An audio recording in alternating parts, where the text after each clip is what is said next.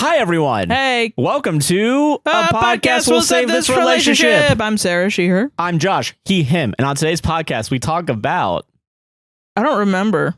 Easter. We did this in 2 days, so give us a second.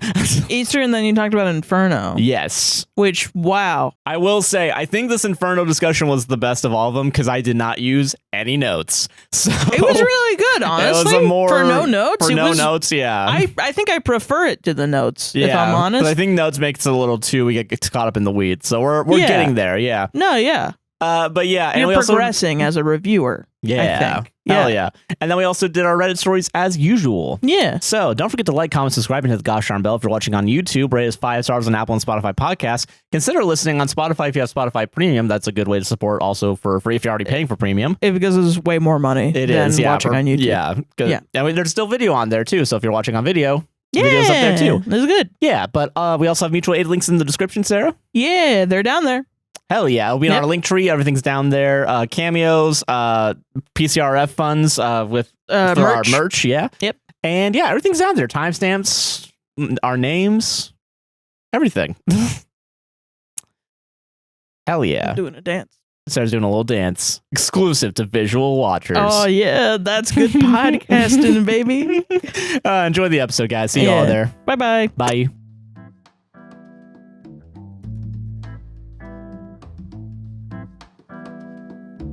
How you doing, Sarah? I'm doing good. Hell I fucking hate Easter. I don't like it.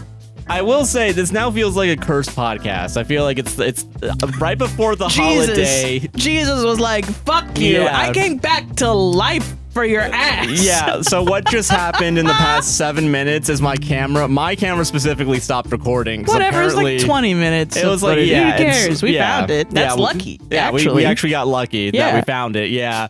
But then also, what the fuck else just happened? I think that's the only thing that's happened that's wrong. So why are you calling it a cursed podcast? You're putting the curse on it, actually. Sorry. Maybe with the negativity. Yeah. Okay. Fair. But yeah, no. Yeah, we were talking about Easter, and then I don't like Easter. I'm not a Christian. Yeah. I will. Okay. The way that you were describing it prior to this part of the recording, you said that like your family did a lot of like. Not a lot. But like they had traditions. As a kid, we would all get together and we'd make food and have a big Easter dinner after church. Like we'd go to church for Easter and then you'd come home and you'd have Easter dinner and you go home.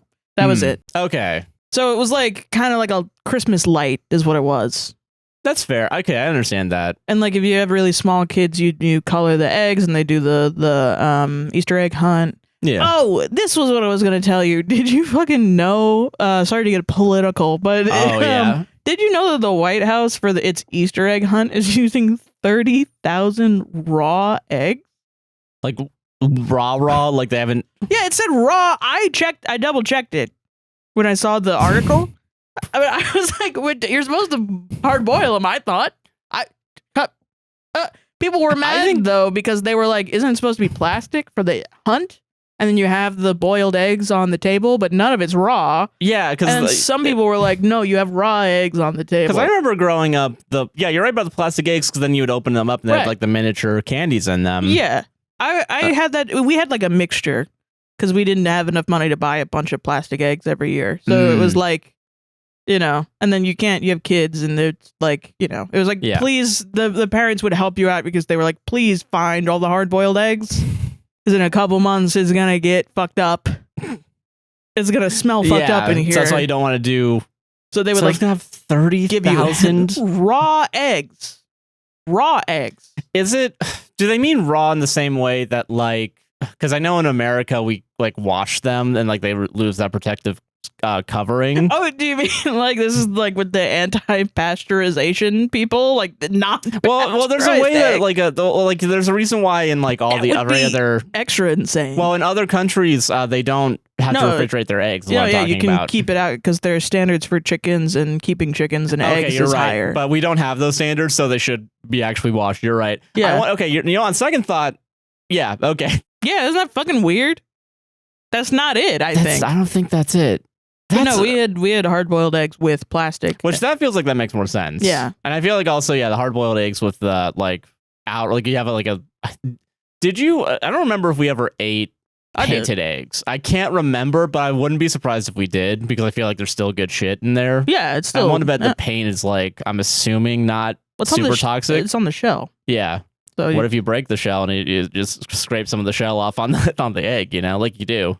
Well, yeah, sometimes they would have cracks in it and then the dye would come through, but it was food safe dye. Usually. Oh, okay. That makes sense, yeah. I think there is food safe dye. It'd be crazy if there wasn't. And just giving kids. I'm sure there's ones, because do you ever have the glitter ones that were like really waxy textured? No, I never did. I never did either. I hated that shit. But I do, the way you say it, and like you said glitter immediately, I was like, I'm out. No, fuck that. That's a little crazy. It's like you're putting your hard-boiled egg into like a Lush bath bomb thing, and then it would come out and it would look like a gray shit, like horrible.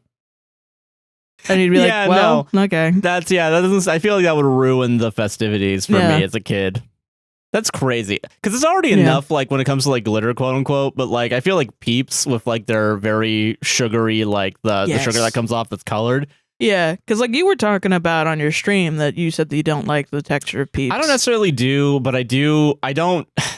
It's just marshmallows, but, like, I would rather eat a marshmallow than a Peep, yeah. I will say, when a Peep does go stale, I think that is more appetizing to me. I think Peeps are just too squishy.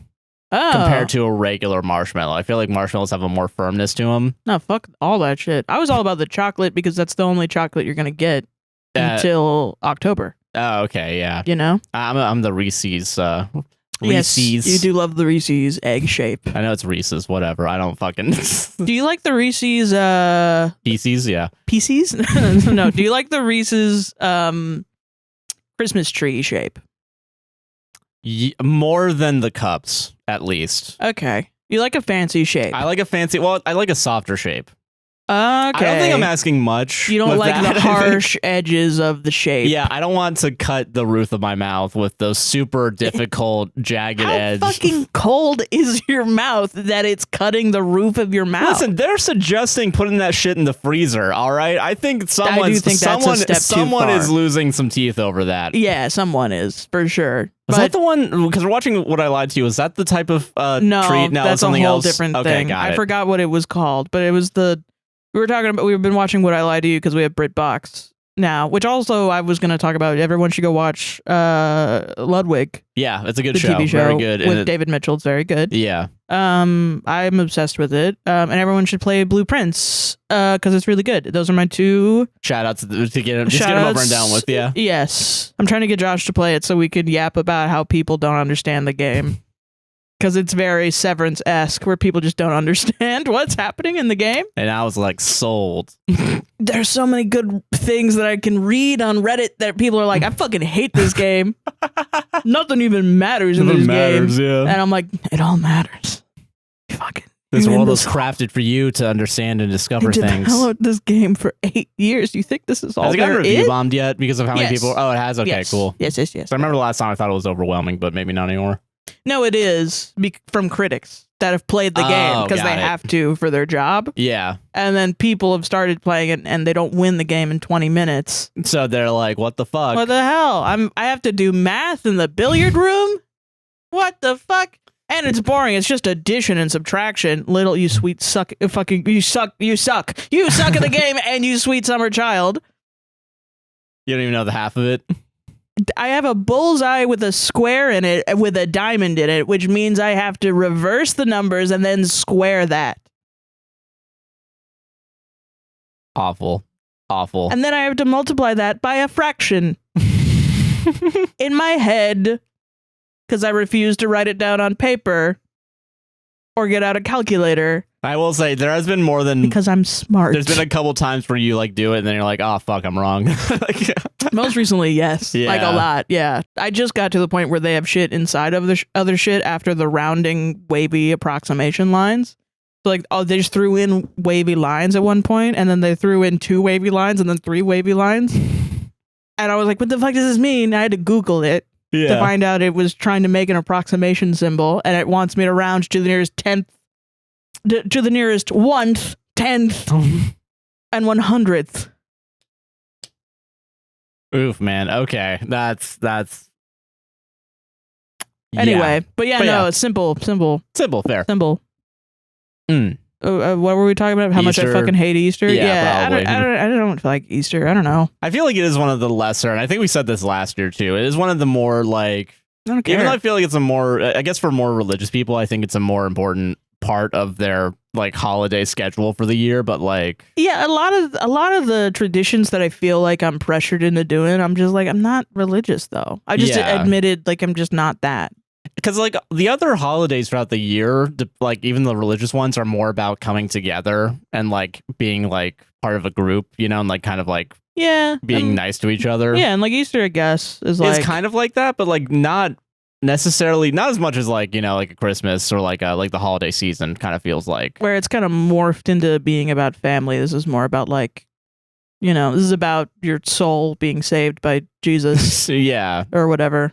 So I feel like if you have if you're not necessarily signing up for that sort of belief system, it's kind of like, whatever, man. I'll take some extra chocolate types. Literally, like that's my tradition is going to CVS the day after to get the 50% off. Which that'll be nice. Chocolate, yeah. I'm actually gonna try and remember to do that on Monday. Oh hell yeah, let's go.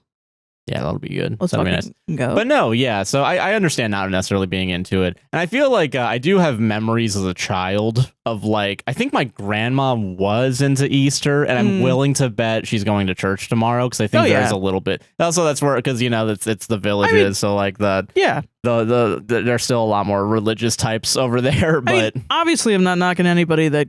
No, yeah, of course not. You're the majority religion. I'm not. I can't knock you. Are you kidding me?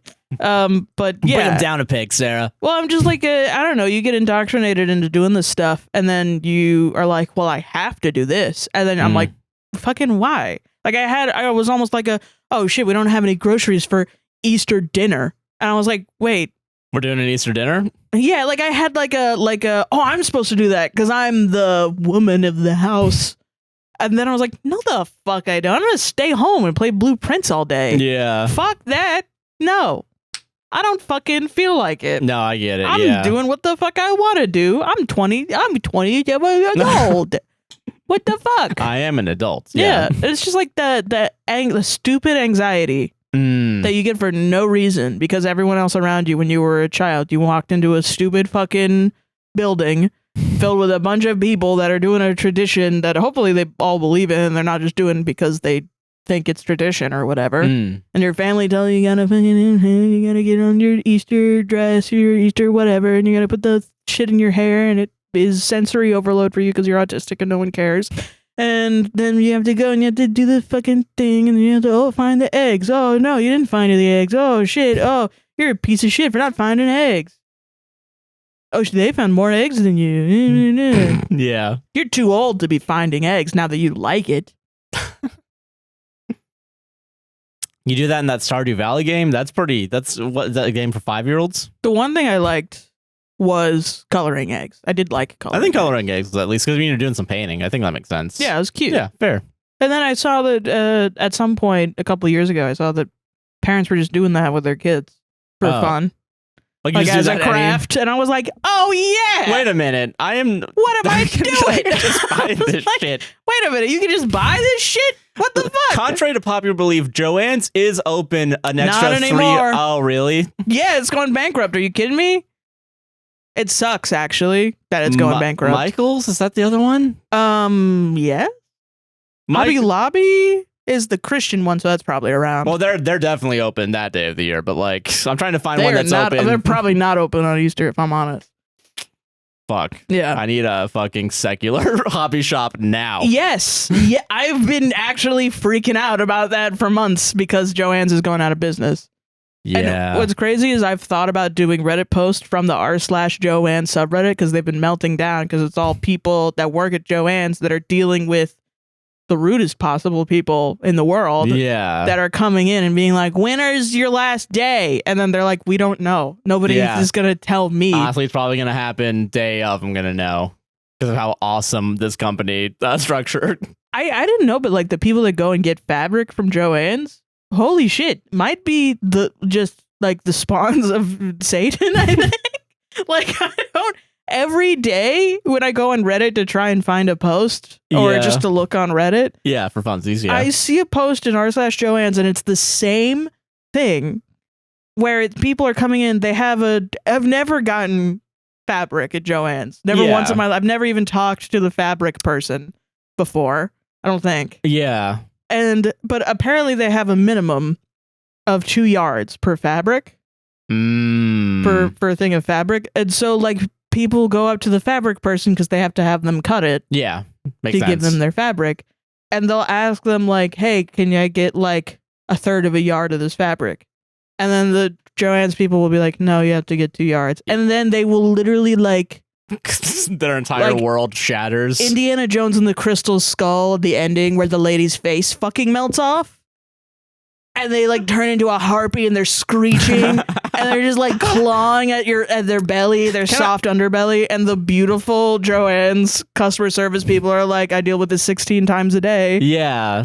And it happens every day. Okay, hypothesis really quickly. Yeah. Because I think I remember Joann's or one of these hobby shops like having they advertise very specifically to like craftspeople that like do it as like a business or as like a side gig or whatever. Yeah. Is it similar to like, is that response? Because that feels similar to like when you're working your last customer service job that wasn't the most recent one, but the one that actually you're working from home. Oh yeah. And like they would also freak out if like you said that like, oh, a part's not going to be here. I wonder, but I'm like, if you have a business and you need a third of a piece of fabric, what are you doing? What are you doing? Actually, yeah, you don't have any scraps. Yeah, you're right about that. You should have scraps of fabric. I do my work one project at a time. Yeah, and like I only do miniatures. Yeah. I gotta really be careful, you know. I can't be buying a bunch of yarn and like saving it for later. Well, and then it's like it's not the customer service people's fault. It's Joann's for having the shitty policy. But it's also like it's probably not a shitty policy for people that cut fabric. So it's not like then they can be like, this isn't enough. You know? Yeah. It's like, no, that's what you ordered. That's what that is. I've been taught how to cut the shit. Yeah. Yeah. Amazingly, I'm not. I've been doing this for a long time at the store. Yes. I can actually measure. And it's also, these are people that are going to lose their jobs. Yeah. So to be doubly mean on top of that is just like kicking them while they're down. It's just the cruelest thing I've seen. Cruel. And it's every day, these posts consistently, or it'll be like people that are like, hi, can I get 4 yards of this? And can you cut it into this? Like they're at a hardware store. Getting a big long ass piece of wood. Yeah. Like motherfucker, you can shove it in a bag. Yeah, just it's not wood. It's not like you're impossible to carry out. Yeah, you don't need to rent the truck today. Don't worry. No, it's fucking fabric, bro. Can I speak to your manager? Yeah. That's fucked up, man. Yeah. That sounds like more entitlement than I think I've ever even dealt with. I know, me too. Or on the level of Disney, at least. Like who would? And you're food service too, so it's like I was like doubly phone service, your food service. Who knew? Yeah, cutting fabric at craft stores was. That's when shit got real. That's the 9th circle of customer service hell. That's such a good segue. I'm so sorry. Yeah, it's a Inferno. Yay, I did it. That was. Thank you, dude. Thank you. Speaking of Dante's 9th circle, do you know there's a 10th one? So dumb. That's a joke. That's a joke. Okay, that's a joke. Thank God. That's not in the movie. Holy shit! It could have been. You fucking got my ass. Yeah, you believe. Oh wow. God, I could say anything and probably people would believe it if no one's seen any of these movies and then only listen to what I have said about this. Well, someone said in the last comment section in the last episode that I've heard a lot of people say they fall asleep to this, so I'm. That's not what I was gonna say, baby. Oh, okay. Be nice to my boyfriend. Oh my God. I'm happy to be a calming presence. Me too. I am as well. It's okay that you use wake up. Wake up. Wake up. All right. Anyway, sorry guys. You're fucking welcome. Okay, anyway. Someone said last episode that Inferno in the movie they changed the ending completely. I will say I didn't look into what the ending was. I'm gonna really quickly. Gabba fucking I can Joshua. probably look up at Wikipedia very quickly as I describe my overall feelings about Inferno the movie as opposed to the books. I haven't read it, and I'm not. You're not gonna read this book in a week. Sorry, hold on. What? Sorry, hold on. Sorry, guys, hold on. What's up? Oh. Okay, cool. Angel's Inferno. Angel. Well, okay, you're right. Sorry. that doesn't exist. I hope this is not bleeding out onto the cover because this is not technically my copy, but I feel like my mom's never going to ask for this again. So honestly, I don't really give a shit. I've had it for like 3 or 4 years. So okay, Inferno. Cool. All right, happy. It's a good movie. It's not. Okay, good, great. Okay, all right. So Inferno is a movie. Yeah. Also, Ron Howard directed, as all the other ones were. Oh yeah. So it's okay. Inferno, I feel like is the first one was Ron Howard. Yeah, all of them have been Ron Howard. Wow. Yeah. And written by some guy. I don't know. Probably not the same guy. Not Dan? Not Dan. Okay. Which, I mean, makes sense. Like, the reason why I think a lot of screenwriters aren't book people is because it's such a different medium comparatively. Yes. You actively have to tell yourself not to explain shit. And that's a pain in the ass if you're not used to it. Meanwhile, if I want to write, like, a short story that's not a script, it's a pain in the ass for me to think of, like, how to explain every single detail. You're more action based, which is ironically, this is just a side tangent. It's why I feel like Stephen King novels are usually adapted, because I feel like his action is most of, like, in every sentence usually, until it gets to like the just disgusting descriptions of shit. And every sentence is like action. Like, this guy's doing this and it's very fast, which is why I felt like for a while I liked Stephen King because it was just easy to read. No, I get it. Yeah, and I do enjoy that a little bit more, I think. But I also, there's room in my heart for like more descriptive stuff, you know? Yeah, I think so. I think at a point in my youth, I was like, I just want to read. Fuck this shit. Someone also said, and I'm going to that there's 6 books in total, which means there is potential for more movies.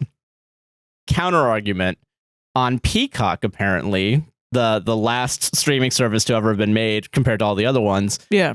They did a 1 season of one of the books called, I think, The Lost Symbol, which I'm looking at it right now this was actually Inferno was the one after The Lost. Oh, okay. Wow. This is bullshit again. Okay. So order that the books came out according to what I'm looking at right now.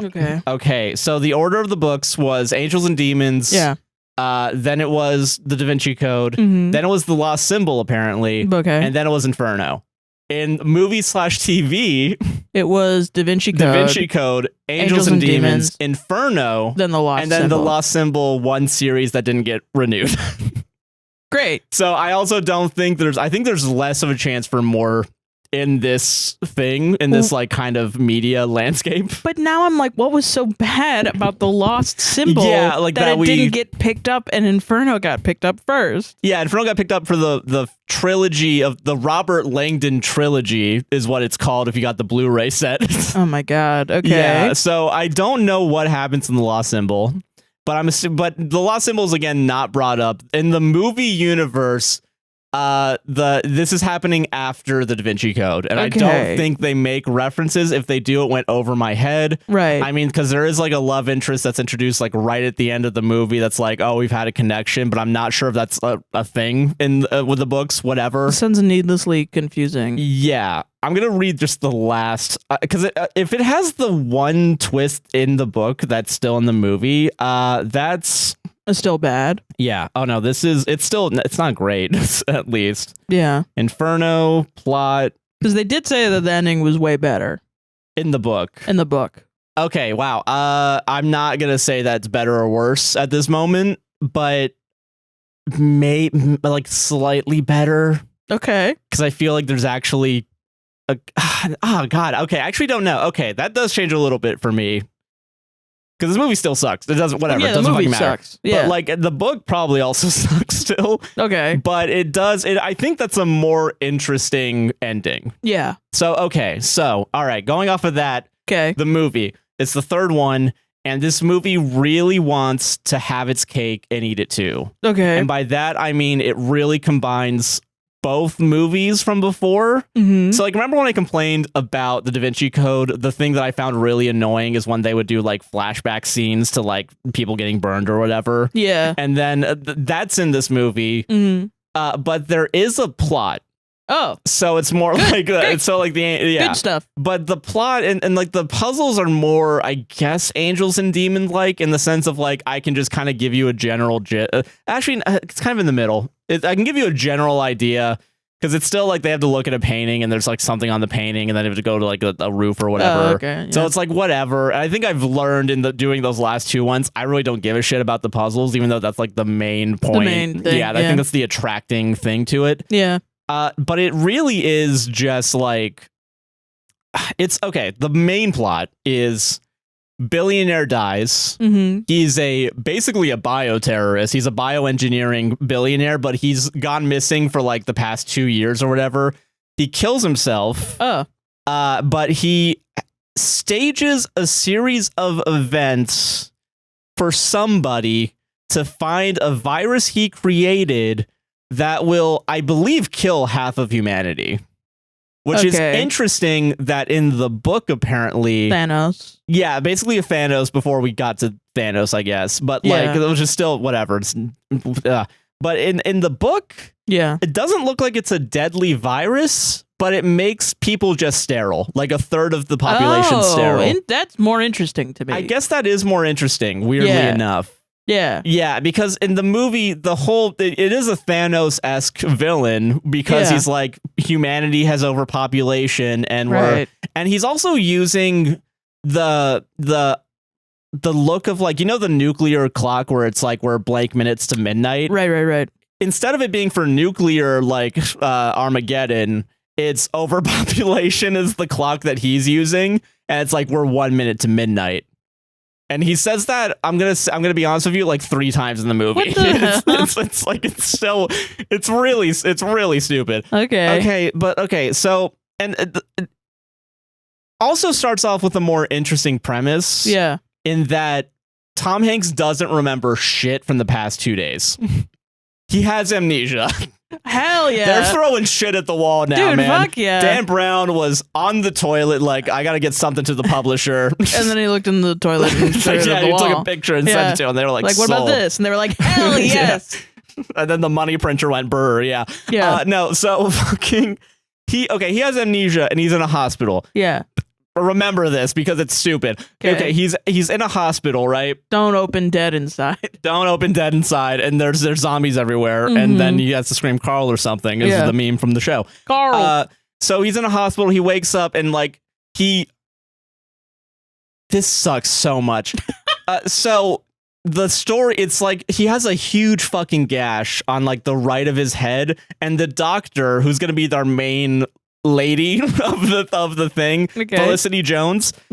She's like, is that her name? Yeah, Felicity Jones is the actress. Oh, the name is like. I was gonna say I've heard her name. She got like a comic book name. Like I thought that was like a comic book character that they put in. Like the Da Vinci Code is in the Marvel universe, is in the MCU. Only if, man. Yeah. And then Thanos is like, I'm going to steal that idea from this billionaire. Man. Yeah. Yeah. Okay, so she's like a doctor, right? And like she's a doctor and she's looking after him. And she's like, so, hey, can you like remember what happened the past 2 days? And he's like, fuck no. And she's like, all right, so like someone tried shooting you. And if they shot like 2 inches more to the right, you would have been killed. Oh, and there's just like a big like line gash. Okay, so he's got like grazed, I guess. Yeah, he just got grazed by a bullet. Okay. I don't want to. This is all going to be part of the twist, by the way. This entire scene. Hate that. So, meanwhile, I don't know why I do though. Because of your tone.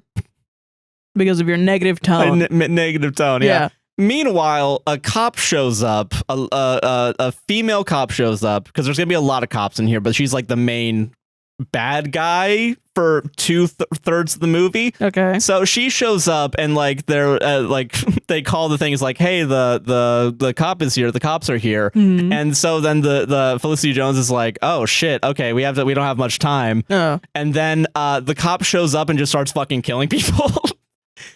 And like, I really keep this in mind. Like they shoot at like the door, they shoot at like the people. Like at some point Felicity Jones locks the room. Yeah. Because they're in they're hint right now.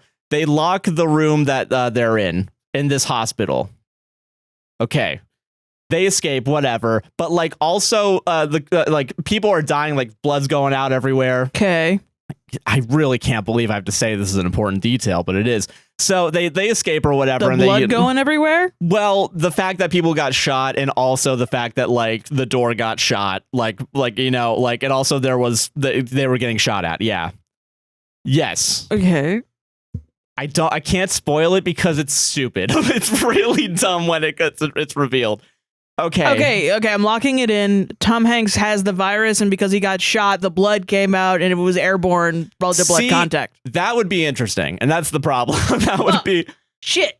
And then we could be free from these movies because then he's just fucking dead by the end of it. But no. So they escape or whatever, and she brings him to her apartment. Okay. But she's also like, we gotta call the cops because like you got shot at, and also the cop shot at you, so we gotta call the cops. We have to call the cops? They shot at you. Is what her plan is. Meanwhile, he's out of it, and he's just like, also, okay, she's also a genius, all right? She's like a super cool genius. She runs marathons. She helped, like, she went to Africa to like build wells or like, you know, feed them or whatever. Boo, women in STEM. No, that's what Joshua hates. No, I hate shitty writing because this is supposed to be things that are good to make us trust her, and that's bullshit. All right. Okay. What, you wouldn't trust a marathon runner that gives? No, I was trusting her 2/3 into the movie. All right. So yeah. So why are you bringing it up? Who cares? So I want more Mary Susan movies. No, okay. So she's like a super genius, right? She's like super, like, she also happens to know about puzzles because when she was like 7. She went to one of Tom Hanks's lectures. Okay. And Tom Hanks also in his delirious state was like, fucking weirdo. Like, what the fuck are you talking about? Yeah. And then she's like, yeah, I am a weirdo. So it's like, you're fucking obsessed with me. Yeah. I love the idea of a Tom Hanks being like, man, fuck you. I'm off of my hospital meds. Yeah. So, okay. Get those alcoholic drinks out. Okay. Yeah, let's go. Okay. I kind of like it so far. Not gonna lie. I'm describing There's stuff happening. There is stuff happening, but like the pacing is just like kind of off for me. Like I think it sounds good on paper. I'm willing to bet if there was. No, actually, I'm not even gonna say that. No, because it's ruined by the end of it. Yeah. Okay. So like and I'm gonna pull out notes now. I trust you that it's a bad movie. I'm just like, so far I'm not mad at it. Yeah. So okay. So again, 2 days ago the billionaire died. Right. Whatever. Tom Hanks happens to have in his clothes from before like a vial that's like supposed to hold like deadly like viruses and it's fingerprint coded. So he's the only person that can open it. Oh, but the vial? The vial is fingerprint coded? Well, like the thing that would hold like the pouch that would hold a virus, basically. Like a cylinder. Do you remember the neuralizers from Men in Black? Yeah. It looks exactly like that, but it has a biohazard thing on it. And when it opens, it's supposed to have something like a vial in it. That's like, yeah. And it goes like, psh. Yeah, they all forget everything that happened and we can move on with our lives. Yeah. No, but I mean, like, you know, when people are like, oh, it's secure. Yeah. When you open it, it goes like, psh. I think it probably did. I wouldn't be surprised. Yeah. But yeah, it comes out and like they realize it. Also, Hanks can't wear any of his clothes because there's just a blood on it everywhere. So he has to.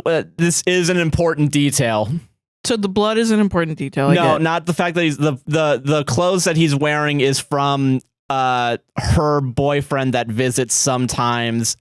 And then it has blood on it. No, that doesn't have blood on it. His original clothes have blood on it, so he needs a new pair of clothes, and she just so happens to have clothes that kind of fit him. By her boyfriend. Yes. And that's important. It is important because it's brought up later. None of that was explained when you said this is important. I'm sorry. So that's that's important. That's an important detail, all that I just said. Okay. And I'm not going to really say just imagine everything I said is bullshit because you already know that by now, I assume. Hopefully you've watched the first two. But I'm really not going to care about like the puzzles. Any of the historical stuff or any of the religious stuff is probably bullshit. Yeah. So so he opens up the vial after getting dressed, and like it's one of those. Apparently, it's called a Faraday light or something like that. And basically, it gives you it projects an image onto like if you're close enough to or like from a certain angle, it projects an image and you can actually see everything at like projector level quality, so you can actually see like a lot of very finite details in this fucking thing. Okay. They call it a Faraday something. I'm not entirely sure if that's a real thing or they just said a name. Someday I'll learn what Faraday actually is, because now it's Lost. It was that Transcendence movie. Yeah, where they have the Faraday cage. Yeah. Where it, And now this, where I'm like, are any of these, do they actually are they real things? Faraday cages I have heard of. And that was real in Transcendence. Like that makes sense. Like the idea of like no signals can come in. Because I think I've Googled that.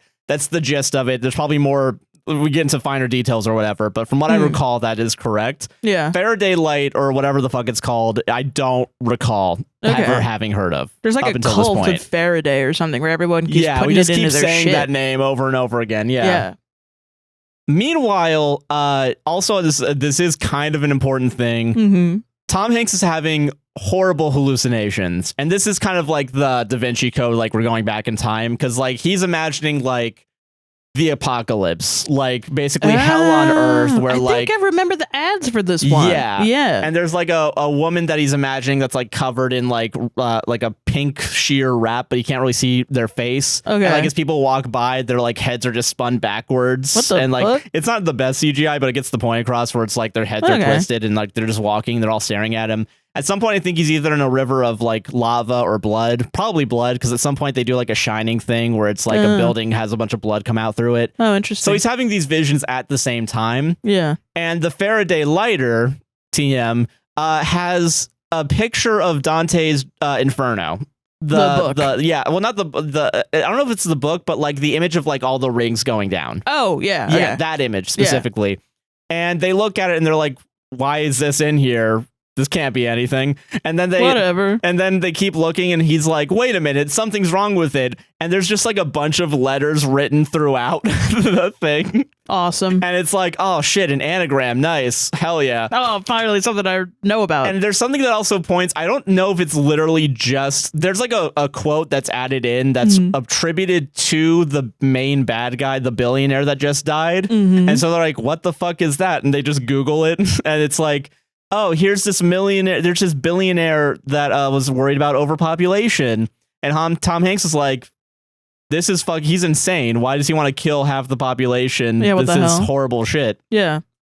And she doesn't really say anything to this. She's just like, all right. Her boyfriend's a billionaire. Yes. Wow. Yeah. Okay. Yeah. And she's, okay, so you found the big twist or whatever, so I'm going to reveal something about the hospital scene. Yeah. That was staged. Well, okay. He was not shot. He was not, there's the billionaire hired a contracted like security firm, quote unquote, that operate on a big fucking boat in the middle of the ocean in international waters where they're trying to like figure out what this billionaire was doing. And the only reason they like kind of go like, wait a minute, we shouldn't be helping him kill people is because they were given a tape from him that was like, watch this video exactly at midnight tomorrow night. And then the guy's like, he's fucking dead. Can we just watch it? Can we just watch the fucking thing? So they watch it and the billionaire's guy's like, you know, if you are watching this, you've done your job. And now the half the population is going to die. And excellent news, everyone's going to remember that you guys helped. We're going to make sure you get attributed. And actually, you know, we're all suffering now, but later everyone's going to revere you as the gods you are or whatever. And the guys are like, oh no. Oh, that's bad actually. And so they stop being bad guys. Yeah. Yeah, so they're but originally they were subcontracted out to help with the riddle that the guy left behind. The riddle wasn't meant for Robert Langdon, aka Tom Hanks. It was meant for Felicity Jones, the girlfriend of the billionaire. And little do we know, Tom Hanks is helping her accidentally get this virus out, right? Right. But like the hospital is staged to the point where like they use like I don't know what the fuck they're called, like fibs, gibs, something like that. Where AFib? Well, heart monitors? Yeah, no, like squibs. They have squibs. They literally say, oh, these are all paid actors who have like fake blood come out of them. Oh. So they stage this whole thing. The assassin, as I'm gonna call her, that's the cop that comes in, that was blanks. Those weren't real bullets. And the reason why the hospital was fake was because hospitals don't have locks. Apparently. is the reasoning in the movie. I didn't know that. I don't know if that's necessarily true. I don't know if that's like they only do that in like Florence or something. But like, yeah, it's yeah. Okay. I don't go to hospitals. I don't have money. So yeah. Okay, so that's staged, right? Yeah. Meanwhile, there's so they're like Felicity Jones was like, let's call the cops, and then Tom Hanks is like, no. That's stupid. Yeah. And then she's like, all right, let's call the U.S. consulate or whatever. Okay. So they call the consulate, which isn't actually the consulate. It's actually some guy on the boat. Okay. So they're faking it. It's like, oh, hey, actually, we're over across the street in this motel. The wind whipping. Yeah. Seagulls. Yeah. Sorry, can you speak up? Can you speak up? But it's like a warship, the boat. Like the boat's like a fucking warship, and like inside there's a bunch of Dell computers or whatever, and they're like hitting the face with the fucking waves. It would be funny if like the guy just takes out the flip phone on the deck, like, yes, this is the U.S. consulate. Yes, indeed. I am bad. I am a bad guy. This is the wind whipping around. I didn't know the consulate was seaside. Yes, it is. Where are you? The consulate says we've been looking for you, which I feel like is a red flag to be like, we shouldn't be dealing with this. Where the fuck are you right now? I'm on an island earning fucking 10%. I'm at a fucking carnival. It's carnival day. Go to like anything more fucking more clues, like audio wise. That would be so funny. Yeah, but they don't. There's not clues because it's inside, so there's no noises or whatever. Yeah. But yeah. So okay, they call it and they're like, oh, let's pretend that we're in the hotel across the street.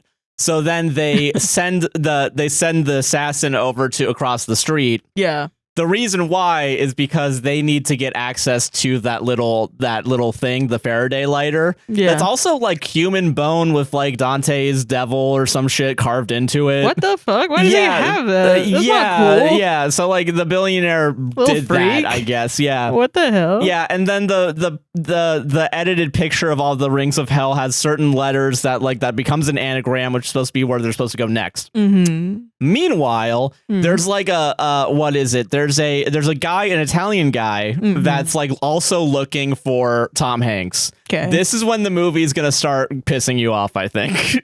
Because this is now the second group of people that we have to remember vaguely. Oh, separate. Yes, these are separate from billionaire's contracted company. Oh, no. Yeah. So, okay. Meanwhile, this guy that I don't think they say is the CDC equivalent of in Italy. Okay. But that's who he is supposedly, is what he is. So he's like also looking for Tom Hanks to be like, hey, we've heard that there's a virus that's going to be attacked because, okay, in the beginning of the movie, that guy was chasing after the billionaire before the billionaire jumped off a pier. not a pier, but like what is it? He took a long walk on a short pier. Yeah. Yeah. What the fuck are they called? Like spires, like religious spires, where like they go all the way up, and then there's like a cathedral. I guess cathedral might be the best word. Bell tower. Bell tower's probably the closest equivalent, where like he goes all the way up to the top of like a tower. Yeah. Whatever. And like he's cornered basically because the only other option is fucking falling. Yeah. And then this guy shows up and is like, where's the stuff? Could where's be a spire. Yeah. Yeah. So like, and he's like falls backwards. Really funny though, this next part where it's like there's like 3 roofs he collides into. There's a lot of Batman imagery in this. Yeah, so like he falls down and like he just like fucking flops off of one roof to flop onto another roof and then Foop, yeah. He falls off the first roof. He falls off the second roof, and then we get a POV like behind his head shot of him just like fucking crashing into the ground. It is. You didn't have to do that to him. They really did. That's They cut it up before like you see the body get fucked or whatever. I know he wants to kill half of the population, but damn, that's a little wild. Yeah. But also that is kind of an important thing to remember. What the fuck? Because this image is gonna happen again in the movie. What? So okay, they lie and they say they're at a hotel, and then like the Tom Hanks eventually like it goes into his email. So like the CDC guy's like, oh, he did an email. He opened his email in this general area. Let's follow that lead. And so they like had to sneak away. And then like Felicity Jones is also awesome at driving. So she's like, this is why the Patriot Act is good. Yeah. So we can find Tom Hanks when we need information from him. Yeah. Okay, man. I haven't pulled up notes up until this point, but honestly, I don't know if I'm gonna actually go off with them. Apparently, I have to say things in my New York Italian accent at certain moments. So originally, you don't have to do that today because I didn't plan this out. No, but I wanted to do it. Since there's an Italian person in the film, I was gonna send you like a fucking planned schedule email to enter your inbox as we started the podcast, and I was gonna say, Sarah, if you could open up your email, why didn't you do that? Because I didn't. I wanted to pass it by you through you first. Well, I didn't do it today because we just talked about it. Right. Yeah. So I didn't also want to like plan it out if you were uncool with me making you say a bunch of Italian shit. Why the fuck would I be uncool about that? I thought you were gonna send it. No, I didn't have it prepared. What the hell? Yeah, next time though, I got you. Don't worry. But then we're not talking about this movie anymore. So it's like, why wouldn't I do it right now? Okay, I'm gonna say a line that the Italian guy says, or basically, the Italian guy says, "I gotta find Robert Langdon." How do you say that as an Italian New Yorker? Hey, I gotta find Robert Langdon. I was, maybe a little bit more of like a stereotypical like lives in Italy. Oh, yeah, that's what this guy is. I gotta find a Robert Langdon. Damn, I can't believe you'd be so insensitive to Italians. Oh, okay. Wow. Okay, fuck this bit. Never mind, we're not doing it anymore. I'm sorry. That's a cheap shot. I'm sorry. But yeah, okay, yeah, basically that. Like he's like, I'm gonna find a Robert Langdon or whatever. You do it. So, yeah, I'll do it. Fine, fuck it. Yeah, you do it. Whatever. I'm like, you have all the information. I don't even do that accent. I do New York. Yeah, you did do New York. Yeah, so you're right. Yeah, I shouldn't ask you to do just a new accent I don't do. Yeah. What the hell? Yeah. Okay. So like, also, yeah, whatever. Fucking whatever. Tom Hanks still doesn't really remember anything. He's slowly remembering more and more as all this shit happens or whatever. Moving on. So. That was the movie's losing me a little bit. Not gonna lie. Yeah, it's gonna be So like, okay, the guy killed himself. Whatever. They're also like, So they're At this point, also, the guy that is the fake U.S. consulate guy walks up to the CEO of the private firm company and is like, "Hey, there's a video that we're supposed to watch tomorrow at midnight or whatever it's supposed to be." And the CEO is like, whose name is Mr. Sims, but not. I thought at first it was Mr. Sins, and I was like, "Are we gonna be that fucking on the nose?" Yeah. But I think also that's funny to think not Robert Langdon, Dan Brown put Mr. Sins first and was like, that's a little too much, and then just put a little M, just an extra arch. Yeah. And now we're safe. Yeah. Control F N, control replace M. Oh fuck, I gotta rewrite the whole thing now. Okay, sorry. Oh no. So yeah. I have to do work? I had to do work? That's ridiculous. All right, so the painting that's edited is a map for the plague that the guy made, basically. Whatever, okay? And it's driving them all over the place. it's at some point, I think at this point, what is it? Yeah, they have to go to Babali Garden is the first place they have to go to. I don't know why. I think it's because this is all in Italy. Yes, this is all in Italy. Okay. Yes. This is happening in Italy. They were in. It reminds me of my Italian grandma when she didn't know what to call the remote, and she would be like, "Give me the boopy." Yeah, they went to Boppity Boopy Gardens, and they. I'm sorry, it's a childhood memory. I'm sorry. No, okay, so they have to go there because like Dante was the cast head for like a mask. Whatever. Also, Tom Hanks had to email. The reason why he went on his emails because he had a friend in Italy that he met up with who was, I guess, they just happened to be in Italy during all this. I think no, they got invited by someone at some point, but we'll get to that. So they go to the place, and like the police are already there just waiting for them, and they have like fucking drug sniffing dogs trying to find them. They have a drone. And they just like fucking like not like a Lockheed Martin drone, but like one of those like camera drones. Yeah, I know. I wasn't thinking that they were gonna bomb Italy. You stupid bitch. Why the fuck would they do that? I will say the footage of it does look similar weirdly to like when you see a overhead like drone footage, which makes sense because it's in the fucking air or whatever. But well, yeah. Oh, it looks like drone footage just because it fucking is. Yeah. So you okay. All right.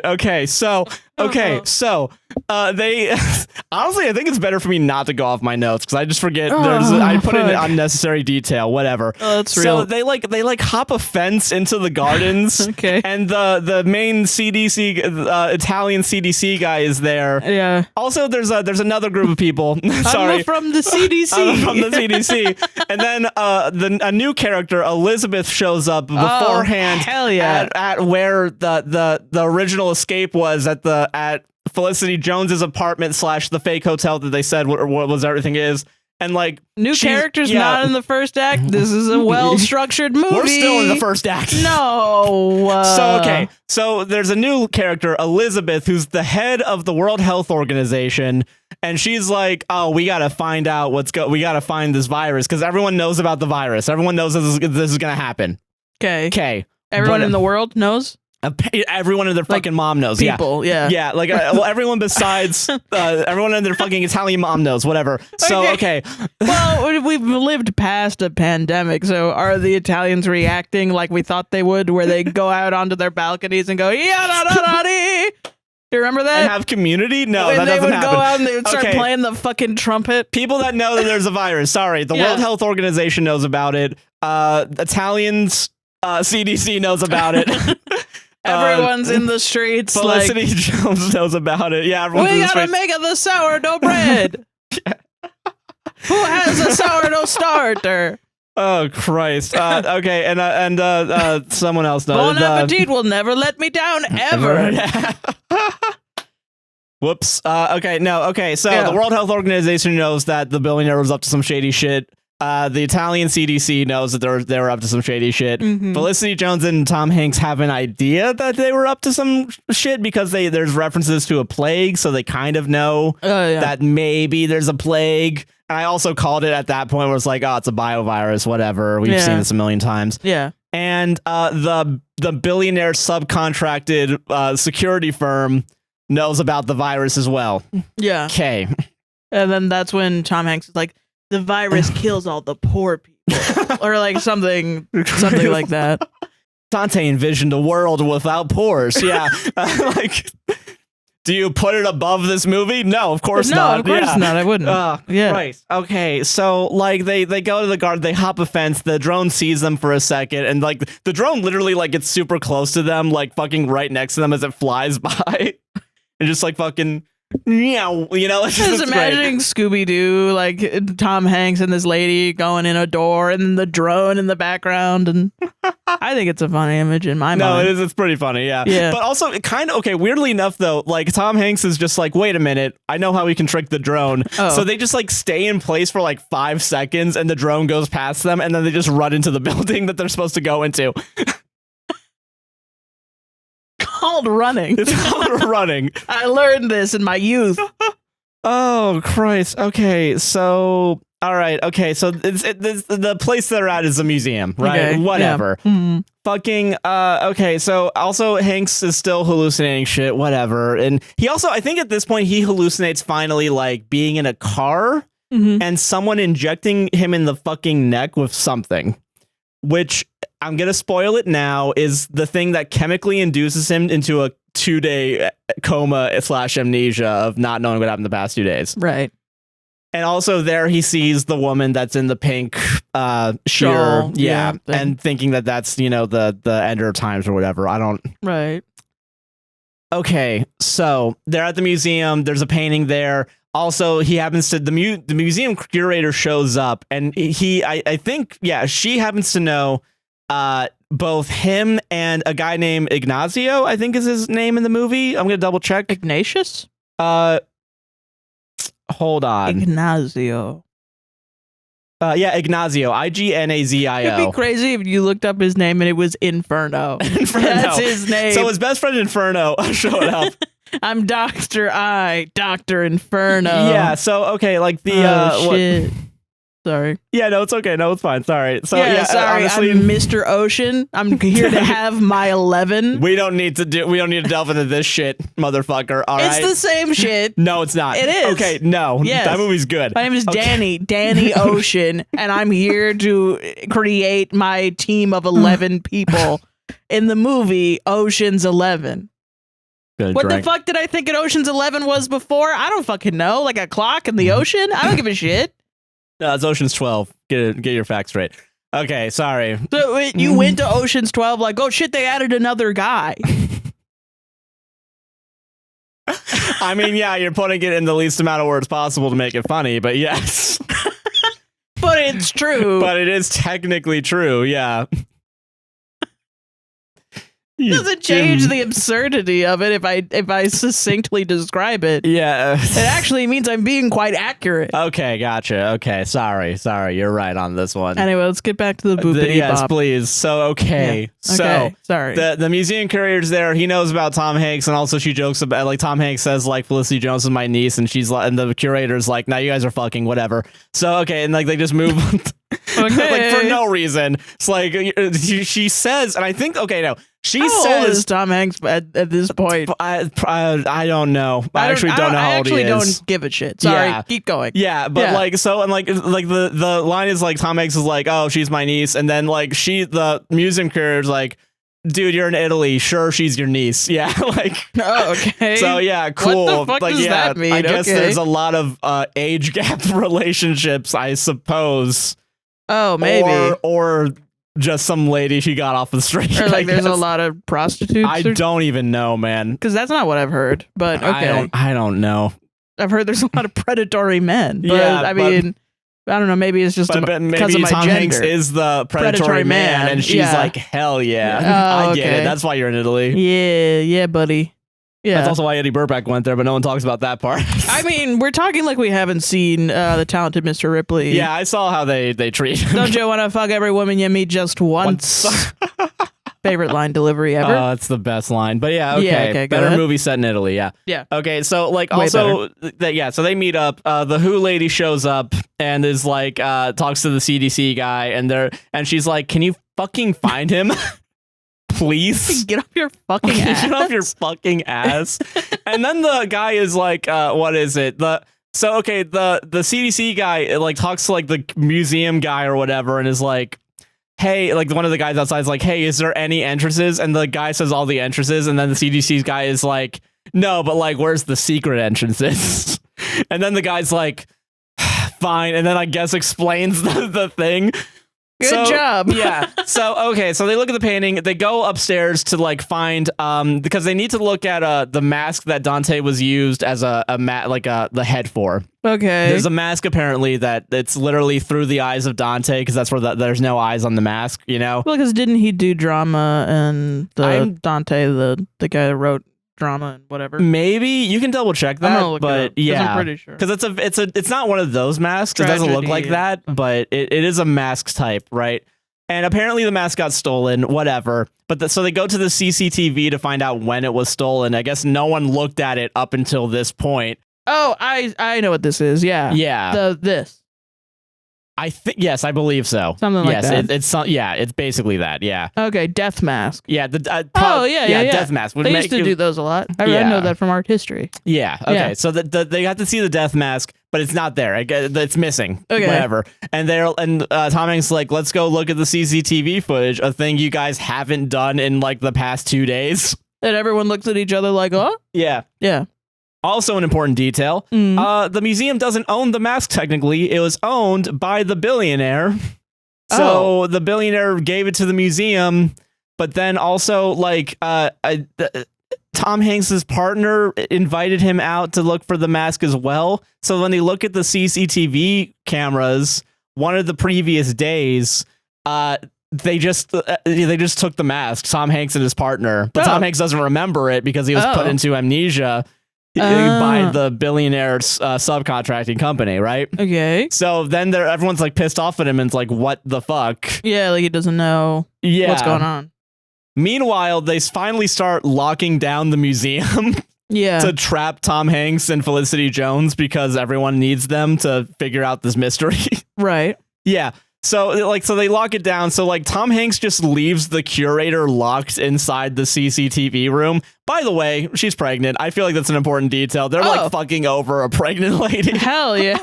Okay. For, I'm going to say, like, no reason other than to steal her work badges so they can get past some of the cops at some point. Awesome. To go back to the painting. Yeah.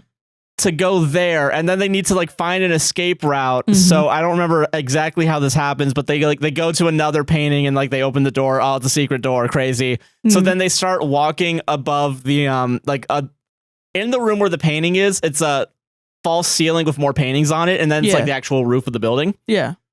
So Tom Hanks has to and Felicity Jones have to walk on a beam that's like not super high up at first, but like over like the roof. And it just happens that Felicity Jones has a fear of heights, so she gets on the beam, and at some point she like falls onto the roof. Onto is the key word here because it makes a noise. Meanwhile, the assassin shows up, who finally has orders to just kill Tom Hanks. Oh, okay, sweet. Because I guess she can do both fake and real assassinations. Oh, so she's not a fake assassin then? You can't be if you do real becomes assassin. A real one, yeah. Oh, method. So it's like, okay, no more blanks. Method acting. Yeah. Yeah. Yeah. God, man. Yeah. Okay, so that makes a loud thud. So the assassin's like, oh, they're upstairs. So she goes upstairs into the fake roof or whatever. But from the direction that they're walking to, which I think because she can get through everything because she looks like a cop. Oh, she's masquerading as a cop. Yeah.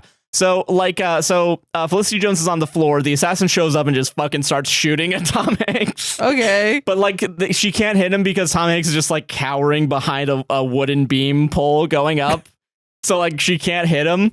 And then Felicity Jones sees like a not a crowbar, I guess, but like something. Yeah. What the fuck is it called? Like something that would knock the shit out of you. Just like a blunt weapon. With a hook. With a hook? Yeah. So like a fire poker or something like probably a fire poker because it's smaller than a crowbar from what it looks like. Oh, yeah. So she grabs that and just like fucking swings it over her leg, the assassin's leg. Yeah. So the assassin goes through the roof and just lands flat on her fucking face on the floor below, dead. Just got dead. Oh. She's dead now. Second time a body's just fallen.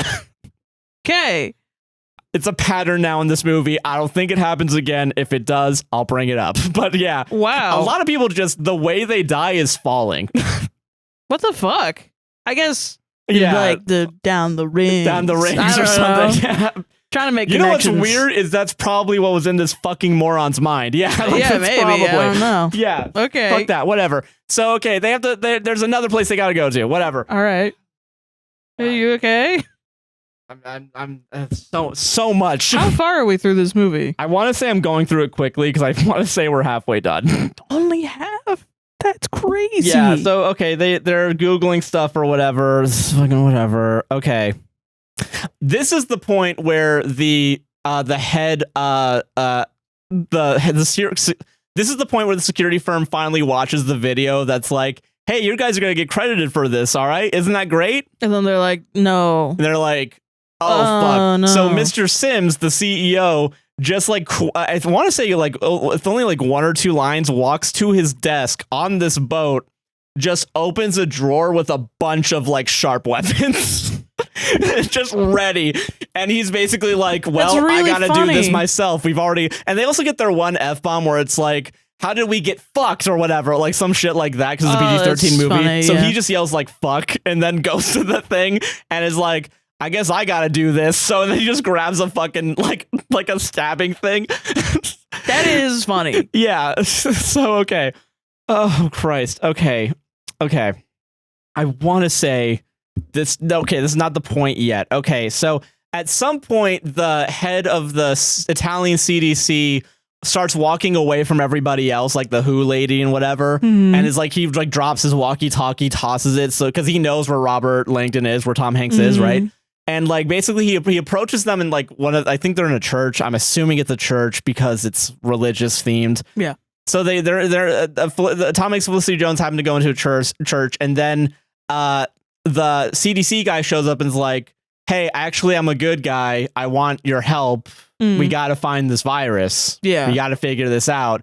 And so they're like, okay. And they follow the next thing. And the next clue, I think, leads them to, is it Geneva? I don't recall. Because there's a fake city that they buy plane tickets for to throw the Who off the trail. And also, but not the security firm, because they're about to show up in a second. Okay. But hold on. I want to see if it's like, what is it?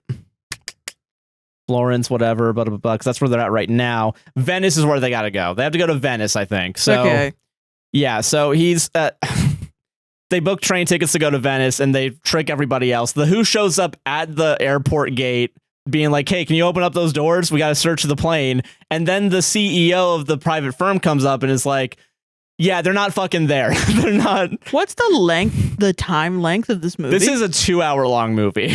That's it? This is 2 hours long. Why does it feel like 80 years? It feels like a while. Yeah. So then they show up. Okay. And then we cut to them on a train and they're all talking. And then like the CDC guy says that he was the one that gave Hanks originally the bone thing and the thing, whatever. And then Hank starts remembering more and more, and that's actually a lie. It was actually Elizabeth from The Who. Okay. The organization, not the band. I'm now just to keep that in mind. No, I know. But I was going to make a joke. I feel like it's annoying, though. No, it's fine. I also want to make that joke, so it's okay. Yeah. So the Elizabeth was the one originally. So then Hanks fakes a horrible like headache, and then like Felicity Jones is like, can you go get him some fucking water, please? And then Hanks is like, and then he leaves, and Hanks is like, yeah, so that guy's lying. Okay. So what are we gonna do? And so their orchestrated plan to get that guy off their tails is to pretend that Tom Hanks goes into like the bathroom on the train and locks the door, and then Felicity Jones goes to the CDC guy and is like, hey, he's not responsive, he's in the bathroom, what's going on? Yeah. So then the CDC guy just like keeps like kicking the door, trying to open it, like pull it through. Yeah. And at some point, like Felicity Jones just shows up behind him with a fire extinguisher and just fucking bonks him in the head. But why is she doing all this? Because isn't she with the CDC guy?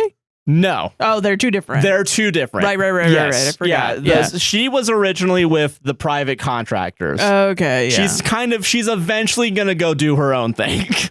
Okay, is she good? She's bad, though. She's the bad guy. She's actually the secret bad guy because it's revealed later that she was actually dating the billionaire. Yeah. Because she went to one of his lectures and she was like, hell yeah, let's go. Oh, so Tom Hanks created her intelligence and then the billionaire created her evilness, kind of. Yes. Yeah, it's kind of where it is. Yeah. And there's also like flashbacks to them like talking like, okay, people complain. I haven't watched Oppenheimer, right? I haven't watched it. Yeah. I know that people complain about the sex scene where like the lady's on top of Oppenheimer and saying like reading a book or whatever. No, Fine. she stopped sex. She stopped sex to read a book. Yeah. She walks over to the thing and then she gets a book and starts reading it.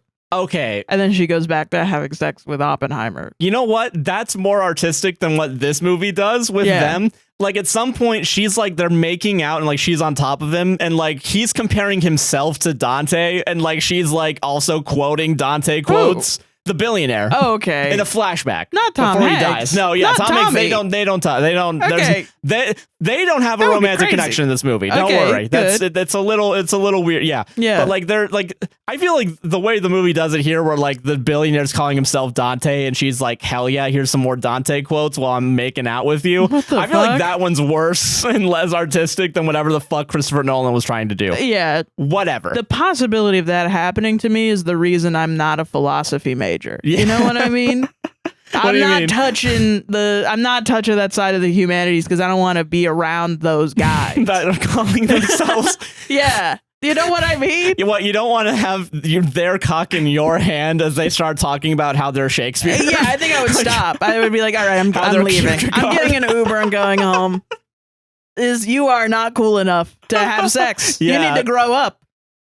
Yeah. That's not sexy. Right. Yeah. So that's also in flashbacks. That's later, whatever. So they get away from him. They also like spray fucking like I guess mace or something she has on her. So like they spray him in the eye and they just fucking bounce. Then they're on a boat. in Venice, because I believe Venice is like where the canals are, right? Yeah. Yes. Yeah. So they're in the canals. Venice is the city on the lake that's sinking. Makes sense. Yeah. So because they're doing it. Meanwhile, the billionaire guy, I guess, told the Who lady that they were hired by the billionaire to accidentally release a virus. And she was like, "Who are you? Who?" Sorry, go ahead. No, it's fine. You're good. Don't worry. I'll let one slide. Right. I'm gonna, like a fucking hawk, I'll be on your ass. All right. Okay. So so like he explains that like, yeah, we kind of helped him, but we're good now. And she's like, "Are you?" Yeah, like, what? Yeah, and so like she starts walking away, and then Mr. Sims is like, you have a pass with Tom Hanks, right? And she just stops in her tracks and is like, doesn't say anything. And then he's like, "So yeah, like, listen, I know you'll do anything for him, including working with someone as unscrupulous as me, whatever word it is. Unscrupulous as me." And so I guess she's like, "Yeah, all right, I'll work with you because you have more resources than the Who." Okay. Yeah, so she's like, "All right, I'll work with you," basically. So now they're looking for Tom Hanks as well. Okay. Yeah. Okay, so they go to they're at another museum. Whatever. They're at a museum. There's horses, and at some point, apparently, the horses were beheaded.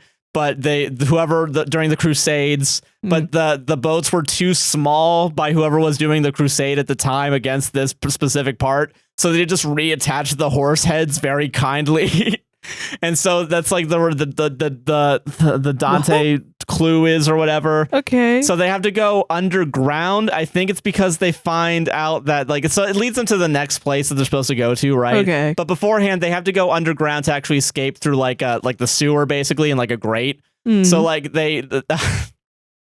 and this is where it's revealed that Felicity Jones is the bad guy. Okay. Actually. Yeah. So Tom Hanks helps her get up into the past this very heavy metal grate while they're trying to get out, and then she just closes it on him and is like, "Yeah, so remember when you called him insane? That was fucked up. So I'm leaving you here." Oh shit. Yeah, and she just runs away knowing where the or having a general idea of where it's supposed to be, where the virus is. So because Tom Hanks called the billionaire insane, she said that was fucked up? Yeah, because he wanted to kill half of the human population. Yeah, and she's all in on the plan. She's like, "Oh hell yeah." Because originally that bone piece, the Faraday pointer pen was actually meant for her to be the clues that she follows to go across the globe trotting to find where the virus is supposed to go, to make sure. Oh no, I think okay. So the plan, for the virus is it's going to take place. There's apparently a place, and I believe this is in Istanbul. Yeah, so it's in Istanbul, and it happens to be in a concert night at this very something on the water. I can't remember what it is, but there's a bunch of columns and there's a bunch of shit with it, right? And the virus is underwater and it's gonna be while the concert's going on is when this is supposed to happen. It sprays on people or something. Well, yeah, it's like an aerosol virus too, and it's also it is a liquid, I think. Yeah, but so it's apparently in it looks like a trash bag. The virus is in a Ziploc bag with the trash can that's supposed trash bag that's supposed to if it gets under too much pressure, it will pop. And since this is the biggest night of the year, and it's also they make a point about it's the city's the bridge between East and West. So a lot of people come from all around the world to enjoy this concert at this specific time. That's in this very fancy acoustics, real good acoustics because Istanbul used to be Constantinople. Yeah, I guess. Yeah, because if you've got a date in Constantinople, they'll be waiting in Istanbul. I know that's a reference to something I can't remember off the top of my head right now. It's a reference actually to a song, and the song title is called Istanbul, not Constantinople. Thank you for explaining that to me. You're welcome. Yeah. Okay, so they're in Istanbul. Yeah. They're there. Oh no, sorry. Okay, so that's where it is. Yeah. Also, it's revealed that she's not the only one following this billionaire. Yeah. Apparently, like, because at some point, like during Tom Hanks is like, she's like, you won't stop us. Oh. So there's more people that are working with this guy in the background. Okay. Yeah. Also, like throughout the thing, they're trying to make it seem like the Who lady is bad because like she takes a picture of the dead assassin. Yeah. But also it's like, well, we got to see if she actually has a virus. So let's like, yeah. Also, they Teenage Wasteland, am I right? Yes. Okay, so also they think that there's also like kind of a possibility that Tom Hanks has the virus because he has a growing rash on his back and also on his forearm at some point. So they're kind of thinking, oh, what are the odds he has whatever this thing is? Right, but it's just anxiety or something. Well, it's not even just anxiety. It's like it's just anxiety. Yeah, he's a little anxious little guy. Yeah. Apparently, a side effect of him having the amnesia-induced drugs is rashes. So that's why. so it's just a side effect of that. Yeah. All right. Yeah, so like they're trying to make it seem like Elizabeth's bad guy. She really isn't. So Felicity Jones walks away from the grate, and Tom Hanks fucking falls because like the way they have to do it is like they have to lift each other up. Right. And like so she drops him and doesn't pick and bring him up. Okay. So he's like halfway and he's trying to climb up a little bit, falls, bunks. I don't think the side of his head that has the fake gash. I think it is. He bumps the actual where they faked the bullet. Okay. They what is it? He actually hits his head and it actually starts like fucking him up. Wait a minute, so he has a fake gash on his head, but it's not painful? No, it is painful because he's also having headaches throughout the entire movie. Right, but like, I think I would know if I had a fake gash on my head. Well, what it is they literally, before they brought him to the fake hospital, they used like an X-Acto knife or like a scalpel to like scalpel, yeah, to like go across his head, so that way it actually looked like a real, because it is a real wound. It's a real wound, yeah. So that's the faked part of it. Okay. The story that like he has a real wound. It's not actually grazed by a bullet. Yes, but it's a real wound. Okay, that makes more sense. Say that it's a bullet. Yeah. Okay. Yeah. And that he just got grazed by it very luckily, and he's still alive, and then he had to escape or whatever. Like, the bullet was very sharp. Yeah, it was a very sharp bullet. Yes. Okay, so and so he falls, he hits it, and he's actually like he has a real injury now. And then the CDC guy shows up and is like, score, and like, okay, great. because he's a bad guy, also. So and like he just like takes him on a boat. And he's like, I'm gonna take you on a boat, Tom Hanks. I'm gonna take you on a boat. And then they go somewhere, I think still in Italy. Okay. Because it's like some like abandoned, destroyed place or whatever, and like Tom Hanks is like. Joking. I'm joking. I've never been. I'm sure it's beautiful. Leave a comment down below of what city you think. I just had to censor. Really nice. It's probably really nice. I just thought it would be funny. No, I get it. Yeah, Shade. It's okay. It's all right. Yeah. Okay. So Yeah. Everyone, calm down. Okay. Myself included. Okay. So Tom Hanks is like getting interrogated by the CDC guy, who I think is actually the head of the CDC. Mm-hmm. But he would rather take the virus and like use it as like a leverage to get paid a bunch of he'll pay to give it to whoever the highest bidder is. Yeah. He wants to make a buck off of this virus, right? Right. So that's why he wants it very specifically. Okay. None of the rest of the Italian CDC is a part of this. It's only him. Oh, okay. Yeah, so it's like just him is the bad guy. That's nice. At least they're not like the CDC is evil. Yeah, no, it's just him. Yeah. But I guess I don't know if he's actually was a head or if he like faked being like an important guy or whatever. But like, it seems like he is actually an important guy because like he just talks to the Who person normally. Yeah. So it seems like he worked his way up. But he's taking advantage of a shitty situation to try and make money. Okay. And he's like being like, all right, where's the virus, Tom Hanks? Come on. Give and he's like cocking the gun, ready to fucking kill him. Right, yeah. Then, here, where we're in this building, we're recording. Yeah. No. Oh, what? No, sorry. Oh, fuck. No, in that building, in that area where like they're doing it, Mr. Sims shows up with one of the the knives that was in that fucking that drawer and just fucking shanks him in the fucking neck. Just stabs him in the neck. Okay. Yeah, it's just, he said like he just like pulls it out real quick and then the guy just drops and then he casually tells Tom Hanks like, yeah, you know, you gotta do it this way because there's less blood.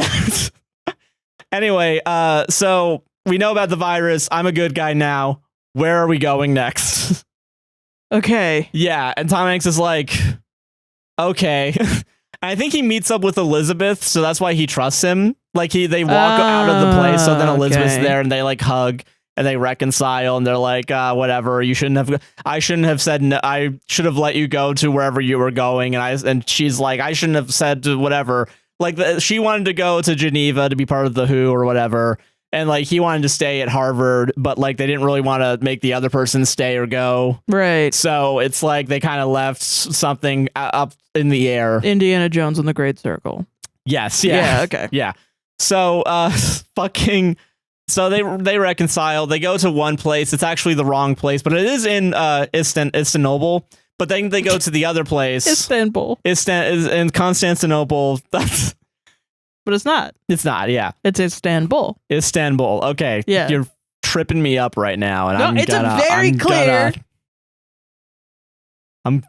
I'm coming for you. Istanbul's in Constantinople. No. Because if you have a date in Constantinople, they'll be waiting in Istanbul. Istanbul. Okay, sorry. So they are in the right place. It's Istanbul, right?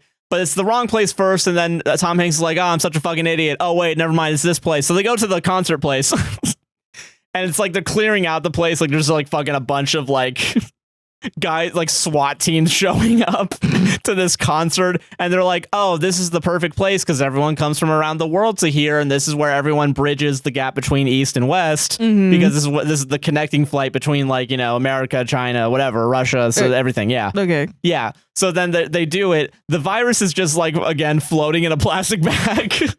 Hell yeah. And the thing. Good. And it's the goal is because, okay, so Felicity Jones also shows up in Istanbul, goes to a university, says like a code phrase to a university professor. And he's like, yeah, I work for the billionaire, too. Yeah. And brings them to like a secret compound where like they're prepping bombs.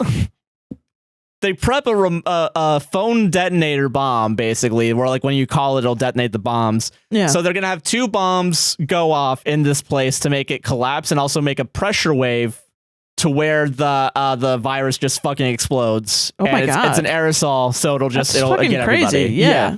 But I don't think it'll kill everybody in there. I think the columns are just like the places they're supposed to put the thing. Okay. No, it's underwater. The bombs are supposed to be underwater, I think. Oh, wow. Because that's when the thing eventually, when they set it off, yeah. Because they do set off the bombs. But okay, so they start looking for it, and like the video that he sent, the billionaire sent to the security company, literally shows footage of the specific column that he left the virus in. And very specifically, the like whatever like little written thing is there that's like, this is the thing about Dante. So I left it right there. Oh, okay. Sorry, real quick. So, okay, the reason why Tom Hanks was having those visions of Inferno is because I guess they like mind fucked Tom Hanks while he was in that elusive like that amnesia state. They're just like reading Inferno to him? Guess. Okay. I don't know if it's really explained, but like they tried implanting image. They did an Inception where they went 3 layers deep and 8 circles down to make him believe that he was having demonic visions. 9 down. Yeah. They didn't have a chance to get to the 9th one yet because the water was already coming through because the truck was already going underneath because the train was already stopping. Whatever happens in that fucking Inception movie, whatever. So they mind planted a thing that made him have all those visions, which actually put him on the right track in general. Even though it wasn't technically meant for him, it was meant for Felicity Jones. But like Felicity Jones, I guess, thought they could work together until Tom Hanks called the fucking bad guy insane for wanting to kill half the population. And then she was like, "Oh no, you're like, not never cool. mind. So I'm just gonna use you to get to the next part." And then like, yeah, whatever. Okay. So they show up. So everyone's there. Like Felicity Jones, like 3 bad guys also. Mr. Sims is there. Elizabeth is there. They eventually find the thing, but I think Elizabeth Jones is about to place the bombs when Mr. Sims shows up and just starts stabbing people. He didn't count on that. Yeah. So he stabs like I think 2 or like what is it? Like 2 or 3 guys, but then he gets stabbed by one of them. But one of the guys also isn't dead yet, but they go into the water, whatever. Yeah, there's a lot of shit going on. I'm so bored. Yeah, so yeah, whatever. I'm sorry. It's not my fault. I know. It's not. All right? I'm just the messenger. Yeah. So, okay, there's a bunch of murder. You, yeah, and then, like, Elizabeth dashes into the water with, like, a big plastic box, Tupperware box.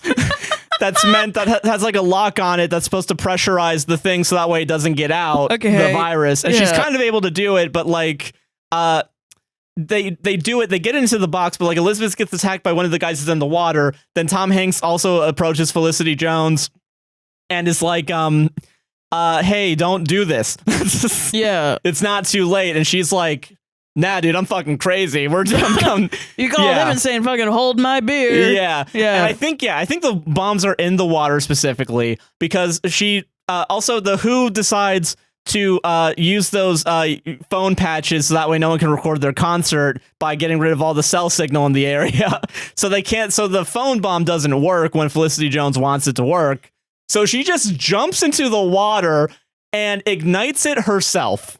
Second movie in this series where they do this. Yeah, so I love the bomb so much. I'm gonna go doing and hug it again. Yeah. But this time it's not something that's apparently impossible, as our fine commenter said, where like it won't actually explode. Where antimatter doesn't explode. Yeah, which I feel like thank you for that. Yeah, thank you for that. Yeah. But it's like C4. Okay. So it's like, it's a real bomb. I learned about C4 in the time they were sick of the criticisms, and they were like, fuck you, it's not this stupid bullshit. CinemaSins just came out, and like they were like, I don't want to deal with this shit. Let's still make a bad movie while we're at it. This shitty movie series is what made CinemaSins. And we're all worse off because of it. Ruined our government. And weirdly enough, I can probably make a beeline from CinemaSins to fascism. Yeah. Okay, so she ignites it herself and self-sacrifices, but also she doesn't like explode into pieces. Like she gets eventually taken out in a body bag. No, it's just filled with pieces. Maybe because it does like it's in water, so like the bag kind of looks like a deflated waterbed. The black bag. Waterbed. Ew, gross. But okay, whatever. Shit. So like she ignites the bomb, but thankfully the thing's already in the box. So like even though the plastic trash bag explodes, the virus is contained within the box. And then Elizabeth tries to go get the box, but then one of the guys comes up and is like, nah, and like starts to unlatch it. So then like the timer, the ticking clock has begun where like it's losing pressure, so it might eventually get out. Because it has electronics in it, whatever, I don't know. And then like eventually like Tom Hanks saves Elizabeth, but then almost sacrifices himself, but then is able to get away from the guy by like, in the part where Mr. Sims stabs him, Tom Hanks just puts his finger in the fucking stab wounds and then just like swims away as SWAT team just fucking guns him down. And then Elizabeth gets there and closes the latch, and then it saves the day. The virus didn't get out. Yay. And I think Tom Hanks and Elizabeth are the only two people that we've known up to this point as main characters in the movie that are still alive. That's it. And then they talk, but it's not it, because they have to have like their moment of reconciliation. I'm sorry. I know it's boring. It sucks. It is really boring. But they have to be like, it's sad how we didn't really get to be together or whatever. And then like she just leaves.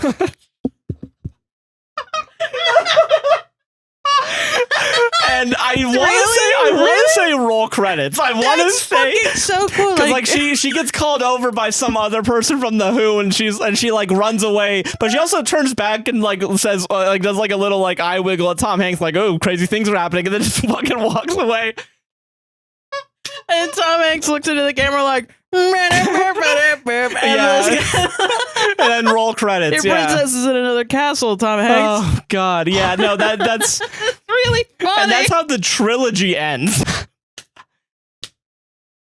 Women, am I right? Holy shit!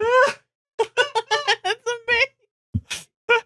I forgot about that ending. Yeah, fuck. no, I'm happy I remembered that. That's really funny. If I'm gonna have a constructive piece of criticism, I mean, don't do this, right? Construct something. Construct something in the first fucking place. Yeah. Holy crap. I do want to make a point of this because this was enough to ruin the rest of my movie experience. In the beginning, and I know this is gonna sound like a nitpick, it really isn't if you've ever watched any fucking movie. The titles at the beginning, the opening credits, looked so fucking cheap. I don't know how to describe it. It was like Comic Sans Windows Movie Maker. It was like Arial font, some shit like that. I love shit like that. Arial. That's why I couldn't watch Contagion. Really? Okay, yeah. Because the Contagion font color is too light. Oh, that's fair. Versus his background. They don't know about stroke. I do understand They don't know that. about fucking drop shadow. Because even it came out at a time where drop shadow wasn't over abused by YouTubers. Yeah, true. So it doesn't look cheap. It could have just been. It's you choose the thinnest font, the thinnest possible font, and it's sans serif, so it's hard to read. Yeah. Which, yes, believe it or not, serif fonts are easier to read. That's why all of your articles are written in serif fonts. Yeah, usually, yeah. Usually, yeah. Which is fine if it's not used for, like, it's not the title, it's the, like, 80 something, blah, blah, blah. Yeah, it's like actual... Which is information you need for the film. Yeah, which I will say, during the rest of the movie, the location, date, and time looks normal compared to this. Yeah. But, like, in the opening credits, it's like an Arial font. It's like director of photography in bold, and then whoever the director of photography is, and like if it's a name, it's just a regular or whatever. But like, I want to say it's either cross faded or like the letters pop in. I'm so fucking in love with you. I'm so deeply in love with you that I'm not done yet. Okay. It fades in. Yeah. Slowly gets pushed like bigger, like longer, like larger, and then fades out. Hell yeah. And it's stupid. It's dumb. It looks like stupid as hell. It's all during the monologue from the fascist billionaire that wants to kill 50% of the population, being like, we gotta do it, guys. And then it's just like Tom Hanks, Felicity Jones. I'm so deeply in We're love with you. 1 minute away from extinction. This is I don't think anyone else would get it. But yeah. But it looks bad. I feel like most people could just say it looks fucking bad. But people don't care about fonts, man. I care so much about fonts. That's fair. I don't know. I don't think it's Arial. It's something. It's sans serif. It's probably a sans serif font. Yeah. Yeah. I don't. It just looked like block letters almost. Oh Jesus, that sucks. It feels like it. At least when it was bolded. I don't know. Oh. But that was enough. That was my first impression of the movie, and I was like, No. And I think Inferno isn't typed out like that. I think they actually gave a shit. Like it has red lettering or whatever, but like it's whatever. So then why is that? Yeah, I mean that's how I felt about Contagion as well, where it was like I watched that movie for the first time. Yeah. In a biology class in high school, so I was supposed to be there, and I saw that font, and I left the class. Like I walked out of the class, I was like, I'm gonna go to the bathroom, and I left, and I never came back. I will say, Contagion is a good movie, though. No, I know it's good. But I don't blame you. That was my last possible time I could have watched that, because that was 2016. That was the last time I could have watched that movie before having trauma that would stop me from watching the movie. Yeah, I get it. Yeah. I don't know how I would. Okay, Angels and Demons is the best one of these. Yeah, this one sucked. This one, but it's not. It doesn't have its head up its ass as much, I feel like. It's still like a guy. Yeah, Da Vinci Code, I feel like, is the worst one out of all these. I agree. I think, Weirdly. From what I recall. Yeah. Because for some reason, that one really, like... And you know what? You know what it is? We can actually rate these on Tom Hanks's hairstyle at the time. Oh, okay. Yeah. So Tom Hanks in Angels and Demons has a relatively good haircut. Okay.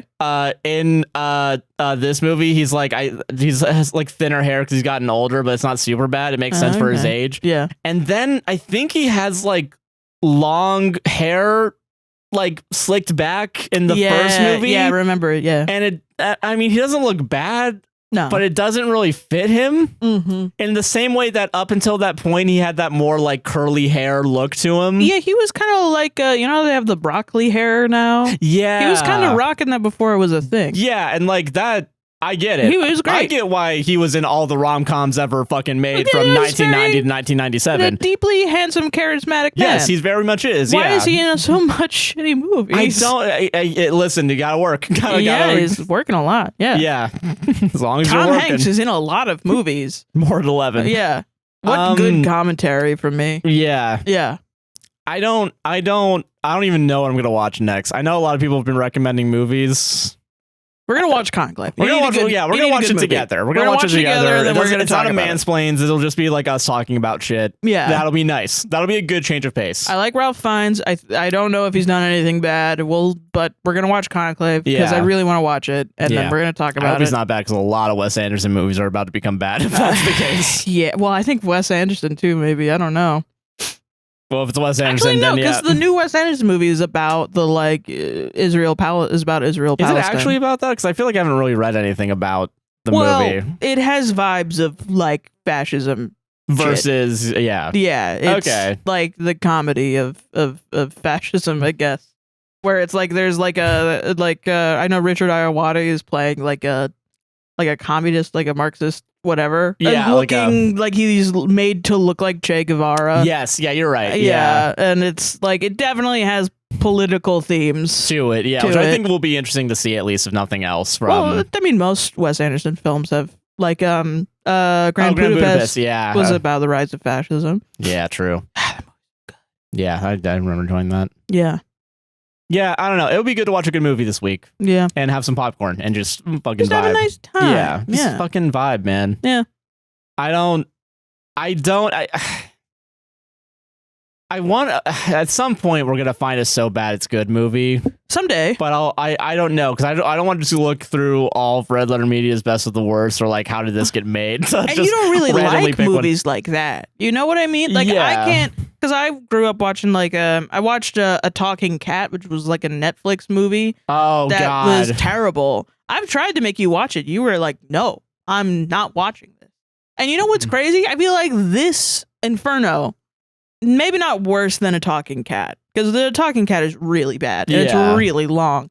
But like when dudes are like, and I will say I haven't heard this criticism from like dudes my age because I don't hang out with guys like this. Oh yeah. But I've heard it from like Gen X generations men, and I'm not saying this all about Generation X. No, yeah. But it's like an older kind of more misogynistic take that I've heard where like romance movies are not interesting or fun. Like it's like slop. Okay. Because they say that about romance novels as well and romance movies. It's like, oh, whatever, gonna go see some fucking romance, whatever. Some romance slop came out. What was the term? Like chick flick is what they were called? Chick flick or something like that. This I feel like is worse than like even just like a competent romance movie.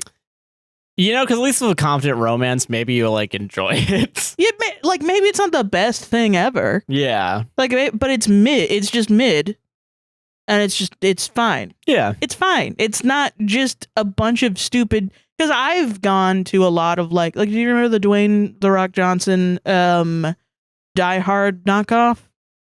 Oh yeah, Skyscraper. I think it was what it was called. I saw that in fucking theaters, and I fucking hated it. It sucked. None of it made any damn sense. I would have just watched Die Hard. Die Hard's a good movie. Yeah. It's not that I don't like action movies and I want to watch a fucking chick flick, but I would rather watch a chick flick than watch that stupid The Rock Skyscraper movie. No, that's what I talked about too, like a little bit ago, where it's like I feel like you can make a movie for relatively general audiences that isn't gendered because like you just gotta make a good fucking movie. No one does that, No one does it. Yeah, I'll watch even an action movie that's mid. Yeah, I fuck with that. Yeah. I think love a lot of shitty action movies, like a lot. No, yeah. I will say one of the movies I do enjoy, I guess it's more of romantic, is that Spike Jonze, Her. I remember enjoying that growing up, and that's technically a romance. Yeah. So, like, I think, like, I don't know. There's good shit out there. Even, like, Hallmark movies. Yeah. There's some that I'm like, whatever, I know what I'm getting into. Yeah. Rather than, like, is this fucking slop made for people to get into to flock to theaters in the mid 2000s to late 2000s. Yeah. 2000s to 2010s, like 2009, whatever, 2005 to 2010 era. Am I gonna watch this and realize that it's not aged well or that it sucked the whole time and everyone was just slopping it up? And actually, the whole thing is terrible, and I'm gonna lose faith in my elders. Yeah, like, am I gonna do that, or am I gonna watch fucking Christmas Dog 3? I'm probably gonna watch Christmas Dog 3. Yeah, that's fair. I will say to that, reading just that little snippet from the Wikipedia, it does seem like they dropped the ball to make it like a happy ending. Okay, so like what's the ending in the book? Well, the ending of the book looks like the virus does go out. Oh. But the virus doesn't kill 50% on a very quick read, so I might be wrong on this. Yeah. But it has the potential to make a third of the population sterile. Oh, wow. So it still gets released, and then like I guess the ending vibe is like, okay, we got to fix this. Oh, so it's a little bit more because like you gotta have the action thriller like, oh, we saved the day. I get it for like movies and it's a formula, whatever. But like, I understand a lot of the criticisms now because I remember the Da Vinci Code coming out and people being like, "This is amazing," and then I remember the subsequent movies coming out and then people were like, "This is like weird." Yeah, like I don't know, it kind of fell off, and it was like I think one of the first as a child. Because I was a child when I was like sub 10 when sub 10. Yeah. I came out in 1997. Like what is happening? I was born in 1997. So whenever the Da Vinci Code came out, I was like 8 or 6 or whatever. So whatever. When the Da Vinci Code came out, I remember everyone losing their damn minds. Yeah. And then the subsequent movies came out, and that was the first thing that I had seen where people were like, nah, they pulled back good. A little bit. Yeah. And the question that's plagued me and cursed me my entire life, what makes art good and what makes art bad, developed in my brain. So that's why I've been, I feel like, very interested in hearing about it. And knowing now that it's a bunch of just incomprehensible bullshit about stupid shit that I don't care about. Yeah. Because it's movies based on religion and history. A bunch of shit I didn't know at 8 years old. Yeah. And now I'm 27 years old and I've learned all this shit and I come to find out that the art was bad the whole time. Yeah. Yeah. And you can't trust fucking anybody. Not even Felicity Jones. Not even Felicity Jones. Okay, well. Yeah, I'm done with that. I don't have to watch any more fucking Dan Brown shit. I'm not watching that miniseries that had one season and got canceled. We're not doing and it. Probably not because it was good. Probably because it sucked. Yeah. Might be one of the one times they got it right. Yeah. I do. Yeah, do you want to do ads? I just... Yeah. Do ads. Fuck okay, this. Let's do ads. We're gonna watch a good movie next week. Yes, please. Okay. All right, ad time. Okay. Welcome to the ad break. Hi. Are you enjoying this podcast so far? Yes. I'm pushing forward. Then don't forget to like, comment, subscribe, hit the gosh darn bell, rate us 5 stars on Apple and Spotify podcasts. Please actually follow us on Spotify. It's actually really good now. Yeah, Spotify has been the most. If you have Spotify Premium, watch it on Spotify. Oh, get on Spotify, baby. Yeah, 100. Yeah, it's been helping out a lot the past few months. Yeah, that's all the ways to support for free. If you want to support us financially, there's a couple ways to do it. First of all, there's buymeacoffee.com/APWSTR. What happens if I buy a coffee, Josh? Well, you can leave. Buying a coffee means you're leaving us a nice little tip, and we'll read whatever you have to say in your coffee. You can leave a little note. We'll read it in this segment. But what if I say a bunch of terrible stuff like racist, transphobic stuff in there? Will you say that? It. No, I won't say that. Oh. Yeah. Why? What is this? Good to know. My question is, why would you want to? That's true. Yeah. Luckily, no one has. No one. Yeah. You know. But yeah, thank you all who have sent coffees. We do have one coffee this week from a Leela L. Thank you very much. Hi, Leela L. Hi, Josh and Sarah. Hi. I've been listening to the pod for over a year. I've wanted to send coffees before, but couldn't afford to, or was simply just too nervous. Mm-hmm. I've showed my boyfriend you guys, and now he loves y'all too. Oh, thank you. Mostly you both get me through my boring office job. I always giggle every time you crap about Daytona, because that's where I live. Parentheses, unfortunately. I'm sorry. I'm sorry. I'm not adding the unfortunately in there. That's them. That's them. You can't, Your Honor. I can't. Your Honor. There's a charm to Daytona. There is a charm to it. Yeah. Yeah. But I will say, when I had my vacation job, my short-term rental vacation job, in the training to show us work tickets, they chose a hotel called the Daytona Inn that was like, it was like the worst place ever. It was just filled with just like, like insects and just. Well, that was Daytona, Iowa, so I don't know why you're bringing that. No, that was Florida, Daytona. Don't stay at the Daytona Inn, everybody. Hot tip. They had the big red circle on the map, like don't fucking go here. Literally, they were telling everybody like, no, this is the hotel from hell. Yeah, so you gotta be careful. This has the most work tickets on it. Can I say real quick, and I know this is the entrance to the touristy area, one thing that always fucking vibes me out when we go to Daytona is when you get off of I think I-95. Yeah. It's just like 20 fucking lanes of like for cars because it goes right to Daytona International. Yeah. And then afterwards it's like 2 lanes high school. Like it's like such a wild change to me. I always think like, man, what if I lived here? Like what if I grew up here? What would I be like? You know? Technically we do know the answer to that. I do. And but every time I go there I'm like, yeah. That's why they're like that. I don't blame them. Yeah. Huh.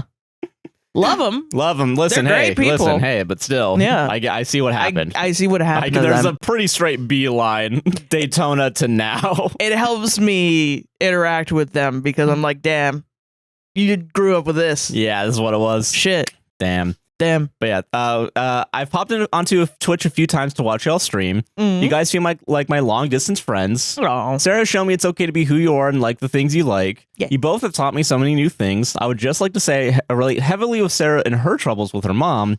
Hearing her stories makes me feel not so alone. I'm looking forward to watching the pod grow more and more. Give the kitties a pet for me. You guys deserve all the love. Thank you for all you do. Of course. Thank you very much. Yeah. Hell yeah. I have been giving the kitties extra pets because of this coffee. I will. That's good. Yeah, honestly. One of them has been just not sleeping, but like 2 of them now have just liked being on my chest. Like, oh yeah. Like one at night and then one during the day while I'm gaming and I'm like a little bit lean. She just climbs up. Oh my God. She flops on your belly. Yeah.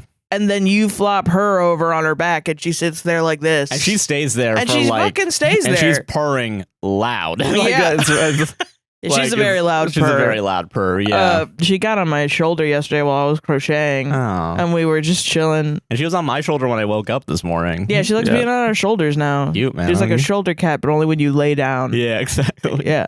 Yeah, thank you for that coffee. Very much appreciate it. And again, if you want to send us a coffee, go over to buymeacoffee.com/APWSTR, patreon.com/APWSTR. It's where you can support us on a monthly and or yearly basis. And or you can do both. Fuck it. Yeah. Make 2 accounts. One for the yearly. You don't get anything different. You don't get anything different. But this $200 a week podcast that helps us. Yeah. I think I did the math. It's not including like rent and shit. I think it does like utilities wise. I think it's like it costs $200 a week for each pod. Yeah. Wow. For the podcast. Yeah. That we're losing money. We are hemorrhaging money. Yeah. Then that's me before I include rent. So. Oh, oops. Yeah. So don't. Nope. Yeah. Or paying ourselves. Or. That doesn't happen anymore. Yeah, it doesn't. Oh, man. I'm paying the landlord to do the show. Yeah. But yeah, patreon.com, APWSTR is the username. Not only that, you can join for free. We post all of our updates there, as well as if you join with $1 or more, you get exclusive content, ad-free releases, so you don't have to worry about this. You don't have to worry about YouTube ads, and you don't have to worry about Spotify ads. And you get access to some exclusive content and early access to the content when we're able to. We did a warm-up. I forgot what the fuck we talked about because it was yesterday. Yeah. But I remember it was funny. It was a fun warm-up, yeah. Yeah. And I still have to edit the warm-up from last week. So this week there'll probably be 2 warm-ups going out. You better get on it, man. What the hell? Yeah, it's just a bunch of content waiting. What the fuck? I got busy streaming. Yeah. Other shit. And editing 1 TikTok for the stream. Not even for the show, for the stream. No, it's okay. But yeah, it's all up there. There's also exclusive content from the past, including Sarah vs. Matt Damon. Yes. A show we will get back to. We have watched the movies. It'll happen. We have, yeah. We have. It'll be there. Oh, yeah, we do have to record that. And we haven't recorded that yet? Yeah, oh, my God. What the fuck is wrong with us? I just assumed in my brain we already did it and we needed to watch the next 2 movies. Nah, dude, we gotta talk about Ocean's 11 and Jay and Silent Bob Strike Back. Jay and Silent Bob, yes. Ocean's 11 mid. That's my That's my review. We'll have a more in-depth one on Patreon soon. So Yeah. But yeah, no, that'll be all up there. Yeah. And I'm trying to think of what else. Oh, we both have Mutual cameos. aid Mutual links. link. Yeah, you can. Yeah, Palestine, Congo, Sudan are always in there, and they have been in there since forever.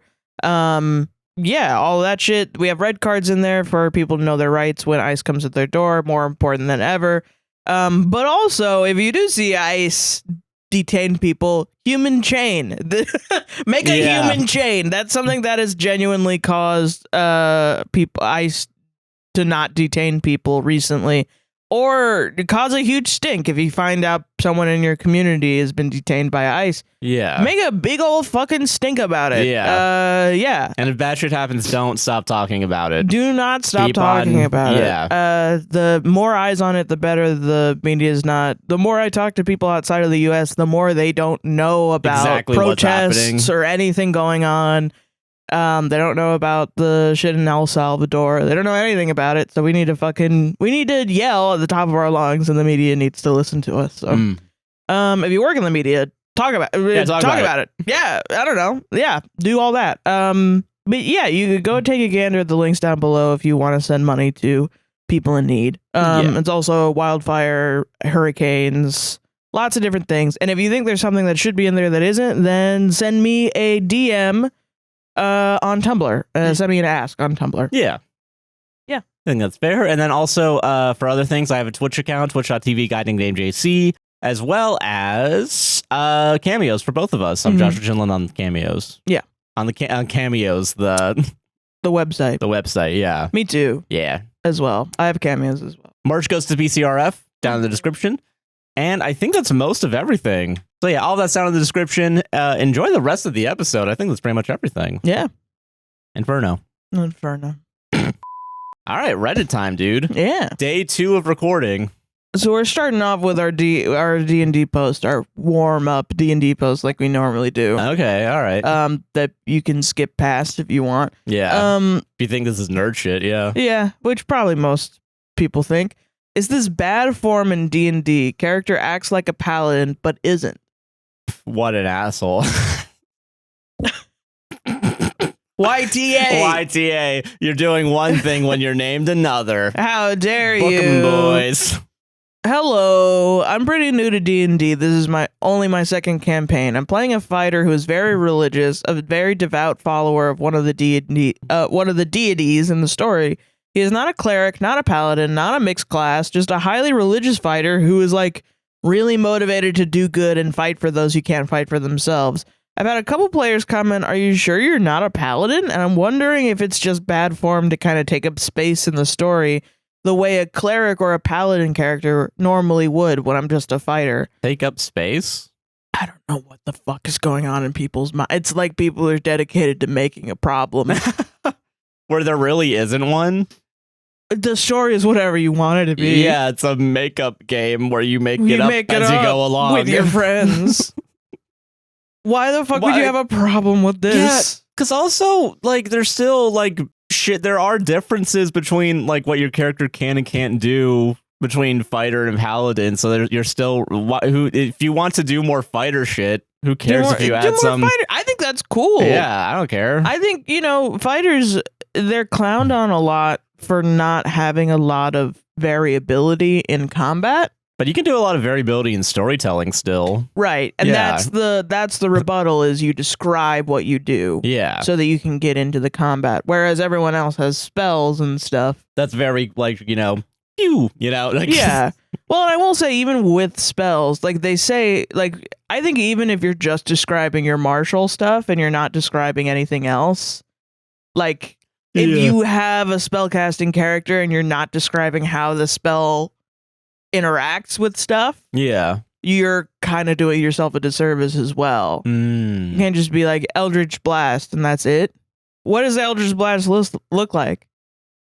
Yeah, you can still describe. Yeah, like, and like, how do you like cast it too? Like, is there like a jumping moment and like the beam comes out of your chest? Like, one of my characters in our animal campaign is a cowboy duck named Dusty Jones, who consistently, and I've just I know it's not how it works. Like if you do a roll, usually that's your action. But I don't care. Honestly, I love Dusty Jones, and I think Dusty Jones can do no fucking wrong. Again, there's a lot of things you can do, and I think that's also been proven by like I remember watching Dimension 20 at some point, and I think it was Murph who was like, I want to do some crazy elaborate shit, and Brennan was just like, yeah, Why dude, not? That's awesome. That's cool. That's cool cool. as shit. Why not?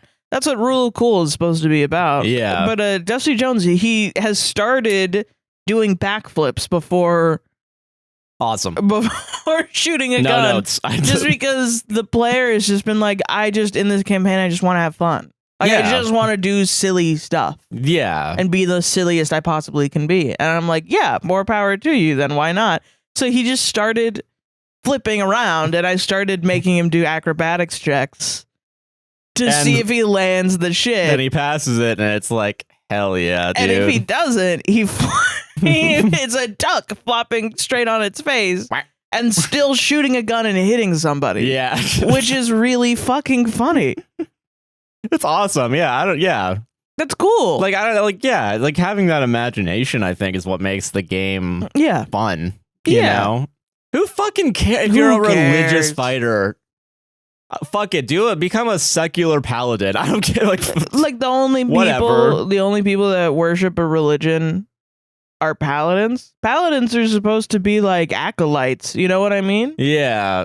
Which means that there are people that follow the gods of the paladin usually, unless it's like some rare god or whatever that nobody cares about. No, that's fair. Still, yeah, just let people enjoy. Let people do their shit. And also the thing, too, I'm thinking about is, like, I can understand, like, 5% of the time getting stuck up on very specific, like, rules. But, like, this is not one of them, I think. This is, like... it's not even a rule. Well, I mean, I see this a lot, too, with, like, D&D podcasts, where people will be like, that's not what his character would do. This is out of character. And you'll sometimes see it in D&D campaigns as well, where, like, one of my favorite things was my first campaign I ever was in, someone was playing a very sweet sun elf druid, I think druid, sun elf druid that was very kind and was very, very nice and was just a very, like, hippie kind of guy. And he was having this relationship with this moon elf, and it was created to be this like sun and moon situation. And at some point, the moon elf was like kind of a piece of shit, and they were kind of having this like back and forth of like, will they, won't they? It was actually really well done. Okay. Like looking back on it, but at one point it was revealed the moon elf found out that the sun elf was having sex, like was just like having one night stands. Oh shit, okay. Like he went on a vacation and he had a one night stand, and it was on an accident that the moon elf found out. Oh shit. So then they had this confrontation at the end of the thing, and the sun elf just goes, do you want to hit me, or like are you so mad that you want to hit me? And the moon elf was like, what are you talking about? Fucking talking, like what? And everyone at the table was like gagged. Everyone was like, "What do you mean? What do you mean? Do you want to hit? Like, if you hit me, is that going to be okay?" Because the person playing was a gay man, and it was like, it got so serious. And we were like, that's not what he would do. Yeah. That's not what he would, because we were attached to this character at this point. Yeah. And we asked the player afterwards, because we would all go for pizza afterwards. And he was like, that's how, he's a little toxic. You haven't seen him in this scenario yet. He's a little toxic. And it was like, wow. Okay. Holy shit. I guess, yeah, you slowly reveal more about your character as the game. It's like people don't want their characters to have flaws. So that it usually, I find, when someone is like, the character wouldn't do that. It's when someone is deciding the character to have a flaw, usually. And I think that's a really narratively good thing to do. Yeah. Because I think it makes an interesting character rather than somebody that is just like trying to do good all the time and doing shit all the time. Yeah, exactly. You know? So it's like, I mean, on both ways, let a character have a bunch of nice, oh, I'm gonna be a good person, I'm gonna do this, blah blah blah. But then you also humanize them by giving them something that, like, yeah, because I think that's just good storytelling. Is that you don't want perfect. And I know for some people with D&D, it is that power fantasy. I think, as we've talked about before. Which, whatever. Fuck it. That's how you play the game. That's how you play the game. Power plant. Yeah. Whatever. I want characters that roll nat ones and like fall on their ass. And just yes. Oh god, that's why also, like, when I was playing a Baldur's Gate on stream, like, a lot of the times, like, people would there would be like a nat one, and I'd be like, yeah, we're fucking playing this one out, guys. I'm not using an inspiration. I'm not doing that. Then that's the other thing too. And you die. It, like, leads to combat immediately. Oh yeah. Yeah. Dude, that sucks. No, yeah. Still. No, yeah, I'm having Vietnam flashbacks to Baldur's Gate and reloading and being like, oh god. Oh god, yeah. Yeah. But yeah, no, sorry. You know, make your character, I think it's cool. Yeah. I mean, that's why they have the bonds and the ideals part of the character sheet. That's not a part where you just, like, doodle. I didn't realize that. I thought that was just like draw a little guy in there. I didn't realize the bonds part was like you don't invest in treasury bonds. And you, like, write out like, oh, I want to do a call 5 million. A sketch comedy thing where someone draws like a silly little guy, and then the DM sees it on their character sheet and makes the whole campaign about the silly little guy because he thinks he has some bond to this random guy. Like a little guy just pops up on your shoulder. Yeah. It's like, what the fuck is this? It's like, it's on your character sheet. Yeah, like, it's important. Why, you didn't read it? You're now bound to this little guy. You're bound to this little guy. He's the BBG, bro. I got like a TikTok that reminded me. Remember that the Family Guy era or episode where they had like a really small, like tiny Peter Griffin that was high pitched? That's what I'm thinking of right now. I don't remember that at all. I feel like you're Herculating me right now. Yeah, no, this is a real thing. This is a real. Yeah, you don't remember Herculad? Herculad. No, I got a TikTok of it where it was like it's like there at some point, believe you. At some point, like, they have a little, there's like a small, like this a miniature. There's a miniature fucking Peter Griffin that, like, he also has like a higher pitch, like a more Mickey Mouse Peter Griffin voice. I don't remember this at all. He's like just happy, and like regular Peter Griffin fucking hates him like so much because his family loves the little mini Peter Griffin more than him. I think his name might be like Petey or something. I wouldn't be surprised. That's so fucking weird. Yeah, I don't know. I'm thinking of that as the little guy, I think, in my head. Okay, yeah, for sure. Solved it. I guess once we start talking about Family Guy, I think it's a good time to just pull out. Someone bring it back. A D&D character where you have just a smaller version of yourself that everybody likes, but then your regular character everybody hates. Ah, dude, honestly. Let's fucking go, dude. Let's go, bitch. All right, this one's a classic, like, what the fuck are you doing? Okay, hell yeah. Am I the asshole for snapping at a guy in my gym who kept trying to, quote, correct my form? I will reserve my judgment until I hear all the context, because I'm fair. Fair and balanced, DM, yeah. I go to the gym regularly and mind my business, but there's this guy who always interrupts me mid-set to, quote, fix my form, even when I'm literally doing it right. I tried being polite at first, but it kept happening. Today, he touched my back without asking to, quote, help, and I kind of lost it and told him to leave me the hell alone. I told him loud enough that other people heard, and he looked super embarrassed. Now, some of the regulars are acting like I overreacted and made it awkward for everyone. I don't like making a scene, but I also hate being treated like I don't know what I'm doing just because I'm a girl. Am I the asshole for snapping like that? No, I mean, no. You could have kneed him in the face. You could have poked his eyes out and made him blind, and I'd be on your side. The gym has a lot of good blunt objects you can use, like your body. Will. Your body is an object that you can throw at people you don't like. Yeah. I don't think I ever saw that happen when I used to go to the gym, but I think that was always like a weird, like, someone gonna do some weird shit. Why the fuck would you do that? Don't touch people without their consent. Yeah, that's just obviously, like, duh. But we all learned this, I thought. I thought so too, but apparently not. Apparently not. Yeah. I hate the and the shit about this, like, if this were on X.com, the Nazi website, you would get a bunch of Nazi men in the comments that would take time out of their days to be like, well, if you were doing it all right, you wouldn't need to correct your form. as if all men are right and all women are wrong in their perception of the world.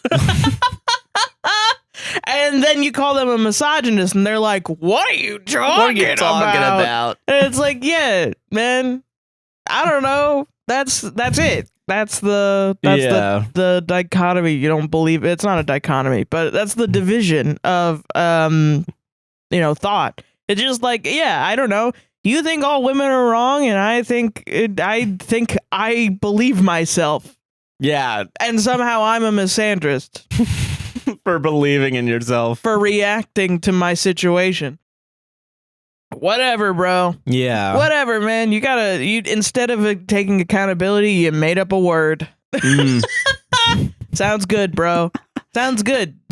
You're really gonna get some pussy. You're someday. really growing as a human being. Yeah. You're really gonna mature and blossom into a fucking death flower, man. Yeah. It's gonna stink real bad. Yeah. Trash plant motherfuckers. Oh shit. From The Sims. Talking about The Sims right now. Trash plant. Sorry. I thought you were talking about the corpse flower thing. The fuck is that? It's like a flower that smells like a corpse. It like. Yeah, they're like big and like red. Awful. Okay, never mind. Well, do they exist, or is it that just Animal Crossing? Okay, so to recap very quickly, I made a reference to a Sims 3 flower. Oh yeah, and you were like, okay, so it is a real thing. Okay, cool. All right, I was about to say, if we just got our wires crossed on the video game references we're trying to extrapolate on. Yeah. Oops. No, fucking okay, is this a controversial opinion what I'm about to say? I don't know. Unless you plan on going to the gym with someone, I don't really see the gym as a social activity. I think from the second you walk into the gym, it's not a social activity. If you like walk out the door and you hold the door for someone and you like have a little chat, that's different. I think when you're mid-set on the stair climber, I don't think you should be chatting up with a stranger. But okay, I agree when I am in the gym. But on behalf of the people that do use the gym as a social activity, I'm going to play devil's advocate like an asshole. Okay. Then why not just buy a machine at home and work out at home? Because those are thousands of dollars. Well, why not just walk outside then? Because it's hot. Okay, yeah, but you're in... I'm in Alaska, you're right. Yeah, sorry. You're in Alaska. Too cold. Okay, you're in the perfect temperate climate. Sunburns. Get fucking sun lotion, bro. You would have to get it anyway to walk outside at all. You live in Florida, you know this. Okay, I don't know. Like, I think if you go with someone to the gym, I get why it's a social activity. I think, okay, if you're mid-set, you're a friend on the treadmill, or if you're like working out. I think inherently it's a social activity because you're gonna that's the whole point. Okay. Why not? Why do they have classes? That is true. Okay, you're right. Yeah. Is it just for teaching people, or is it to meet people that want to do the same thing that you're interested in because it's working out as a hobby? I don't know which neurodivergency it is, but like, can we all just listen to the fucking teacher? Real. That's real. Just listen. And once again, just to reiterate to people getting mad at me that agree with you, I agree with you. No, I know. No, I get as it. A person. Yeah. But I do think there are aspects of the gym that are not utilized that make it a social thing. I can agree with that, at least. Yeah. I can understand that. Okay, you know what? Maybe this is why when I went to the gym, it was Planet Fitness. And that is very much like... Don't. Yeah. Yeah. And I will say the training shit, all I remember really seeing from that is when there was a trainer. It was a trainer just touching up some married wife. Like, very much. Yeah, how are you going to cheat on your partner if you don't have a personal trainer? Yeah, exactly. Yeah, exactly. That's the real social activity that I saw going on at Planet Fitness. It's exercise. All I'm saying is, like, I don't think part of the training is touching the small of someone's back. No. Mid-walk. I think in general, once again, it should be a spoken rule if it's unspoken. Don't fucking touch people without their consent. I think you could have a healthy conversation with somebody without touching the small of their back. Yeah. And I think we've been crazy. Over this. I can't believe we're saying this. This is wild. Nothing changes from the corporate environment where you can't do that to now the gym. There's no situation where that changes and now it's totally, unless it's touching the small of your back class. Okay, everyone, pair up. Pair up. Married housewives, buff trainers, let's get them together. And cucks watch from the back. There's a nice selection of chairs. See, what if I'm the asshole in this one where it's like, oh, why can't men and women just be friends? Meanwhile, like this. Yeah. I swear to God, that one time I saw that happen, I'm like, that's okay. There's some more shit going on there. You know, as a woman, though, the amount of times men have touched the small of my back, upwards of 20 times. And imagine if I looked like a supermodel. Imagine how many times. Yeah. And every single time I've disliked it. Because, believe it or not, I'm attracted to men that believe in consent. Yeah. And don't and do respect it. And also respect your privacy and your body. Yeah. Also, majority of them happened sub 18. So, you know, there's that too. Let's just we don't need too controversial. Oh no. But no, I guess Don't do it. I think there's probably a way in some future where we all become better human beings as a society. Unless you're sexually involved with a woman, and even then, ask for consent before you touch the small of her back. And when you're you're at the gym and like she's mid bringing it down. Yeah. Mid squat, touching the squat.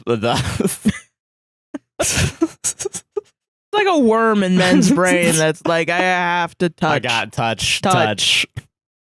Honestly, if that happened, good idea. If you're mid squat, you're doing the deadlifts. Yeah. Just turn like 45 degrees real quick. Well, I mean, and the other thing is, and I will say this before people get mad at us. They're doing it on purpose. No, obviously, Yes. That's a power thing. And it's sexual harassment. It's just sexual harassment. Yeah. Yeah, and at the point of touching it is assault at that point too. I agree. Yes.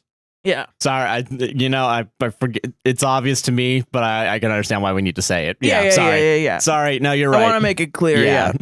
Like Ken, I thought we ascended farther to where we can all. Me too, and that's why we're on the same page. The joking about it is something that we both know because we're connected brain wise, but sometimes people don't come to the table agreeing with the base proposition. Yeah. Right. Fair. Or they worry about people that don't know, you know? Okay, fair enough. Yeah. So yeah. Solved it though? Solved it. That was bad because it's my left hand. Yeah, there we go. Yeah. But yeah, not the asshole. Not the asshole. Fuck that guy. Yeah, you could. Honestly, ban him from the gym. Yeah. I would be in your. I'd jury nullification you. Yeah. Sorry, saying jury nullification in like every piece of media to slowly everybody knows what it is. Yeah. So that way when they have to pick jurors for Luigi. Yeah, showing up at my jury, picking as a Republic, like dyeing my hair blonde for my jury nullification for my jury duty. And just whispering, cosplaying a Republican for my jury duty. And just whispering in everyone's ear, jury nullification. Jury nullification. Or just I'm gonna be there like I love my God, Christ, my children. Okay, idea. Donald Trump. I love it. Put me on the stand. All right, mass. I love corporations. Put me in there. Real quick.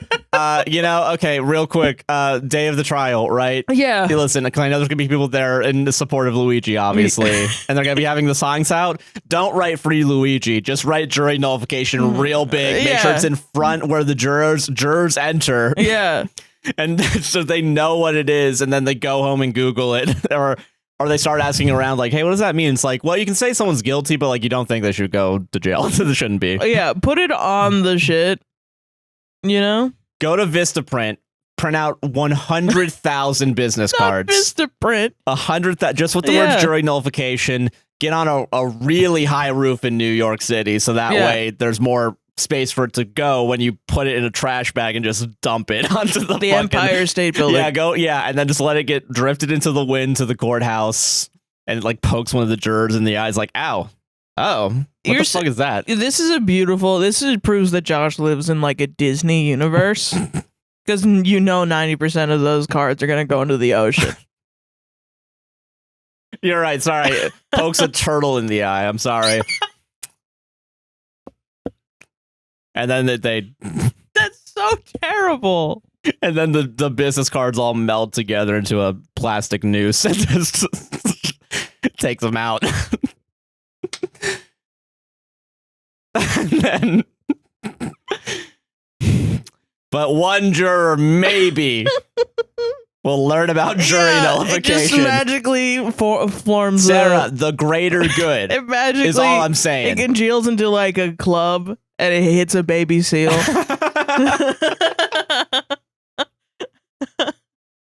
It's so fucked up. So the wind and beats the shit out of a line of baby seals. Yeah, this is my Disney, like it all magically comes together and it like Tinkerbell's nearby, like turns it into a club or whatever. And then the wind, like a 1950s Felix the Cat. Stupid Reddit podcast. We can't talk about. Sorry, all right, sorry. We can't talk about animals getting. But this is not a fucking Reddit podcast. It's a goddamn comedy podcast. I know. It's just I know. You motherfucker. I just don't want to talk about dead animals. All right, sorry anymore. All right, shoot me. I guess. Hey, I'm shutting the fuck up. Bryce, that's what you said. Tell me to shut the fuck up. So I said shut up. Okay, sorry. You never listen to me. Am I the bad apple for quote unquote overdoing an Easter basket? How you ever get an Easter basket as a kid? I remember them, but I don't know how you would overdo it. Made out of gold. Yeah, like bar of gold in there, just bars and bars of gold. I don't think a kid would be able to carry that. If I'm being honest, that if it's pure gold, just yeah. Okay, yeah. If this is some rich people shit, yeah, you might be overdoing it. But let's see. Okay, if it's like you put a candy bar in there and someone's like, "You're a fucking asshole, you made me look like a bad mom," then it's like, hold on, let's calm down. Wow, beautiful. What? You just fucking predicted it, man. Because I've read 20 of these. Hi Reddit. I 28 female. My fiance 25 male had my 4-year-old daughter with us for her spring break, but we won't have her on Easter this year, so we decided to throw her a small early Easter celebration. That's nice. We went to the dollar store. Oh, missed that the first time I read it. We went to the dollar store and put together a simple Easter basket for her. Just some candy, a few toys, and a paint set. Nothing over the top, just something fun and age appropriate. Then we went to Walmart and got a 50-inch flat screen and put a little bow on it. Like, we'll say the dollar store, it's not $1 anymore. They No, went up in price. But still, you're a on little rich for my blood. But yeah, I missed the dollar store part. Yeah, okay. Yeah. When they first read this, cool. Great. Later, during a phone call with her other family, my daughter told them what the quote-unquote Easter bunny brought her. That's when my ex-mother-in-law chimed in and said something like, "Wow, the Easter bunny got you a lot." Hey, how about you shut the fuck up? You're not even my mother-in-law anymore. You're detached.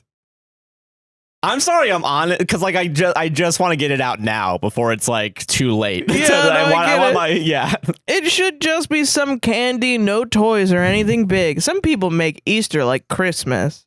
I felt a little taken aback. We weren't trying to outshine anyone or turn it into a huge thing. We just wanted to make the most out of our time with her since we don't get to celebrate the actual holiday together. I think that's fair. Yeah, but you really got to the quick of it. Like, you did cut it to the quick. What, did someone get insecure that they weren't a good parent? And Yeah. then just... Yeah. I will say that's how I feel like. This is why I feel like I can't have a kid, because if I do have a kid, it doesn't matter if it's in front of my kid. If someone at all challenges what I can feel it in my body. Yeah. The way I feel it when I read shitty comments on our YouTube channel. Me coming in and being like, "Fuck you, you fucking piece of shit." And not in front of my kid. Not in front of my goddamn children. I feel like just getting so fucking mad. Yeah, just the passion of that becomes bad parenting because it's the shit in front of a small child. That's when I take the child away, then let you do whatever you have to do, and then bring the child back. And this is why we're such a good team. You're not going to be like, do you have to do that? You know, or be like, hey, can you like listen? I know I gotta go to therapy as well, but like listen, you tell me to go to therapy all the time. Could you fucking listen? Like, I don't want to flip the tables necessarily on you, but like, listen, I can't keep lying to our child. That the doctor said your blood pressure's already high. Yeah. Okay. Like, let's bring it back. Just, you know, this morning I woke up and my eye, like, you know, sometimes you can see like shadows on your eye or something. It was pulsating with the heart palpitations I felt in my neck. We need to get when I woke up. 2 things we need to start doing for you: meditation and just the nightly walk. Can you imagine your eyes are pulsating as soon as you fucking wake? That's your resting heartbeat. I didn't get up yet. Like I said, yeah, we need. Okay, jeez, man, that's funny as hell. I've never had that problem personally, but I also wonder if I'm just like a chill guy or something. Like, just I think so. I think I'm just constantly pissed. Yeah, all the time. No, what is it? What trying to make it like Christmas? I know we were talking about it technically yesterday, but earlier in the podcast about like how it's not really like a Christmas like holiday, it feels like. And I get the vibe of like, it's not, it's a different holiday. But also you're not treating it like, unless you have shitty Christmases, in which case that maybe you should bump it up a little bit in Christmas time. I feel like that's fucked up to say, I think, because people are poor. To bring it back a little bit, you should do 2 Christmas baskets. Oh, I mean, really, what's the problem with it being Christmas? I guess. I don't know. Why the fuck not? Yeah. Who cares? Really? It's a who cares. My vibe is who cares. Yeah. Also, you're just bringing joy to your. Told people to bump it up a little bit for Christmas. That's so fucked up. People can't buy fucking eggs, Josh. What the hell is wrong with you? Sorry.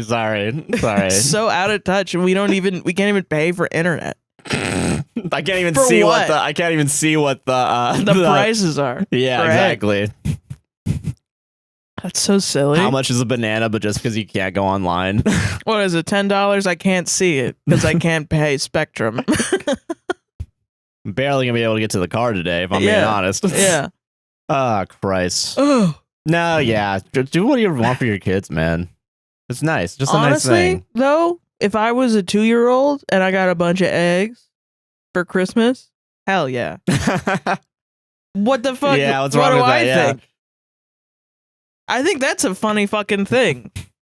Here's a bunch of hard-boiled eggs that we drew some shit on. Kid? You know? Yeah, I feel that. What were your early presents? I'm gonna be honest with you, I don't remember. Okay. Only because and it's one of those things where it's like who knows what happened, but like that I can't remember very specific things. Oh, from like I forget. Yeah, like pre-high school even. Oh wow. Yeah. Yeah. I think sometimes that's normal. It's weird that I remember a lot. Yeah, but I don't know. I think I really can't remember genuinely. So it's kind of one of those things where it's like, I feel like I get the vibe of what it was like, which I think it was like fine, you know? I mean, in general, not for Christmas, not for Christmas. I think Christmases were good. Yeah. Because they also did go out. And I remember a couple times where like we tried doing like a trip or something, and then like the worst snowstorm that ever happened up until that point. Like, and you got the PS2 or whatever. 3, I think it was. PS3, sorry. Yeah. You're younger than I think. But no, yeah. So I think there were a couple good like holidays, and I think also that was all pre 2008 though. So like everything after that, it was a lot more laid back. Yeah. Yeah. So housing crisis. Shit. Yeah, it kind of forces your hand on that, but yeah. No, yeah, I feel that. So I don't know. Yeah, how about you? I had I think my first Christmas, I had a little red bear with yellow ears. And yellow, he had the ends of his arms and feet were yellow. It looks like ketchup and mustard, weirdly. Okay, I still fuck with it. Yeah, it was cool. I think I got a lot of presents from my church. Like I had this weird. I've been thinking about it lately. I guess because one of it is like a bunny. It was like different animals, and then the animals would be like a relief on the inside. So it would be like a bunny would be the smallest one, and then the top one would be like a cat, and then it was like the silhouette of animals, and then it was like not like a puzzle, but they would just like fit in together. I had a lot of weird wooden things that honestly is really funny because it sounds like I was like a child in 1910. Like yeah. That was my toy, was putting animals into other animals that are like in the shape of whatever. Did you also get a stick with a hoop while we're at it? Or like, yeah, I play with Jack. I literally played with Jax. Honestly, I get it. I had Jax growing up too, so yeah. And like played with it legit, yeah. Or like Lincoln Logs. I remember playing with Lincoln Logs a lot. I think those are we're still around. In recent memory, at least, but yeah. But sometimes I look back on it, and it's like if you tell a kid that was born with an iPad in its mind today, like like kids come out and they have an iPad already. Yeah, they're court ordered, their state issued iPad. Here's your iPad. It's like you tell that to someone born that way, and they're like, "What the fuck? Are you from the 1800s? What the hell? Old." And I've been thinking about a lot of that. I think it's really fucking funny. Yeah. You know, that Barbies. There's a story apparently where my mom was pushing me around in a like a grocery store or something really? As a kid, and someone just came up and was like, "That's a cute baby," and then gave me a Barbie. Yeah. All right. And they say gender normatives don't exist. Yes. That's a cute kid. Race car. Cute boy, race car. Yeah. But I was always playing with my brother's toys too, because they had like Teenage Mutant Ninja Turtle toys and yeah. And I will say, growing up, all my sisters were still around, even though they were like 9 years my senior. You know, like I would play their like the PS2 games. Like I remember playing Metal Gear Solid 2 at a very young age. Oh yeah. Yeah, and I never got the socioeconomic political points of that game. Then I got older and I was like, why the fuck did I have this when I was a kid? I mean, I'm cool now because of it, but like, what? I used to watch my brother play Dead or Alive Extreme Volleyball, which is why I'm gay now, I think. That made it happen, yeah. Because of the individual boob physics. I'm moving on. Can't think about it or else the show's over and like, you know.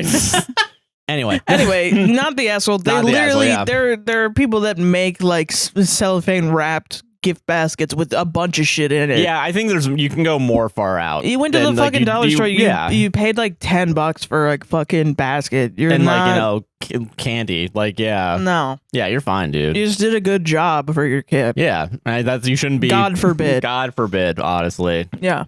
God, I want to become the poker guy's name, like Daniel Negreanu or something like that. I'm gonna Google it real quick because like he's famous in poker because he can just guess other people's cards and like get it right. Like, oh, the guy that's like, oh yeah, you had this right, and then they reveal it and they're like, man, fuck you, you're magic.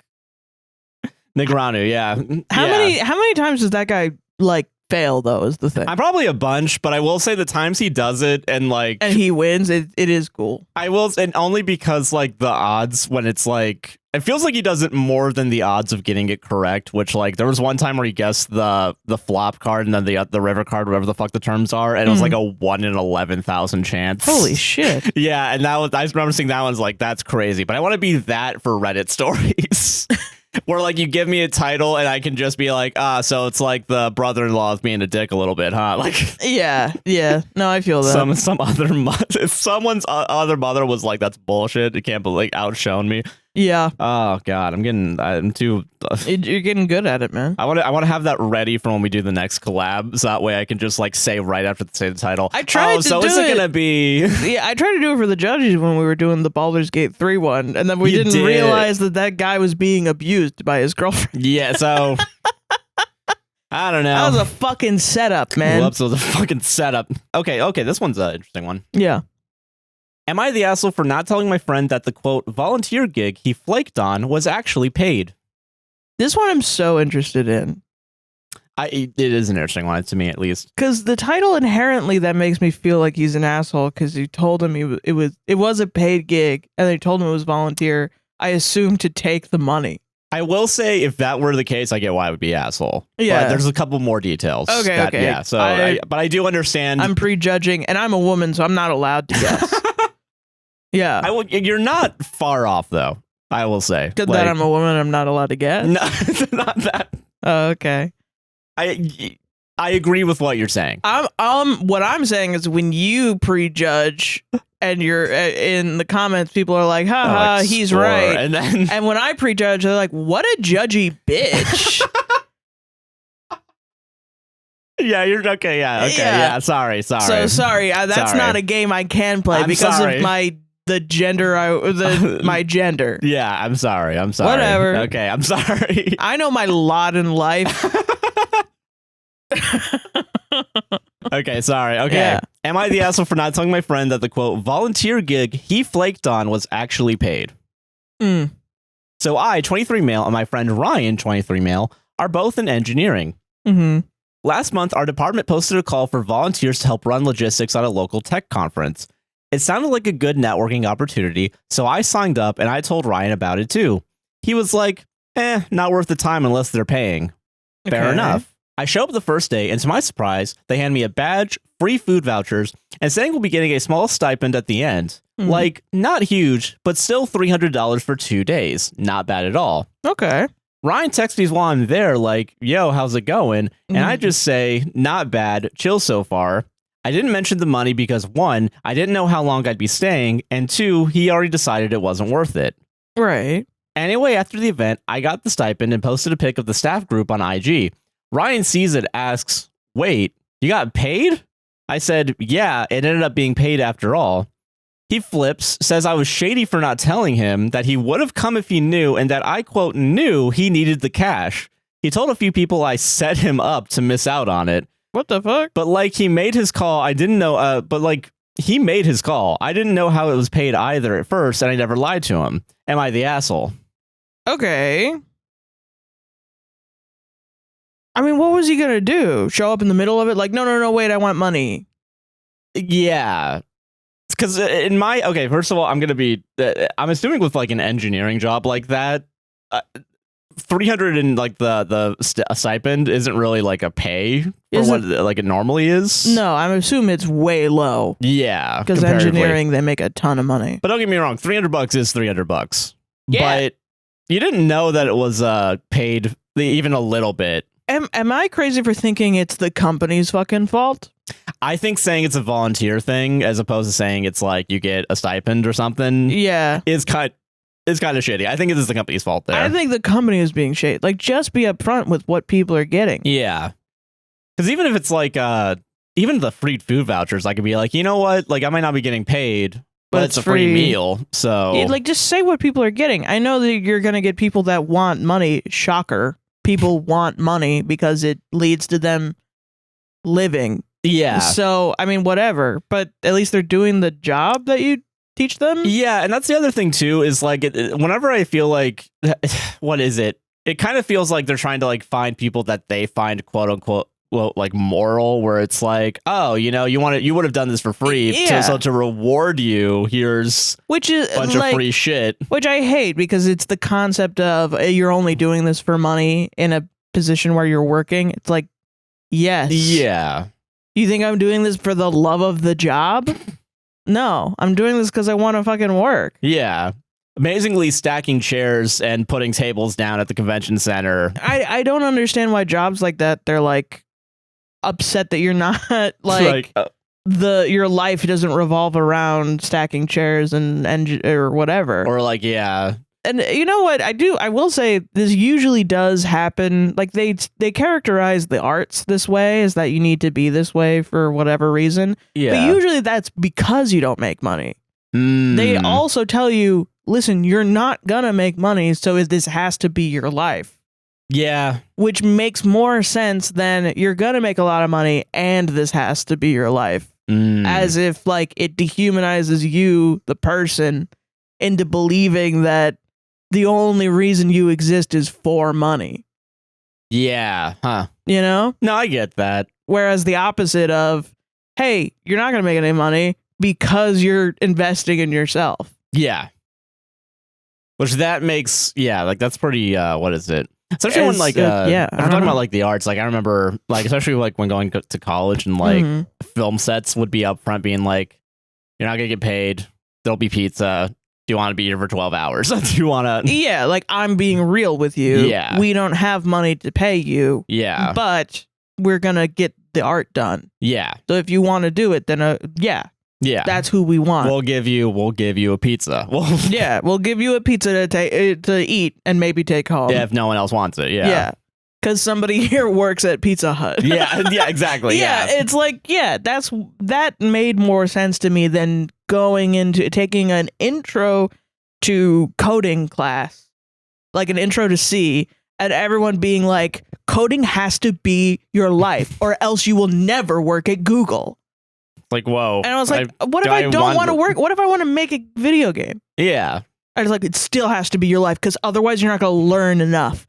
And I'm like, bro, I am going to learn, though. I have the capacity to learn as a hobby. Yeah. There's more to life than just wealth accumulation. Yeah, like, what if hanging out with your friends is also important. Like, that's mostly, like, the arts, they do a whole thing with burnout and, like, oh, you're not going to be in the top, whatever. But at least then you're trying to be in the top 10. Yeah. This is to have a job. You have to kill yourself over just working. Yeah. And that's crazy, man. No, I get that. And, like, what the fuck am I thinking? It's weird to me. I do agree that's a very weird thing. I will say too, and I think this really does go more to the company being the biggest asshole in this. Yes, yeah. I'm going to use a rare one that I see sometimes where no one's the asshole, really. No asshole here. Yeah, no asshole here. Yeah. I think the guy reacting is a bit of the asshole for putting it on you. When in reality, if I'm at anywhere, and I'm working, and somebody texts me, I'm not responding. You know, that's true. And B, I'm not like, if you texted me at work I wouldn't say like, yeah, I'm making $15 an hour right now. Here's an essay on what's going on. I wouldn't do that. I mean, I think it could be very easy for the guy to be like, oh yeah, actually there's a stipend. In room South 230E, we have to set up a classroom today, Sarah. I mean, yeah, but it's one of those things where it's like, maybe OP just forgot. I don't know. That's true. Yeah. I know he says that he didn't send it because of that. Because he didn't want to go. I think that's also a reasonable, personally. Expectation. I think that's a reasonable explanation for why he didn't say it. Yeah. So I don't know. I mean, it's either no asshole here or everyone's shitty here a little bit. You know what I mean? Okay, I can understand that. A little bit shitty for OP not responding. A little bit shitty for the guy flipping it out and blaming it on OP when the company's really at fault. Yeah, the company. Yeah, company's the biggest asshole here. Which honestly, I feel like we should do that with more Reddit stories where it's like the company that created this place in the first place is the asshole. The company's trying to pit people against each other. Yeah, and that's not good. No, amazingly. Yeah, what's my life though, Sarah?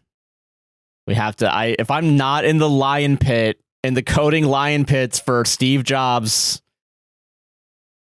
well, not for he's dead. I'm not gonna fight the fucking lions. That shit sucks unless I get paid. Oh, hey, bro, I killed all the lions, and I actually have. I got $10. I'm actually being paid with like fame and glory as a gladiator. What the fuck? You fucking set me up. Now you're a gladiator and I'm a peasant. I will say, calling it a fucking setup is so funny to me. Wow, he ran the company and gave the stipend like this is a Darman video? What the fuck? No. This is a setup Tim Heidecker voice again. Yeah, I get to mention. This is a fucking setup. I didn't realize there was going to be two potential references to Tim Heidecker today. This is the name of the episode. This is a setup. This is a setup. Am I the asshole for expressing my disgust at a dish for my girlfriend's culture? I find this one interesting from the perspective of I read the title and I was like, no, I don't know. This is I looked at my skin color and I was like, this isn't one for me. This is it. I think I should. Yeah. I looked in the mirror, double checked, and I was like, yeah, no, I shouldn't be the one speaking on this. I just was interested in what dish, because maybe I have had it. Okay, and maybe fair. he's being a baby about it. You know? But is it like... Is it like I was like fettuccine Alfredo or something? That like would some be sort of so Italian. funny. and you were like, oh, Italian? Hold on a second. That'd be so good. I can do this. I won't have fettuccine Alfredo. I'm gonna go make mac and cheese. The same fucking thing. Yeah. Okay, sorry. Okay. My 27 male girlfriend, 24 female, is Brazilian, and since we got together, she's been introducing me to her country's cuisine. Okay. And I've loved everything she's made and that I've tried so far. But last night she took me to a Brazilian steakhouse, and at some point she asked the waiter for a dish that they didn't serve here, but apparently is a staple in Brazilian barbecues. It was only later she explained to me that she was asking for chicken hearts. And because they didn't have it, she later told me she would try to find it in the Brazilian store she usually goes to and make it at home. But I told her not to bother and that I wasn't interested in trying it. She couldn't understand why I wasn't interested, so I told her that the whole idea of eating chicken hearts sounded a bit icky. That's the word I remember saying. She later said I told her it was quote-unquote disgusting. So I can't be sure, but the intention is the same anyway. And she got really upset and told me about how eating organs is not unusual in many cultures, and that even if I didn't want to try it, framing it as disgusting was disrespectful on my part. But I only said anything because she kept pushing for an explanation. So I don't know what she expected me to do. To lie? I have personal experience, not because I've eaten chicken hearts before, but I you know, and this is maybe crazy, but like, this is crazy to white people maybe, but like it's probably really good. I get it. I do get it. I think so far the main crime here is you said it was disgusting. Yeah. Like, I think it's one thing to be like, I'm not really sure if I'm interested in that. Like, maybe in a future time, maybe I'd be more open to it. But yeah. I think that's better to say than even icky is a little bit like, oh, come on, that's a little bit too much. You can say like, even like, it doesn't seem appetizing to me. And that feels like a more kinder way of saying you're not interested. But have you ever heard of the phrase, what am I, chopped liver? Yeah, I have heard the phrase. My mom loved, for some reason, just like a bowl of liver. You serious? Yeah, it's a thing. And I looked it up. It's apparently popular in Jewish cuisine. Oh. Huh. And so growing up with that, I'm like, I don't see the big leap from liver to heart to chicken hearts.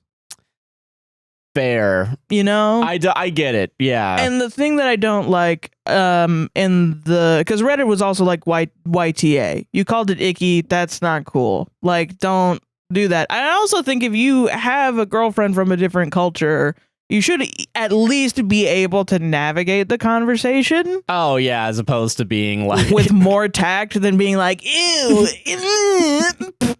Like, yeah, that's dumb. A little... Yeah. That's really dumb, I think. No, yeah, I'm like... You should be going into shit like this and be like interested in the culture of your partner. Yeah, you should be interested in it. And like, you can be honest. Like, I think with any type of food, you know, regardless of the culture, I think there's going to be food you like from it, food you don't like from it. Mm-hmm. Fair, 100%. Yeah. That being said, I do think it's a weird to be like, immediately hear it and being like, ugh. Yeah.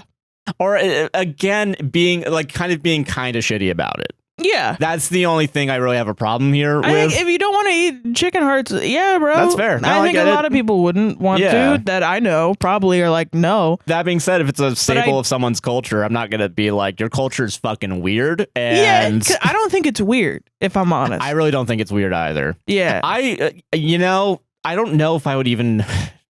It depends on what it is, because again, it is a cultural thing, but I kind of, thinking about it right now in this moment, I can't think of a necessarily weird food. One that I kind of feel like I'm not a big fan of is I'd probably try anything. Oh yeah, veal. Yeah. Veal is probably the one where I'd kind of be like, okay, we're just gonna... Really? I kind of... do you remember the South Park episode where it was the veal episode? No. Because veal's just like fucking... It's like a lamb that's well, it's a young lamb. It's like a child lamb. Yeah. It's like a young child lamb that they shove in a box or something. And I think they keep young. And like I already know that like the regular meat industry and like chicken and all that shit's already like bad. And I'm not necessarily like more often than not, whenever I see like a photo of like a cute pig on TikTok or something, like a video of a cute pig, there's a part of me that's like, I should stop eating meat. I should like Really? a little bit. Yeah. My shit is like, it sucks that you're really tasty.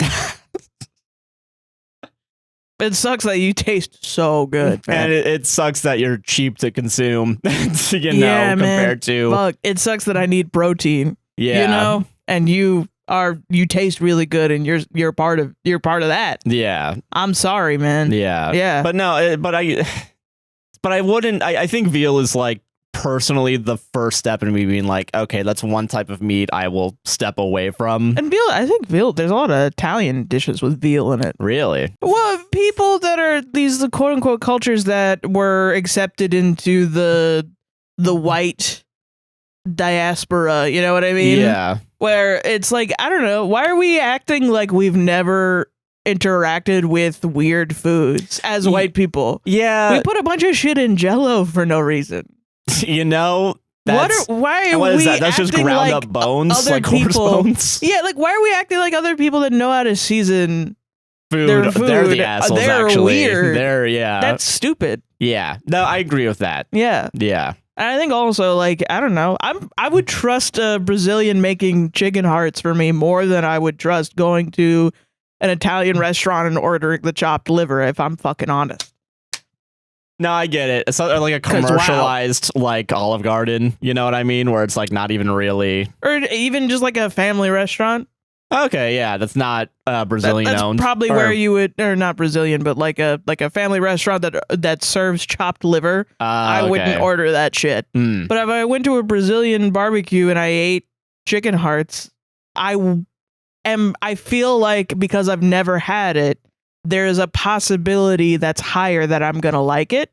And if I don't like it, that's okay. That's also, nobody is mad at me for not liking it. Yeah. And I don't think OP's girlfriend is mad at him for not liking it. She's mad at him for not even trying it and calling it fucking icky. Yeah. Yeah. At the very least, icky. At worst, disgusting. Yeah. But I do want to read a comment that I don't agree with. Okay, cool. Because I will say this one's very cut and dry. Feels like, not in a bad way, but like in a way that's like weirdly refreshing. But it's like, I'm curious what the comment is. Yeah. Yeah. So the top comment is phrasing, my man. Phrasing. You could have said something more neutral, like it's not something I want to try. While I can see other people might enjoy it, really doesn't sound appealing to me. Or the like labeling it as icky probably didn't land as well as you can now tell. No asshole here. Maybe work on more neutral phrasing though. And then the response is, similarly, your girlfriend has to accept you come from a culture where eating organs is not part of your norm and you're having an understandable disgust reaction. I don't agree with you at all. I was worried that the first comment was the one you didn't agree with because I was like, I just said all that. Wait a minute. No, okay, cool. Sorry. No, I'm not stupid. Sorry, no, I am, but continue. Yeah, no worries. I always say that you shouldn't yuck someone's yum, but if someone pushes you to eat something you don't want and you have... She didn't do that. And you have to give a stronger answer, so be it. On the other hand, your girlfriend is trying to share something that is a big connection to home. Flavors and dishes from home are important. No asshole here. I don't think so. I didn't get the vibes of it being... She was like, oh, I want to make it at home. And then you were like, no, I don't want to eat that. That's icky. And then she got upset about it, reasonably, because you called it icky. Yeah, I think that's a normal reaction. You know what? That's interesting. Also, what is it? She needs to accept your sensibilities, but if you do it around, you don't have to worry about being respectful about it. That's weird. I think it's a weird double standard. It's almost like the world's getting worse every day. The white man is right, always. And if you disagree, you're weird and icky. Man, shut the hell up, bro. Fuck off, man. There's other people on this planet. There's hella shit that I don't like that's like a white culture food or whatever. Which I'm not even saying Jewish cultures or Italian cultures are quote unquote white. I mean, we're not heading that way anyway, you know? Yeah, like with how... Yeah, the definition of white slowly gonna recede. Yeah. I'm just shocked that I've seen as many people, like, I don't know what these people eat, because I've interacted with organs and food as a white person Yeah. And nobody around was like, this is a weird food. It was just like, that's an old person food. Why would you eat that? That's gross. That's gross because it's for old people. That's at least better than your entire culture. Gross. Which, and I mean, maybe chicken hearts in Brazilian culture is for old people. Maybe. And maybe your wife likes an old person food, but that's a different thing than Brazilian chicken hearts are icky. Yeah, you could say it's old people are icky. I'm okay with a generational war. Yeah, that's fine. But cultural war, I draw the line at. You draw the line at generational war. Yes. Yes. Oh, Christ. Yes. Yeah. So that's why I felt the need to talk about it. No, I get it. I think it's a good one, man. Yeah. Solve it. That's nice. Okay, I'm glad that one actually ended with like an actual like good response because fucking I think one of my dreams is take me to just a random fucking country and just have somebody from that country feed me everything. And I'll try everything. Dude, yeah. Honestly, that would be nice. Yeah. Because that's the most interesting fucking thing to me is the like you try this. Like I had a friend that was really into Korean food and he took me to a Korean place. I don't think it was Korean barbecue, but he ordered something and I was eating it and most of it was too spicy for me because I'm white. Oh yeah. But then he ordered this like thing with cheese on it and I don't know what the fuck it is, but it was so good. And I continuously asked him to bring me back there so you that can remember what it is. Because I had a Japanese beer and I had that with cheese on it and I was like, this is awesome. But I was also like very astutely aware that I'm being an American in a Korean food place right now where the only dish that has cheese on it I'm eating. You know what I mean? That's so funny to me. You still gotta have that Americanized a little bit. My palate is Americanized. Yeah. I will say I do enjoy like most. I think I enjoy most foods in general. The one thing I think I've ever, and it's because I have a fear of fire, like hibachi. Oh like, yes, that's I enjoy the food, but I don't want to go there because I don't want to see a fire. Yeah, and that's like a me thing, and like I know other than that, it's like fucking delicious. But that's what I was afraid of as a kid because I was so scared of the fire I would leave the room as a kid, and then I accidentally walked into another room where I saw the fire, which is really funny. No, yeah. I think when I was a kid, they brought me to a place and I got scared of the fire, yeah. What they started doing now is they started throwing food into your mouth. Yes, yeah. And now that scares me as like a social anxiety. Yeah, as a performance anxiety, like, oh no. I was like, oh no, I'm not good at catching food in my mouth. I don't play sports, I do podcasts. No. Oh no. Everyone's going to know I'm a loser. Yeah. But also, that's the problem here. Because I can't catch fried pieces of chicken in my mouth. Oh, that's good. Oh, that's awesome. No one's gonna be my friend anymore. No one's gonna be my friend. My family's gonna disown me because I can't do this. One time that happened and the guy made fun of my reflexes.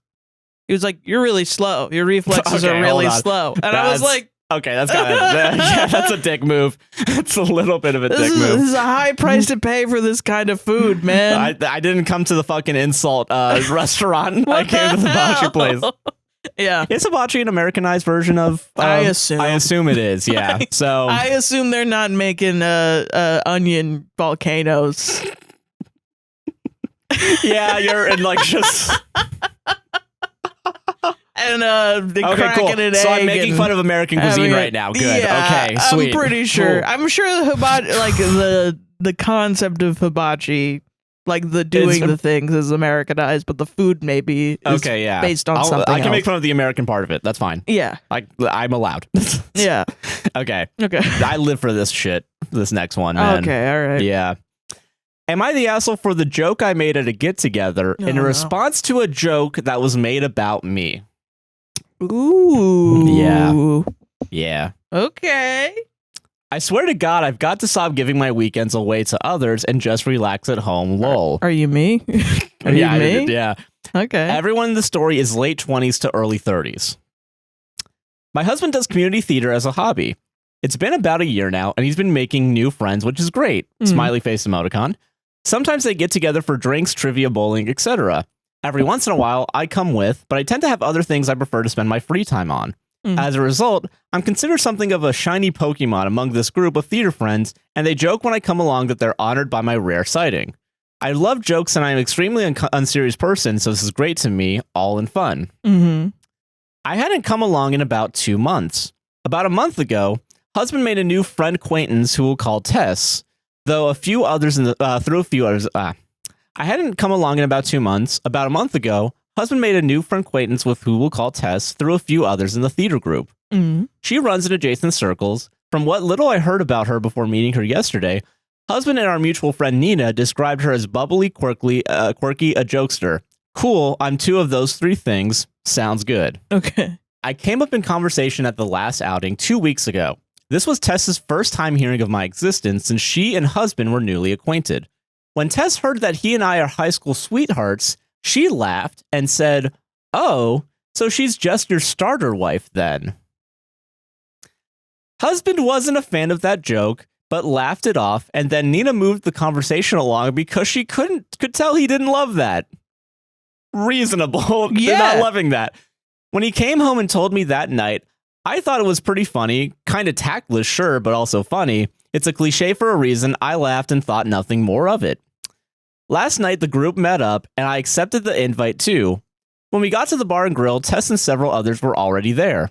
The folks I'm friendly with came to say hi and started their usual bit about being graced with a rare cheetah appearance. We joked for a while, then Tess came up to introduce herself. I said it was nice to meet her. She made a comment about what a great guy my husband is. An opportunity for a joke came to me, and I seized it. I smiled at her and really casually nodded and said, "Yeah, he's pretty awesome. I'm enjoying him while I can before he dumps me for his permanent wife." Okay, so that's the same joke. Yeah. Now she's mad at you for the same joke? Most of the group laughed, including husband, but Tess's face fell. She mumbled about needing the bathroom and speed walked away. You're the one that said it, bro. Talk shit. Yeah. She spent 10 minutes in the bathroom, sat quietly at the corner of the table for about another 15, and then ended up taking an Uber home. Our friend Nina texted after we'd all gone home, and apparently I really embarrassed the hell out of Tess since she didn't expect her joke to, quote, get back to me. Tess what now. Are you talking about, fam? Me when I'm on a podcast and I make fun of other Reddit podcasts and then they get mad at me. What are they talking about? What do they mean? What do you mean I hate all of them? I never said that. Sure, I've said that on the podcast. How did they hear it? The recorded thing that stays up forever. Can't believe this. Yeah. You're telling me people talk to each other when I'm not in the room? What are you talking about? Tess, quote, is sensitive, was buzzed when she made the joke, and now feels self-conscious because I'm, quote, made her look like a bitch. Nina thinks that because I wasn't present when the first joke was made, I shouldn't have returned one of my own. 3 question marks. Am I the asshole? No, honey. I thought we were just all just joking around. Well, now it's serious. Now it's serious. Now it's she wants your husband. Now that's what it means. Yeah. I will say also, first time it was said, not a joke. Not a joke. That was the punchline for your, the setup for your punchline of a joke. You made it a joke. Yeah, actually. Which is what she's mad about. Yeah. That it's not real. Sorry, honey, I don't know. You said weird shit to a guy. He went home to his wife. And they talked about it. Weirdly. About it. You gotta assume that's gonna happen. Yeah. Listen, man. You can't just say whatever you want. Believe me, I know. You can't just say whatever you want all the time.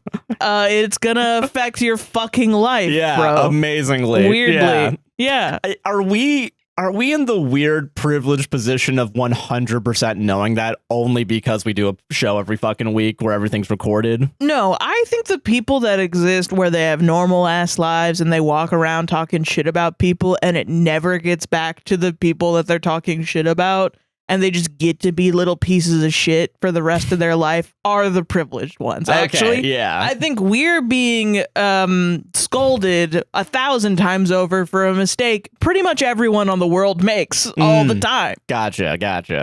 But yeah, it's one of those things where it's like, everyone's a little bit of an asshole sometimes until you get burned and then you learn. You touch the stove and then you're like, hot. Yeah, don't touch anymore. Don't do that anymore. Oh, maybe don't flirt with people's husbands, fam. Yeah. I don't know. That's it. That is honestly, that's a weird.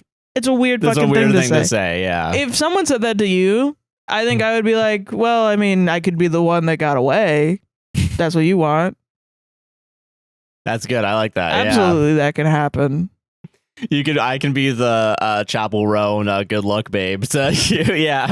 I mean, if you wanted to do 200 and something episodes of a podcast with him, you go ahead. Yeah. Good but fucking if you luck. don't get to that number, I have more episodes than you. Is all I'm saying. I will win. I win. Yeah. Checkmate. If we're trying to win, but yeah, this is now a game that you started. You're now gonna have to deal with me getting half of the income for the rest of my life and his life. Yeah. You don't get that money because you weren't a part of it, because you weren't there. I was. Yeah. And I fucked him a lot. And I talked about it a lot on the show. Yeah. So you have to deal with that. You Isn't that deal fun? with it. Yeah. Yeah. So funny. I man. already won. I don't give a fuck. We could break up. We don't break up. I don't give a shit. I do because I care about you. Oh, I care about you too. Yeah, and I love you. But I don't care if this relationship ends tomorrow. I still won. All I'm saying is I won. Which I assume is how people like. I'll see situations where it's like, oh, you know, my baby daddy with his new girlfriend. They're making me pissed off. I'm like, yeah, but you're never going away. You have a kid with him. Yeah. You know, unless he chooses to be a completely unforgivable asshole and leaves your ass. Yeah. So I assume this is how it is. It's now we've created this monster. Yeah. Not even a kid. This podcast is a monster. No, this is a monster. Yeah. And we're growing it every week. And I gotta keep feeding it, or else the monster gets mad at me. Yeah. Weirdly enough, that reminds me of the Defunct Land Fast Pass video where he called the Fast Pass thing a monster, and it just kept growing. Yeah. That's honestly, that is what every creative project becomes at some point. Yeah. No, yeah. When does this thing die? Yeah, but I don't know. Yeah, I live for people that don't know what a joke is. No, yeah, I love that shit. Honestly, anytime I see a Red story that's the word joke in it, I'm like fucking gold mine. Like, I'm ready, man. I can't. Yay. Do you know the concept of a joke or not? Do you know what a joke or not? And let's and I really don't see myself as like a jokester comedian. I think I say funny things sometimes. Yeah. And I know people, I'm talking in the Twitch stream, like people would call me a comedian, but I guess I think there's a weird disconnect, me understanding that comedy isn't just like stand-up, you know what I mean? Yeah, no. Well, I think it's definitely turning around on that because the people doing the stand-up are not actually joking. Yeah. Yeah. Yeah. Yeah, that's true. So I don't know. I think it's still hard for me to wrap my head around that because I think I would still say podcaster like first than anything else. No, I agree with that. But then I read shit like that and I'm like, yeah, I'm a step ahead of this at least. Well, it's like, I don't know. Do you feel like when we sit down and do this show that something turns on in you? I want to say no, but I think if there's that's something that like crazy, because definitely me, I slink out of bed, lay down on the couch, drink a coffee, take my meds, get up, sit down on the show. I don't even know if I took my meds today. I didn't take mine, so that's why this shit's more chaotic. Unmedicated and very chaotic right now. Yeah. Apologies. Whoops. And then I sit here and you put a microphone in front of me and you turn on the lights and you turn on the camera and you turn on the mics. I mean, and I'm like, let's go. Happy Sunday. I mean, yeah, this is a performance and there is a turning on of that. I think. Is it good? Probably not. Who knows? Jury's still out on that. I don't give a fuck if it is or not, actually. But yeah, I just want to do this. Yeah. Yeah. But no, I think if something turns on, it's not like my entire brain turns on. It's definitely more of the performance, like a charisma. Yeah. Yeah. Like, because I know when I go to like events and shit, I'm worse. I'm definitely a lot worse. Yeah. Like off camera and shit. Yeah. But I think also when I'm on camera, I'm also more thinking of like what's funny. And like, what do I think is funny? The can joke I get part. away with? Yeah, the joke part at least goes from like, I don't know, 50% to 100%, because I know you can attest to me joking off camera, you know? Oh, yeah. Yeah, so, and you do jokes too, but I don't think it's like a complete switch. I think it's like a dimmer switch. How about that? Like it's dimmer off. When I'm not, Yeah. Yeah. And then I bump it up a little bit, and then the performance comes out, and then my brain starts working a little bit to like try and make quips. Yeah, I guess jokes, jabs. Yeah. Shit like that. Yeah. So I don't know. Yeah. No, I feel you. I mean, I think it's something. Yeah. Podcasting, it's comedy. I would say comedy because we're trying to joke, you know? Yeah. Just not pre-written and it's off the cuff, but it's not also, really improv either. I don't want to. And also, improvers are weird, and I don't want to. Ew. Improv's weird, but like me doing something without a script is totally cool, though. Moving on. But yeah, I think the umbrella has gotten very more wide. Yeah, diverse. it's more of a blur. Like what is comedian, what isn't. Yeah. Yeah. So I guess if I wrote comedy, I guess I'd be a comedian, you know? But I don't know. I mean, you would be a stand-up. You would be a sketch comic. You would be like what? A screenwriter. You would be doing whatever. You'd be writing jokes. Whatever. It's different skills all the time. Yeah. You know? I get that. Yeah. But yeah, that's just like imposter syndrome, so you know. Yeah, sure. Yeah. Am I the asshole for leaving my boyfriend? Am I the asshole for leaving my boyfriend's birthday dinner after his mom took my seat? You're going to love this one, Joshua, because it's about jokes. Is it actually about jokes? Yeah. So, is it because the mom like joked about like, why do you? It's just a seat. I'm assuming it's going to be something that's said in this. That's very general. You don't win this one if that ends up being what it is. You have to give specifics if you want to become the perfect Redditor. Okay, she gets up, she leaves, returns, the mom is in the seat, and then there's a little bit of a joke of like, hey, are you saving my seat or whatever? And then she's like, no, I want to stay here forever. And then she's like, all right, I'm out. Like the person OP is like, I'm out because I'm not being respected right now. Very close, no cigar. Listen, it's still an 8. It might not be an 8 of diamonds, but it's an 8 of clubs. It's an 8. I'll give it. It's not the suit. Yeah. Okay. That was still a 1 in something. It's actually more like it is the same suit. It's just like a 2. Listen. I played Balatro. Flushes are important. Okay. All right, whatever. Okay. Sorry. Am I the asshole for leaving my boyfriend's birthday dinner after his mom took my seat, quote unquote, as a joke? Awesome. 25 female, have been dating my boyfriend Matt, 27 male, for almost 2 years. His family is very close, and his mom in particular has always been a little possessive. I tried not to make a big deal out of it, but it's clear she doesn't like that I, quote unquote, take up his time. What? And she's made passive aggressive comments like, quote unquote, I hope I don't lose my son to some girl. To some fucking whore. I fuck my son, not you. Fucking mama boy parents, Jesus Christ. Okay, boy moms, that's what it is. Boy moms, man. Fuck. Even though we've been together for a while and I've made every effort to be kind and respectful to her. Last weekend was Matt's birthday. He invited me to dinner with his family at a nice restaurant. I dressed up, got him a gift I knew he'd love, and was honestly looking forward to the night. When we arrived, I noticed his mom had saved the seat right next to him for herself. That's fine, whatever. I sat on his other side. But right before we ordered, his mom made a joke about how I always need to be next to Matt and said, let's see how you handle a little separation. Then she literally stood up, looked at me, and said, scooch, sweetie, motioning for me to move down a seat so she could sit between us. I was so stunned, I just quietly got up and moved. For about 5 minutes, I sat there feeling small and humiliated while she leaned over Matt like he was her date. Oh my God. So I stood up, grabbed my bag, and said, actually, I think I'm going to head out. Hope you have a great birthday, Matt. And I left. Matt blew up my phone later saying I completely overreacted. What? Embarrassed him in front of his family and, quote unquote, can't take a joke. His mom texted me a sorry you were so sensitive message, which just made it worse. Now he's not speaking to me until I apologize. I honestly feel like they were the rude ones, but it was his birthday dinner. So now I'm second guessing everything. Am I the asshole? I think you should just be like, hey, listen, I didn't know your family was really into fucking each other like that. Yeah, honestly. I feel like I'm coming, I'm coming I don't want to break you guys up. You and your mom. Listen. So hey, goodbye. Yeah, sorry. It's I get it. Listen, I don't play with incest like that. I can't compete with your own family, you fucking freaks. I'm not doing that. That's I'm sorry. weird. I think incest is weird, believe it or not. Yeah.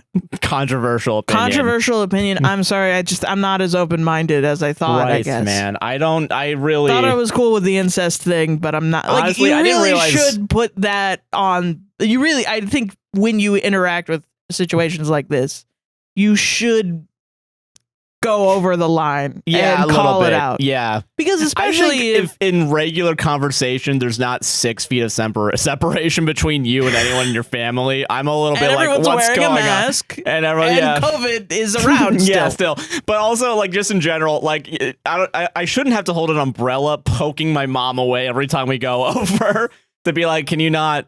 I need some space. Stop being horny for me, mother. Yeah, just please. Stop it. Christ almighty. Weird. Yeah, I do genuinely think, it's one of the things where if you do think incest is something that is happening, genuinely, they do say calling it out is a good thing. At least to call this behavior is weird. Yeah, call it out for being fucking weird, because it is. Worst case scenario, it is a form of emotional incest where it is like being overly sexual with your child. Or possessive, like... Yeah, it is fucked up. Like, and like being like, you're taking up too much of... my son's time. Yeah. It can get to that point where it is like an actual problem where your boyfriend might be a victim of this, but in the case where he's not willing to learn, and he's being like, you ruined the mood. Yeah, you shouldn't have to deal with that. I don't think anyone should be mad at you for leaving. No, God, this situation. I would also leave. Plus, also in this very specific situation, she did that to humiliate you. Literally, yeah. It wasn't just a joke. It was a power move, yeah. No, yeah, that's a power move of, I'm going to humiliate my boyfriend's girlfriend at my boyfriend's birthday party. And I'm going to... because she's trapped and she can't leave. Yeah. Or else she's an asshole for leaving the birthday party. Yeah, and I come out on top either way. Yeah. That's bullshit, man. No, it is. And anyone with eyes and a regular, like, awareness knows. Yeah, one of the best people around them at the restaurant were like, the fuck is going on over there? Not even anyone with eyes, anyone that's witnessed the scene, I guess, in any form, hearing anything. Yeah. Yeah, that's just wild, man.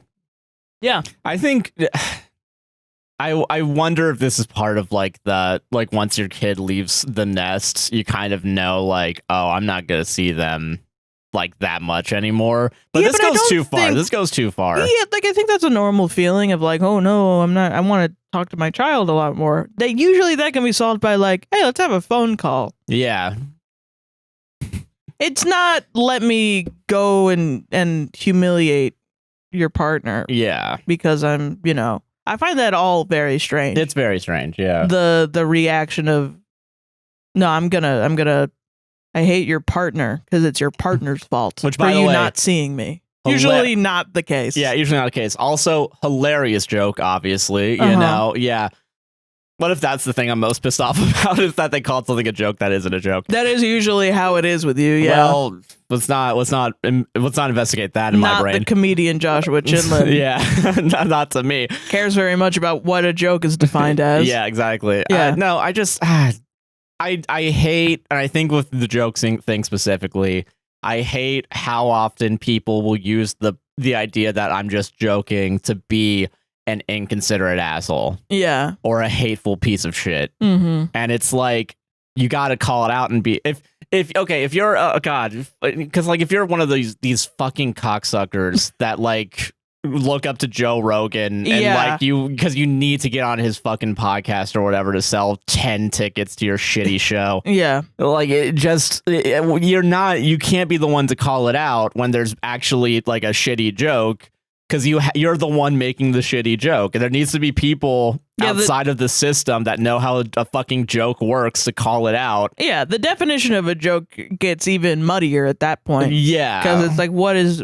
I mean, that's the whole thing with Joe Rogan is what he's saying is a joke and what's not. Yeah, and it's like I can't. And most of it isn't. Most of it, he's not even telling jokes. It's not comedy. It's not comedy. So why the fuck is it the #1 comedy podcast forever? It's not. It shouldn't be labeled as a fucking comedy podcast. It sucks. Yeah. It never should have, honestly. Yeah. Yeah. And I think also, and I think that's like, on a personal level, it just makes me sad. Yeah. That's the state of comedy, a thing that I've kind of cared about since I was out of the fucking womb. Yeah. You know, like, so it's sad to me. I think we could talk about it because we are podcasters. You know what I mean? Yes, that's fair. Is like when I was a kid and I was getting into podcasts, I got into comedy podcasts, like Probably Science, and then the Mabim Bam. Yeah. And shit like that. And Hello from the Magic Tavern, stuff like that. And, you know, whatever. And it was always What the Fuck with Mark Maron. And What the Fuck with Mark Maron was the #1 until Joe Rogan became the #1. And it was like, what the fuck is this new thing? And it's been there ever since. And it's never been, in my mind, when I tried as a child to be like, oh, it's the #1. No, it sucked ass. And honestly, I kind of feel this way with like, because, okay, a little bit too much inside baseball. Conspiracy theory. Is it inside baseball? That's part of the conspiracy theory of the inside baseball conspiracy theory. But yeah. Is it okay? So I think charts specifically account a lot of different factors. I think because Joe Rogan goes, was it 3 to 5 times a week for 4 hours long? Yeah. I think that's what's technically keeping him up on the charts. Because our show's 4 hours long. Yeah. And even when we take breaks, even though I think we have less of a listenership than other podcasts, because so many people listen to like the entirety of it, we post an episode and like it fucking skyrockets even if we take a week off. Yeah. So I think that's part of it. But I also think it's probably the most listened to podcast because it's been at #1 for so long. Yes. But also, I think when it came up, it was people knew Joe Rogan from wrestling, and they knew him from like Fear Factor. Yeah. So he still had So he brought that over, and then because he was #1, more people got drawn into it. Because like, oh, this is the most popular one, might as well give it a shot, you know? Right. And then there was this oversaturation of. That's why I hate the like everyone has a podcast now kind of situation. Because when that started, it was about every comedian has a podcast, every actor has a podcast. Yeah. It's good, actually, that Joe Schmo can buy a microphone and talk about whatever the fuck he wants. And put it on the internet, and people can just download it, yeah. Yeah. I think the spread of information is a good thing at its core. But if you're spreading misinformation, I do think that's bad. That's bad, actually, yeah. Yes. I Two think things can be true. At once, yeah. Yeah. And if a government organization or a corporation controlled the flow of information, that would actually be really bad. That would be really bad. Yeah. Yeah. Yeah. So we shouldn't. And we should actually, even with the quote unquote jokes of, hey, let's not, microphones should be banned. Men shouldn't be able to have microphones. No, actually, they should. It's something everyone should be able to buy a microphone and make a podcast. I think that's, yes. It just sucks that sometimes some of them suck, but then they're not for you. What you're mad at is fascism. You're not mad at the sale of microphones. Yeah. You're mad that most men are expressing their opinion and their opinion is fascist. Getting mad at SM7Bs for Joe Rogan or the, what is it? Or the RE20s, whatever the fuck he uses for existing. No, you should be mad at Joe Rogan for being shitty at his job. And the people that spread the ideas that Joe Rogan is parroting like an idiot. Have you considered the lobster? Have you considered the lobster?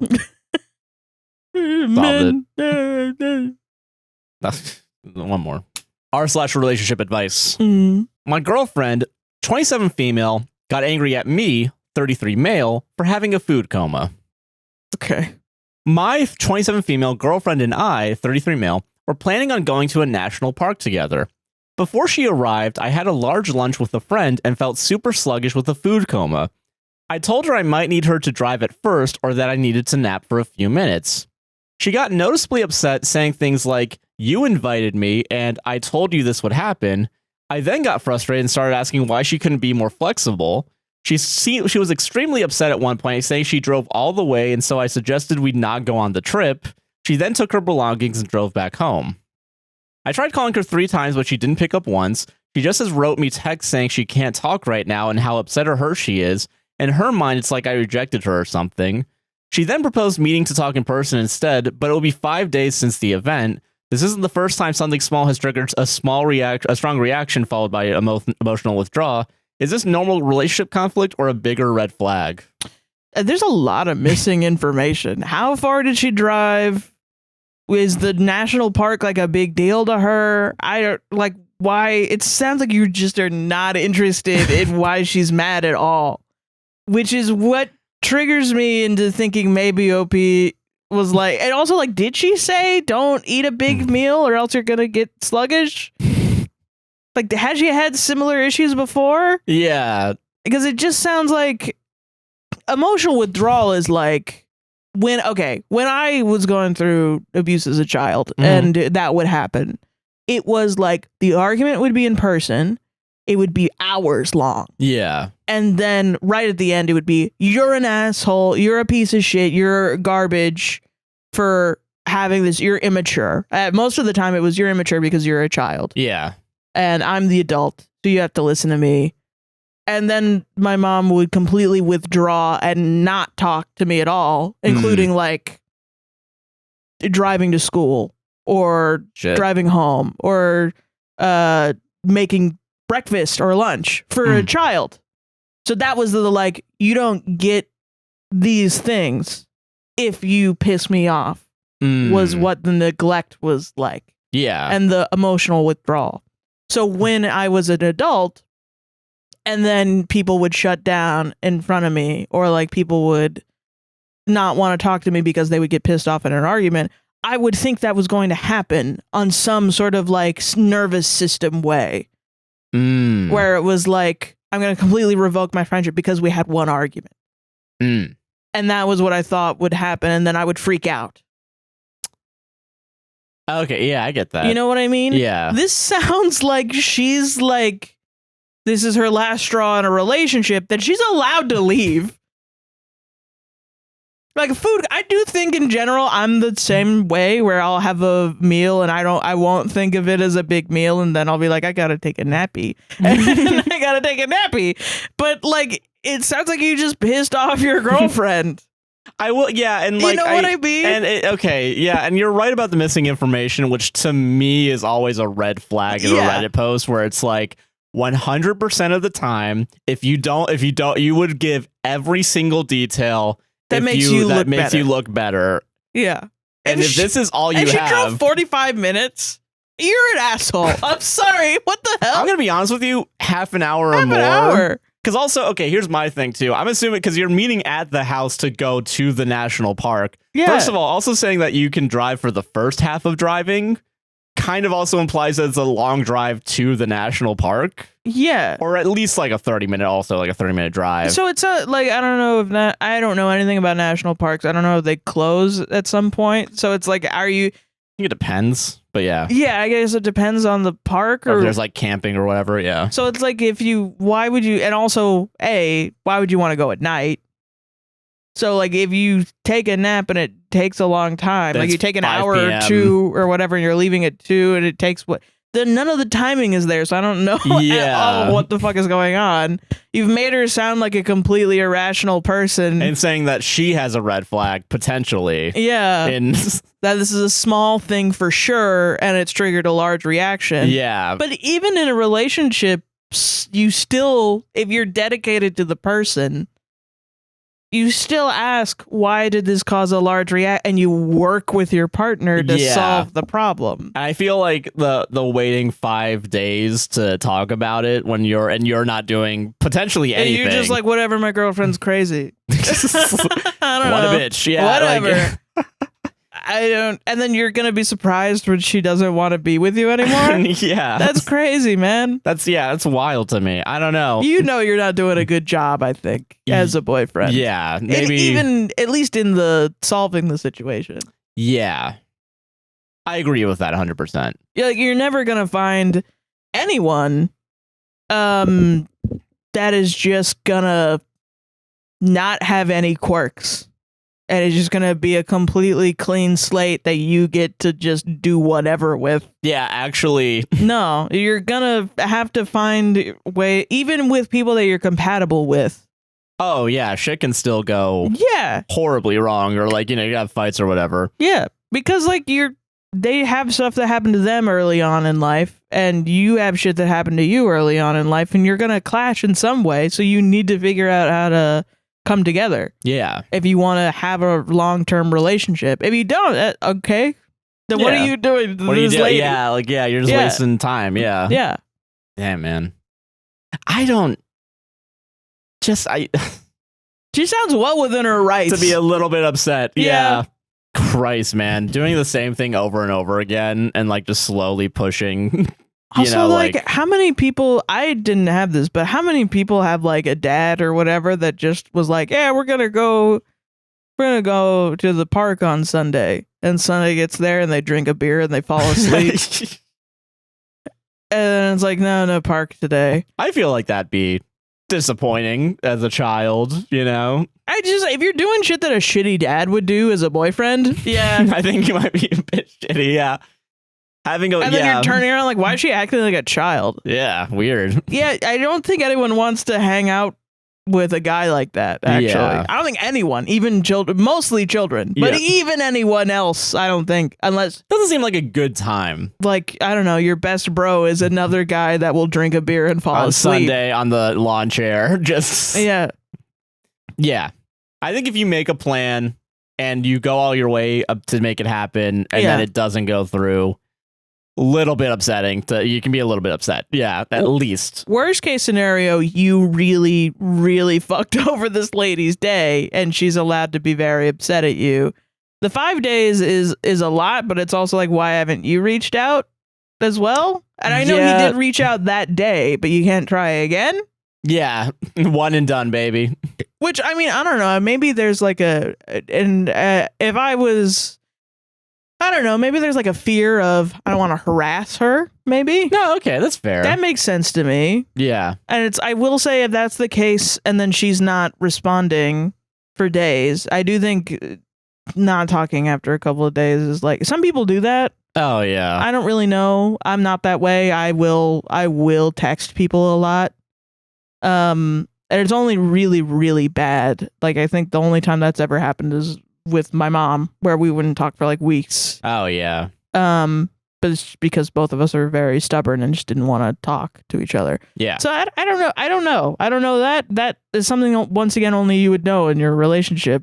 And you can't ask Reddit for that. Yeah. Or at least without describing in great detail. Yeah. Every little. Yeah. And I don't know, because he didn't put the information in the post, what she normally does. Which is a little suspicious. But... It is sus to me. If I were to be the most charitable as possible, I would say you guys just aren't compatible. Like, you're a guy that wants to eat food and fall asleep, and she's a lady that wants to go to a national park. Yeah. You should stop deluding yourself and into just thinking that you're a national park guy when you're an eat and sleep guy. Yeah, find the girl that wants to eat and sleep. That's it. Yeah. Because I'm sure they're out there. Yeah. 100%. Yeah. Yeah. I get that. I think that's fair. Solved it. There's probably something. It's probably something in the middle, and I don't know. We're probably not the most an asshole. It's probably like a bit of everybody shitty here, like most situations. It might. Yeah, maybe. And no asshole unless here. You're withholding so much information. So much shit. We gotta get a CIA dossier on this right now. God bless the Patriot Act. we gotta utilize the Patriot Act only against this one guy. This and then we gotta stop it. Redditor, yeah, and then we're done. We're done. We're no more. That's how it works. Like, we'll keep the infrastructure up just in case, but like, I don't want to use it again. No due process for this one guy. Yeah, and then everyone else. Gets it. Actually, there's this other guy I know. Oh yeah, let's do that for him too. Yeah. Sorry. Also, there was a guy that like kind of brake checked me on the way here. Let's get his license plate and like. This guy made my coffee wrong this morning. Let's see. Let's bring up where his dad is right now. Google, show me this man's balls, please. Thank you. Classic. All right. Okay. Sorry. Am I the asshole? Told my boyfriend's sister that I thought he was bisexual. You're the asshole. I did read this one, so I can't guess what happens, but I remember this one. Yeah. Yeah. I, 20 female, I've been dating my boyfriend, 20 male, for about 3 years now. We started off long distance, but after I graduated and then turned 18, we moved in together. The entire time I've been with him, I just assumed he was bisexual. He only ever dated one person before me, and it was for a short time. She was an exceptionally unattractive woman, which equals gay. That's gay. That's what that means. I forgot this. Yeah, I forgot that was the She was an exception. Dude. Josh, hey, you're gay now, did you know? She was an exceptionally unattractive woman, and he only really went along with it because he felt bad for her. This sounds like cope. I'm sorry. This is some really bad cope, actually. Yeah. And he only really went along with it because he felt bad for her. She had a lot of mental issues, a shitty home life, and he felt, Josh, you're so gay. And he felt bad for her and thought he could make it work. It's also hard to accurately paint a picture of just how he acts, but he stands, sounds, looks, and basically acts like a stereotypical gay teenager. What does that fucking mean? I don't know. Literally anything you can think of for a stereotype gay. Elaborate right now. Go. Write it out. I'm not changing the words, honestly, because it's homophobia. It could be a typo. I don't care, but it is homophobia. 100%, yeah. Literally anything you can think of for a stereotype gay, it applies to him. Literally his entire family thought or thinks he was gay. A lot of his friends thought he was gay. And he always got annoyed when anyone called him gay. So I called him gay. Am I the asshole? Dude, well, yeah. Being called something you're not, and then like... my boyfriend has a long history of hating when I do this thing, so I did it. Am I a dick? Am I a piece of shit, asshole? Yeah, bro, I think so. In his defense, he wasn't like ultra defensive. He seemed more annoyed with it than pissed off or offended. So that means which would have made him gay. So he's probably not as gay as I initially thought. So, but he's definitely a little gay. Criteria for being gay. Let's go. Okay, you're dating 5s and belows. And that's why, which is why I don't shop there. Shop at 5 and below. And also, if you've ever done something that's been gay and was in a movie, was kind of that like looked a little gay to me. If you ate Skittles, that shit's a rainbow. That shit's a rainbow. You're gay. Yeah. Fuck you. And dating this woman. I'm not homophobic at all. I just know this man's gay, therefore. Oh my god, therefore gay. Oh Christ! Our entire relationship, he's only ever shown interest in women, which makes him gay. So gay, dude. Yeah. He's only ever shown interest in women, but sometimes it's like women. Like, why would you, fellas? Is it gay to like women? Is so funny.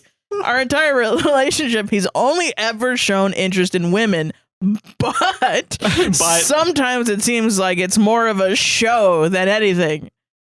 So he really likes women. Okay, the criteria to be gay. All right, so liking women, even if they're 5 and below, as a man, doing stereotypically gay things, dating this woman who's gonna call you gay. Yeah, and then also not being not being gay enough, not being gay at all. Not being gay enough, being too gay. Being too gay or being too little too gay. Straight is what makes you gay. What's this middle ground, like, straightness, then? I want to find that out, because it feels like this is somehow a horseshoe. I don't know. I've tried my whole life to find it. I don't know. I don't believe in horseshoe theory, but this person's making a horseshoe theory that's just straight, and then anything else is gay. Honestly, horseshoe theory is a perfect analogy for this, because it doesn't fucking exist. This man is straight if he says he's straight. Yeah. And if he is gay, let him come out himself and stop being a dick about it. No, we should gay-vestigate this guy, dude. Not gay-vestigate. Bi-vestigate? Bi-vestigate, I don't know. He'll say women are attractive and sometimes pester me about thinking actresses are hot. He says he does it to annoy me, and when I actually get upset, he stops. He's never shown any obvious interest in men, so gay. He's never shown any obvious interest in men, but he also only shows interest in women, which makes him gay. Sorry. Yeah, no, it's fine. I'll restart the sentence. No, I'm sorry. Every time that happens, it's an obvious slam dunk. I'm not blaming you for taking them. I don't know why this person wrote out a description of a straight person and said, like, but guys, trust me. Bisexual at he least. He seems bisexual at least. Yeah. And this pisses me off personally because this is how people were about me before I came out. And so maybe he is. It literally, who cares? But in this moment when you're writing this post out, I still think it was a dick move that as many people around me were like, 100%. Yeah. Just come out. Just come out. No one cares. Come out. Come out right now. When I thought I was straight. Yeah, because they're still like dicks about it. Honestly, if they weren't dicks about it, I probably would have come out earlier. Yeah, but they were dicks about it, which made it harder to come to a realization for yourself. Yeah. Because we're such a hateful society. Yes, yeah. Oh, especially Christ. like you don't know if he's safe. Even though his family is like he's probably gay and it's fine. My mom was saying the same shit. It was not fine. Yeah. It would not have been fine. You can say one thing and then do something else. Yeah. Especially when it comes to Christ, man, it's awful. It's like, if your family kind of like assumes that like you're off, yeah, you're not normal. You're not this or that. You can also extrapolate, I gotta finish this story. Sorry, I'm so finish this. sorry. Yeah, sorry. No, his sister, why else is he gay? Sorry. Yeah, sure. His sister. Oh wait. He's never shown any obvious interest in men, but he also only shows interest in women when he's trying to get on my nerves. His sister, because I think he's gay and whatever. His sister, who is convinced that he is gay, even though he continuously denies it, asked me about it. Obviously, I don't think he's gay because he is attracted to me and has been with me for years. I told her that, but said that he is probably just bisexual. Long story short, his sister ended up telling him I said that, and he got mad at me. He said I should know he isn't attracted to men. He has told me he's straight and that I shouldn't be gossiping about his sexuality with his family. Correct. Yeah, correct. I didn't bring it up when I talked to his sister. She did, and I tried to change the conversation when I was talking to his sister, and I only said I thought he was bisexual to get her to stop talking about it because she wasn't taking the hint beforehand. I know I shouldn't have said anything, but she just wouldn't stop, and he really does seem like he's attracted to men. If you were talking on a phone, why didn't you just like hang up? Yeah. Just do that. I know I'm at least partially an asshole. Like I said, I shouldn't have said that, but was it really so bad that he should spend multiple days now being mad at me? It's been years for me, and I'm gay, and I'm still mad about it. Yeah. Yeah. So his whole family has treated him. So all those families, fuck them. They're assholes too. This is an even though, I don't know, we need to talk about this more. Like families that are like, I'm progressive. Yeah, if you were gay, it's fine.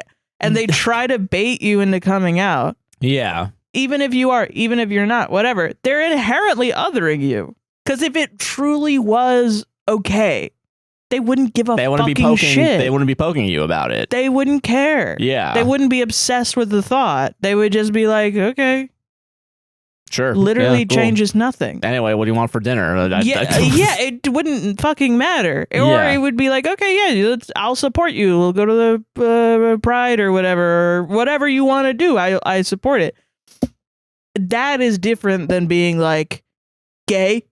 Yeah. And that is, I think, actually at least a little homophobic, because then it makes you think like, oh shit, maybe is this a safe scenario or is it not? And the answer is maybe not. Yeah.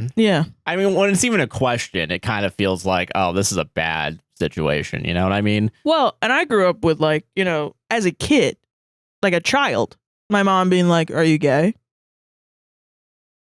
And it's an inappropriate question. Yeah, it's very inappropriate. Because it's like, I don't fucking know. I don't know. Yeah. And I would say, I don't know. And people would react like, oh, she's gay. Therefore, I have to treat her different than being straight. If you're not saying you're 100% straight when I ask you if you're gay, you got to be gay then a little bit. Yeah. Just a little bit. And it's like, I don't know, man. I think it is there, especially if it's not completely accepted in a society, which it is not right now.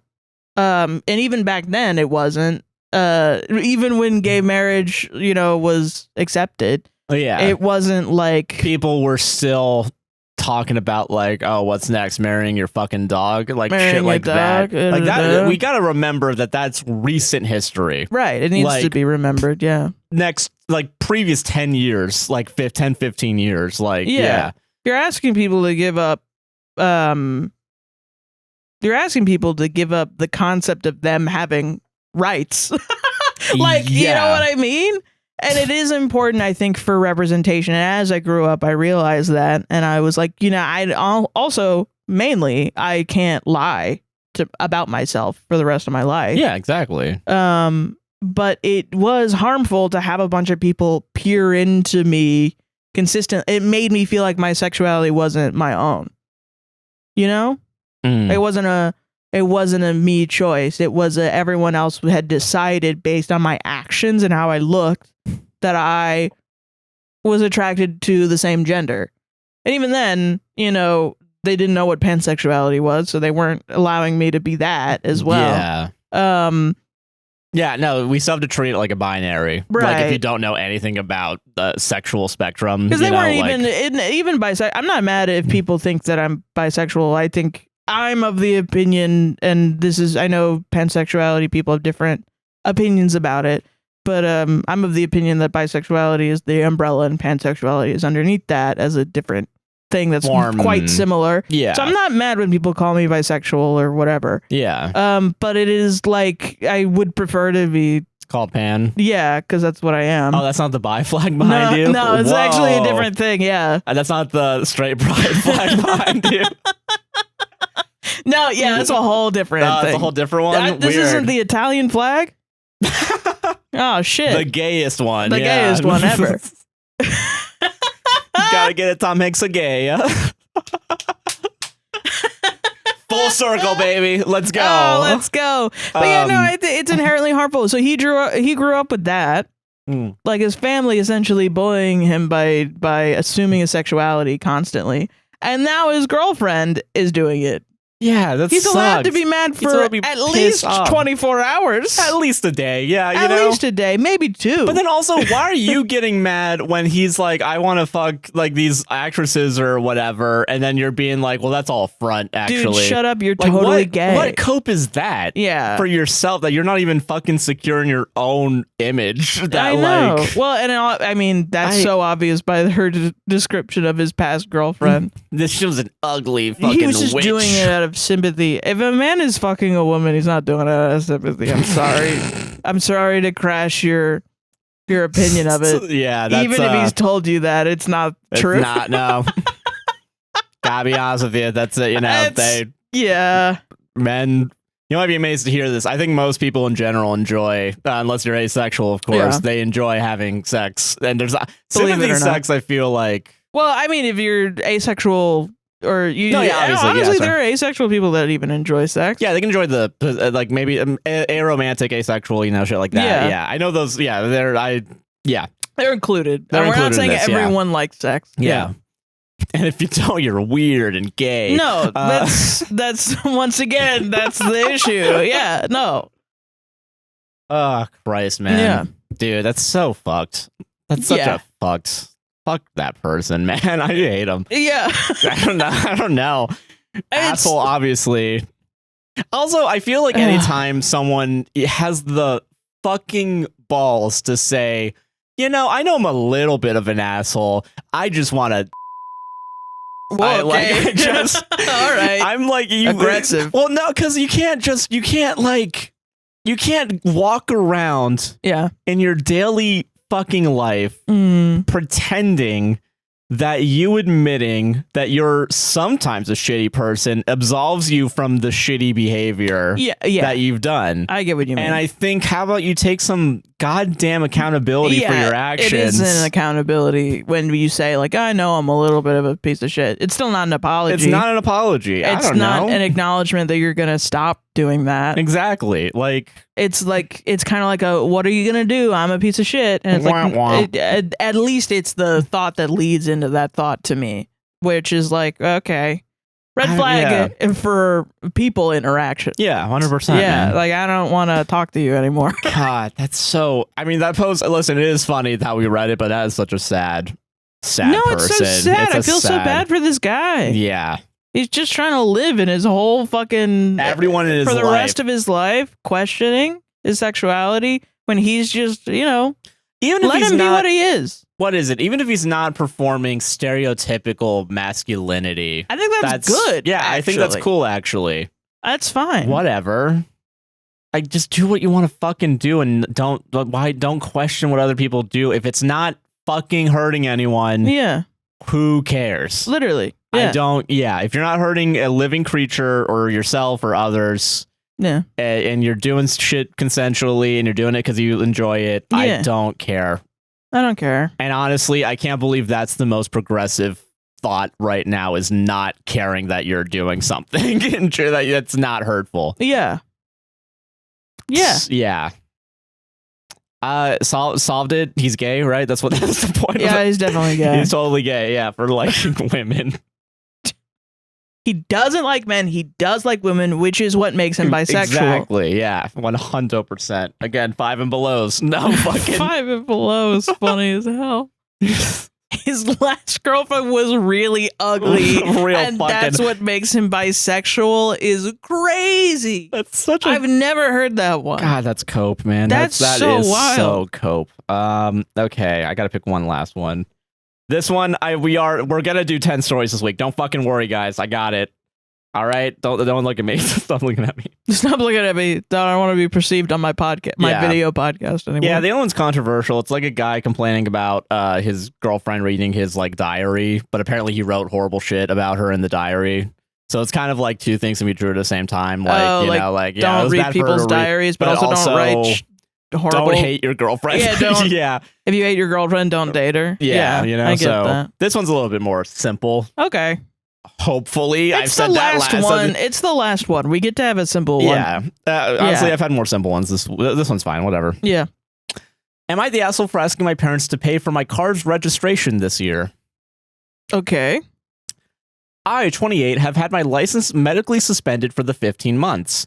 In that time, my parents have used my car to get to work, go do errands, etc., etc. I have not driven that car at all during these 15 months. I have a family of 7 adults living under the same roof with only 4 cars. 2 belong to my parents, 1 belongs to my sister, and the other one belongs to me. I got my car registration bill a few weeks ago, and I asked my parents to pay for the registration this year because my car has essentially been theirs for a year. It makes sense to me that they'd pay it, but when I brought it up, they scoffed and called me entitled. They said they were putting no money towards the payment whatsoever. Okay. They got really upset with me.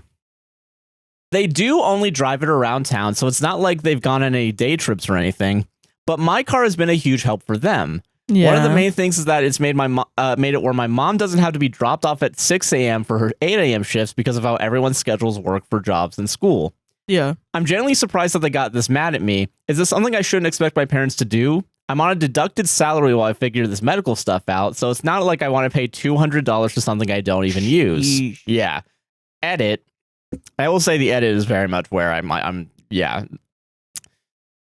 So I don't keep getting asked. My car is fully paid off by me. I pay insurance on it. I am the sole owner. I pay rent, buy my own groceries, and contribute to the house's groceries. My monthly expenses that go to the house are around $400 to $550 depending on the month. There are factors in which the cost changes. I cook all my own food. I do the necessary chores for the house as well as my own space. I acknowledge that I am getting a deal by living with my parents. Rent where I live is $1,800 on average for a single apartment. Where are you? Bad news, Orlando. Honestly, Orlando. Yeah, you're right. Damn. Don't. Yeah, Damn, we're lucky. You and I. I know. We gotta I know. go. Yeah. But that's wild. Yeah. Okay. Rent where I live is $1,800 on average for a single apartment, but the house is being split by 7 adults. My parents do pay more at the end of the day, as it is their house. We are basically considered renters by my mom's own words. As for the 4-car situation, my sister is the sole user of her car, and my brother / a girlfriend uses the 2 cars my parents own because they don't own cars. Okay. Using my car is simply because there aren't enough cars to go around. If I was working, they'd have to figure out how to use the 2 cars again, which is going to be an issue in the near future. My parents are allowed to drive it without being an issue with insurance. I don't remember exactly what was done, but they had to register it as me having a medical issue, so they were temporary users or something like that. It's been over a year since they did that. I don't remember the specifics, but they are able to drive it in the eyes of insurance. I have a great relationship with my parents, which is why this reaction came to me as a surprise. They are great people in case this point made them sound otherwise. A detail that was also made in the comments, someone asked, like, how often do they use the car not for medical reasons? Yeah. Apparently, like, 80% of the time, they use it for non-medical reasons. The car. The parents? The parents, yeah. Okay. And 20%, I assume, is the medical reasons for him or them, whatever their gender is. Yeah. OP, yeah. So, yeah. I'm trying to think of a way to do this that isn't... I think, okay, this is a very King Solomon-ass take. Yeah. Cut the car down the middle. I'm joking. No, I think what you should do is pay the $200 and then not let them use the car.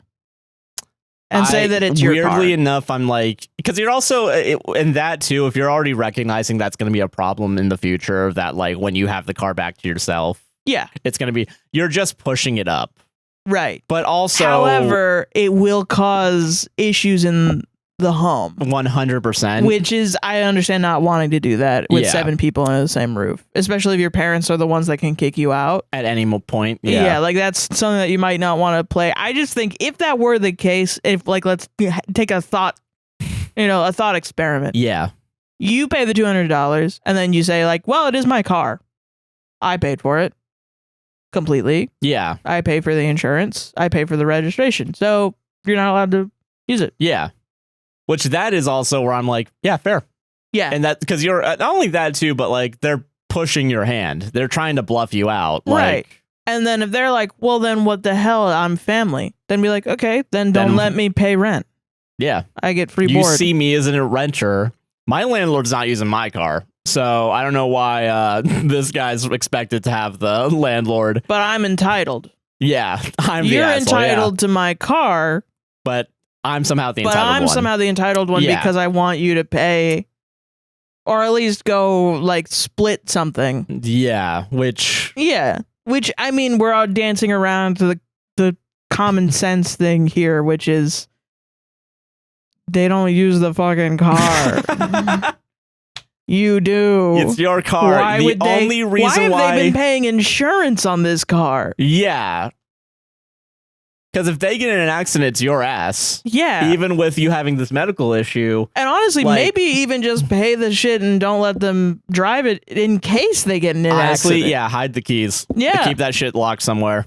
Get a safe and lock it in a fucking safe. Get a separate pair of keys to lock your pair of keys in the safe. Yeah. Yeah. And stare at the top floor of your house as they try to open the car and then beep it with your fob every time they try. And like open the trunk and then close the trunk and then open the shit. Make it a nightmare. Yeah. That's, now I'm enjoying Make it an absolute nightmare for them because I hate your fucking parents. Yeah. Why the fuck? You have a medical condition and they're making you pay all this shit. Especially if you're already like listen. And also they had to tell insurance they wanted your car so bad that they told insurance about your medical condition. So they can get signed up under the insurance. So because to make it seem like they're using it only to drive you back and forth to for which medical. I'm like, how did that affect your insurance? That is true, yeah. Because I'm willing to bet an insurance company. So like not caring about your well-being at all, money-wise, that they've somehow got you thinking that you're entitled to help out with a bill in a vehicle that you own. Yeah, like that's crazy, bro. That's insane. I think that's crazy. No, I think so too. And I think that's the thing too. And you're right about the insurance because like I don't think an insurance company is going to be generous and be like, yeah, I know it's another person driving the car, but I'm not going to raise the rates. Don't worry. I mean, when I worked at law offices, that's how they thought about it. Do you have a pre-existing medical condition? You get into a car accident, most likely you're going to need larger medical bills, so you need to be covered under a larger amount of money. Yeah. Right? So insurances are going to hike the insurance shit. Yeah, the second they sniff even a little bit of like, oh, there's problems here. Oh, God. $50 extra a month. Yeah. If not anything, that's just an incentive to not, like, it's more likely that you're going to need a payout because you have some sort of medical condition. Yeah. Like, why do you think they fucking charge more money for cars that are red? Yeah, you're not. Yeah. You know what I mean? Yeah. That's the mentality that I believe. I don't know. It's like, I know there's like specifics. Yeah. That there's like little rules here and there, but yeah, I don't know, man. I think it's unfair to, and also like $200 is a lot of fucking money. It is. For something that, dude, I get pissed off when I forget to cancel my PlayStation Plus every year. Yeah. For a thing that and I canceled it last year and I didn't get anything this year and was like, that's actually nice. Cause like for 3 years straight, I was paying for that for no reason. That's so fucking funny. So, and like now, and like, but like, dude, $200?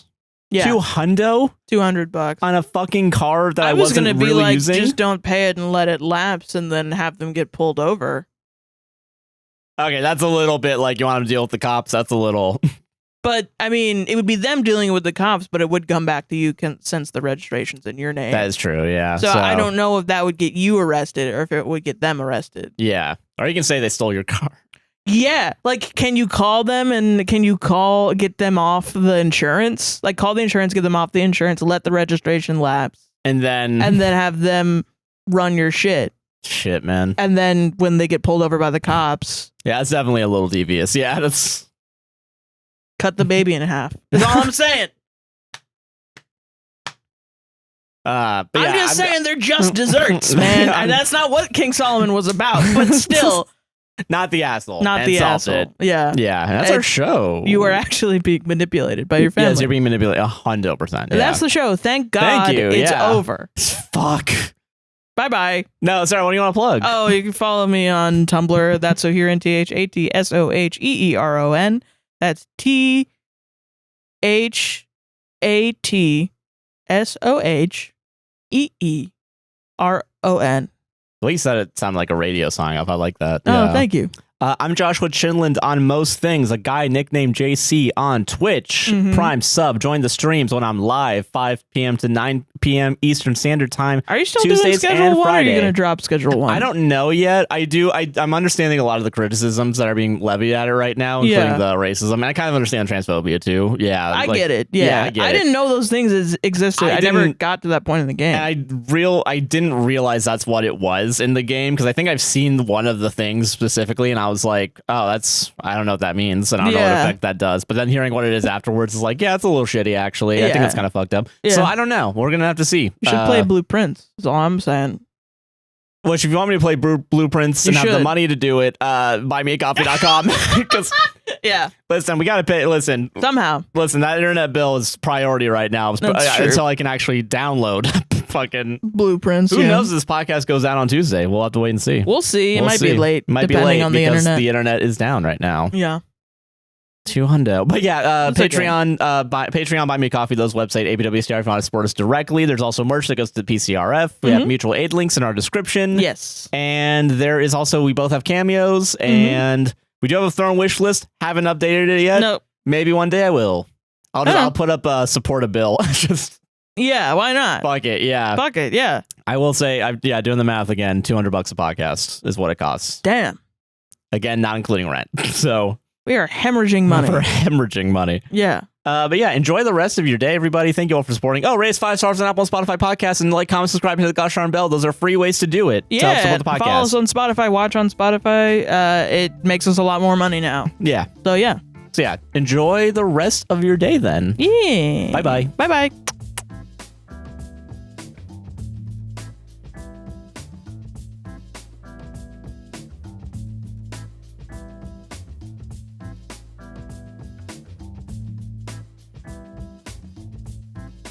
All right, outro. What do we do? That was a good podcast, man. I liked it. This was a good... Even unmedicated, it was good. Yeah, I liked doing it. We'll see if people like hearing it later. Me editing like, fuck, none of this makes sense. Oh, no. It made sense. I can't keep track of anything. It made sense in the moment. Yeah, it did, yeah. Which is all you can really ask for. Just like the most edits that I've ever made where it's like, not the asshole. Just like... Yeah, completely cut up all the words. Yeah, exactly. Yeah.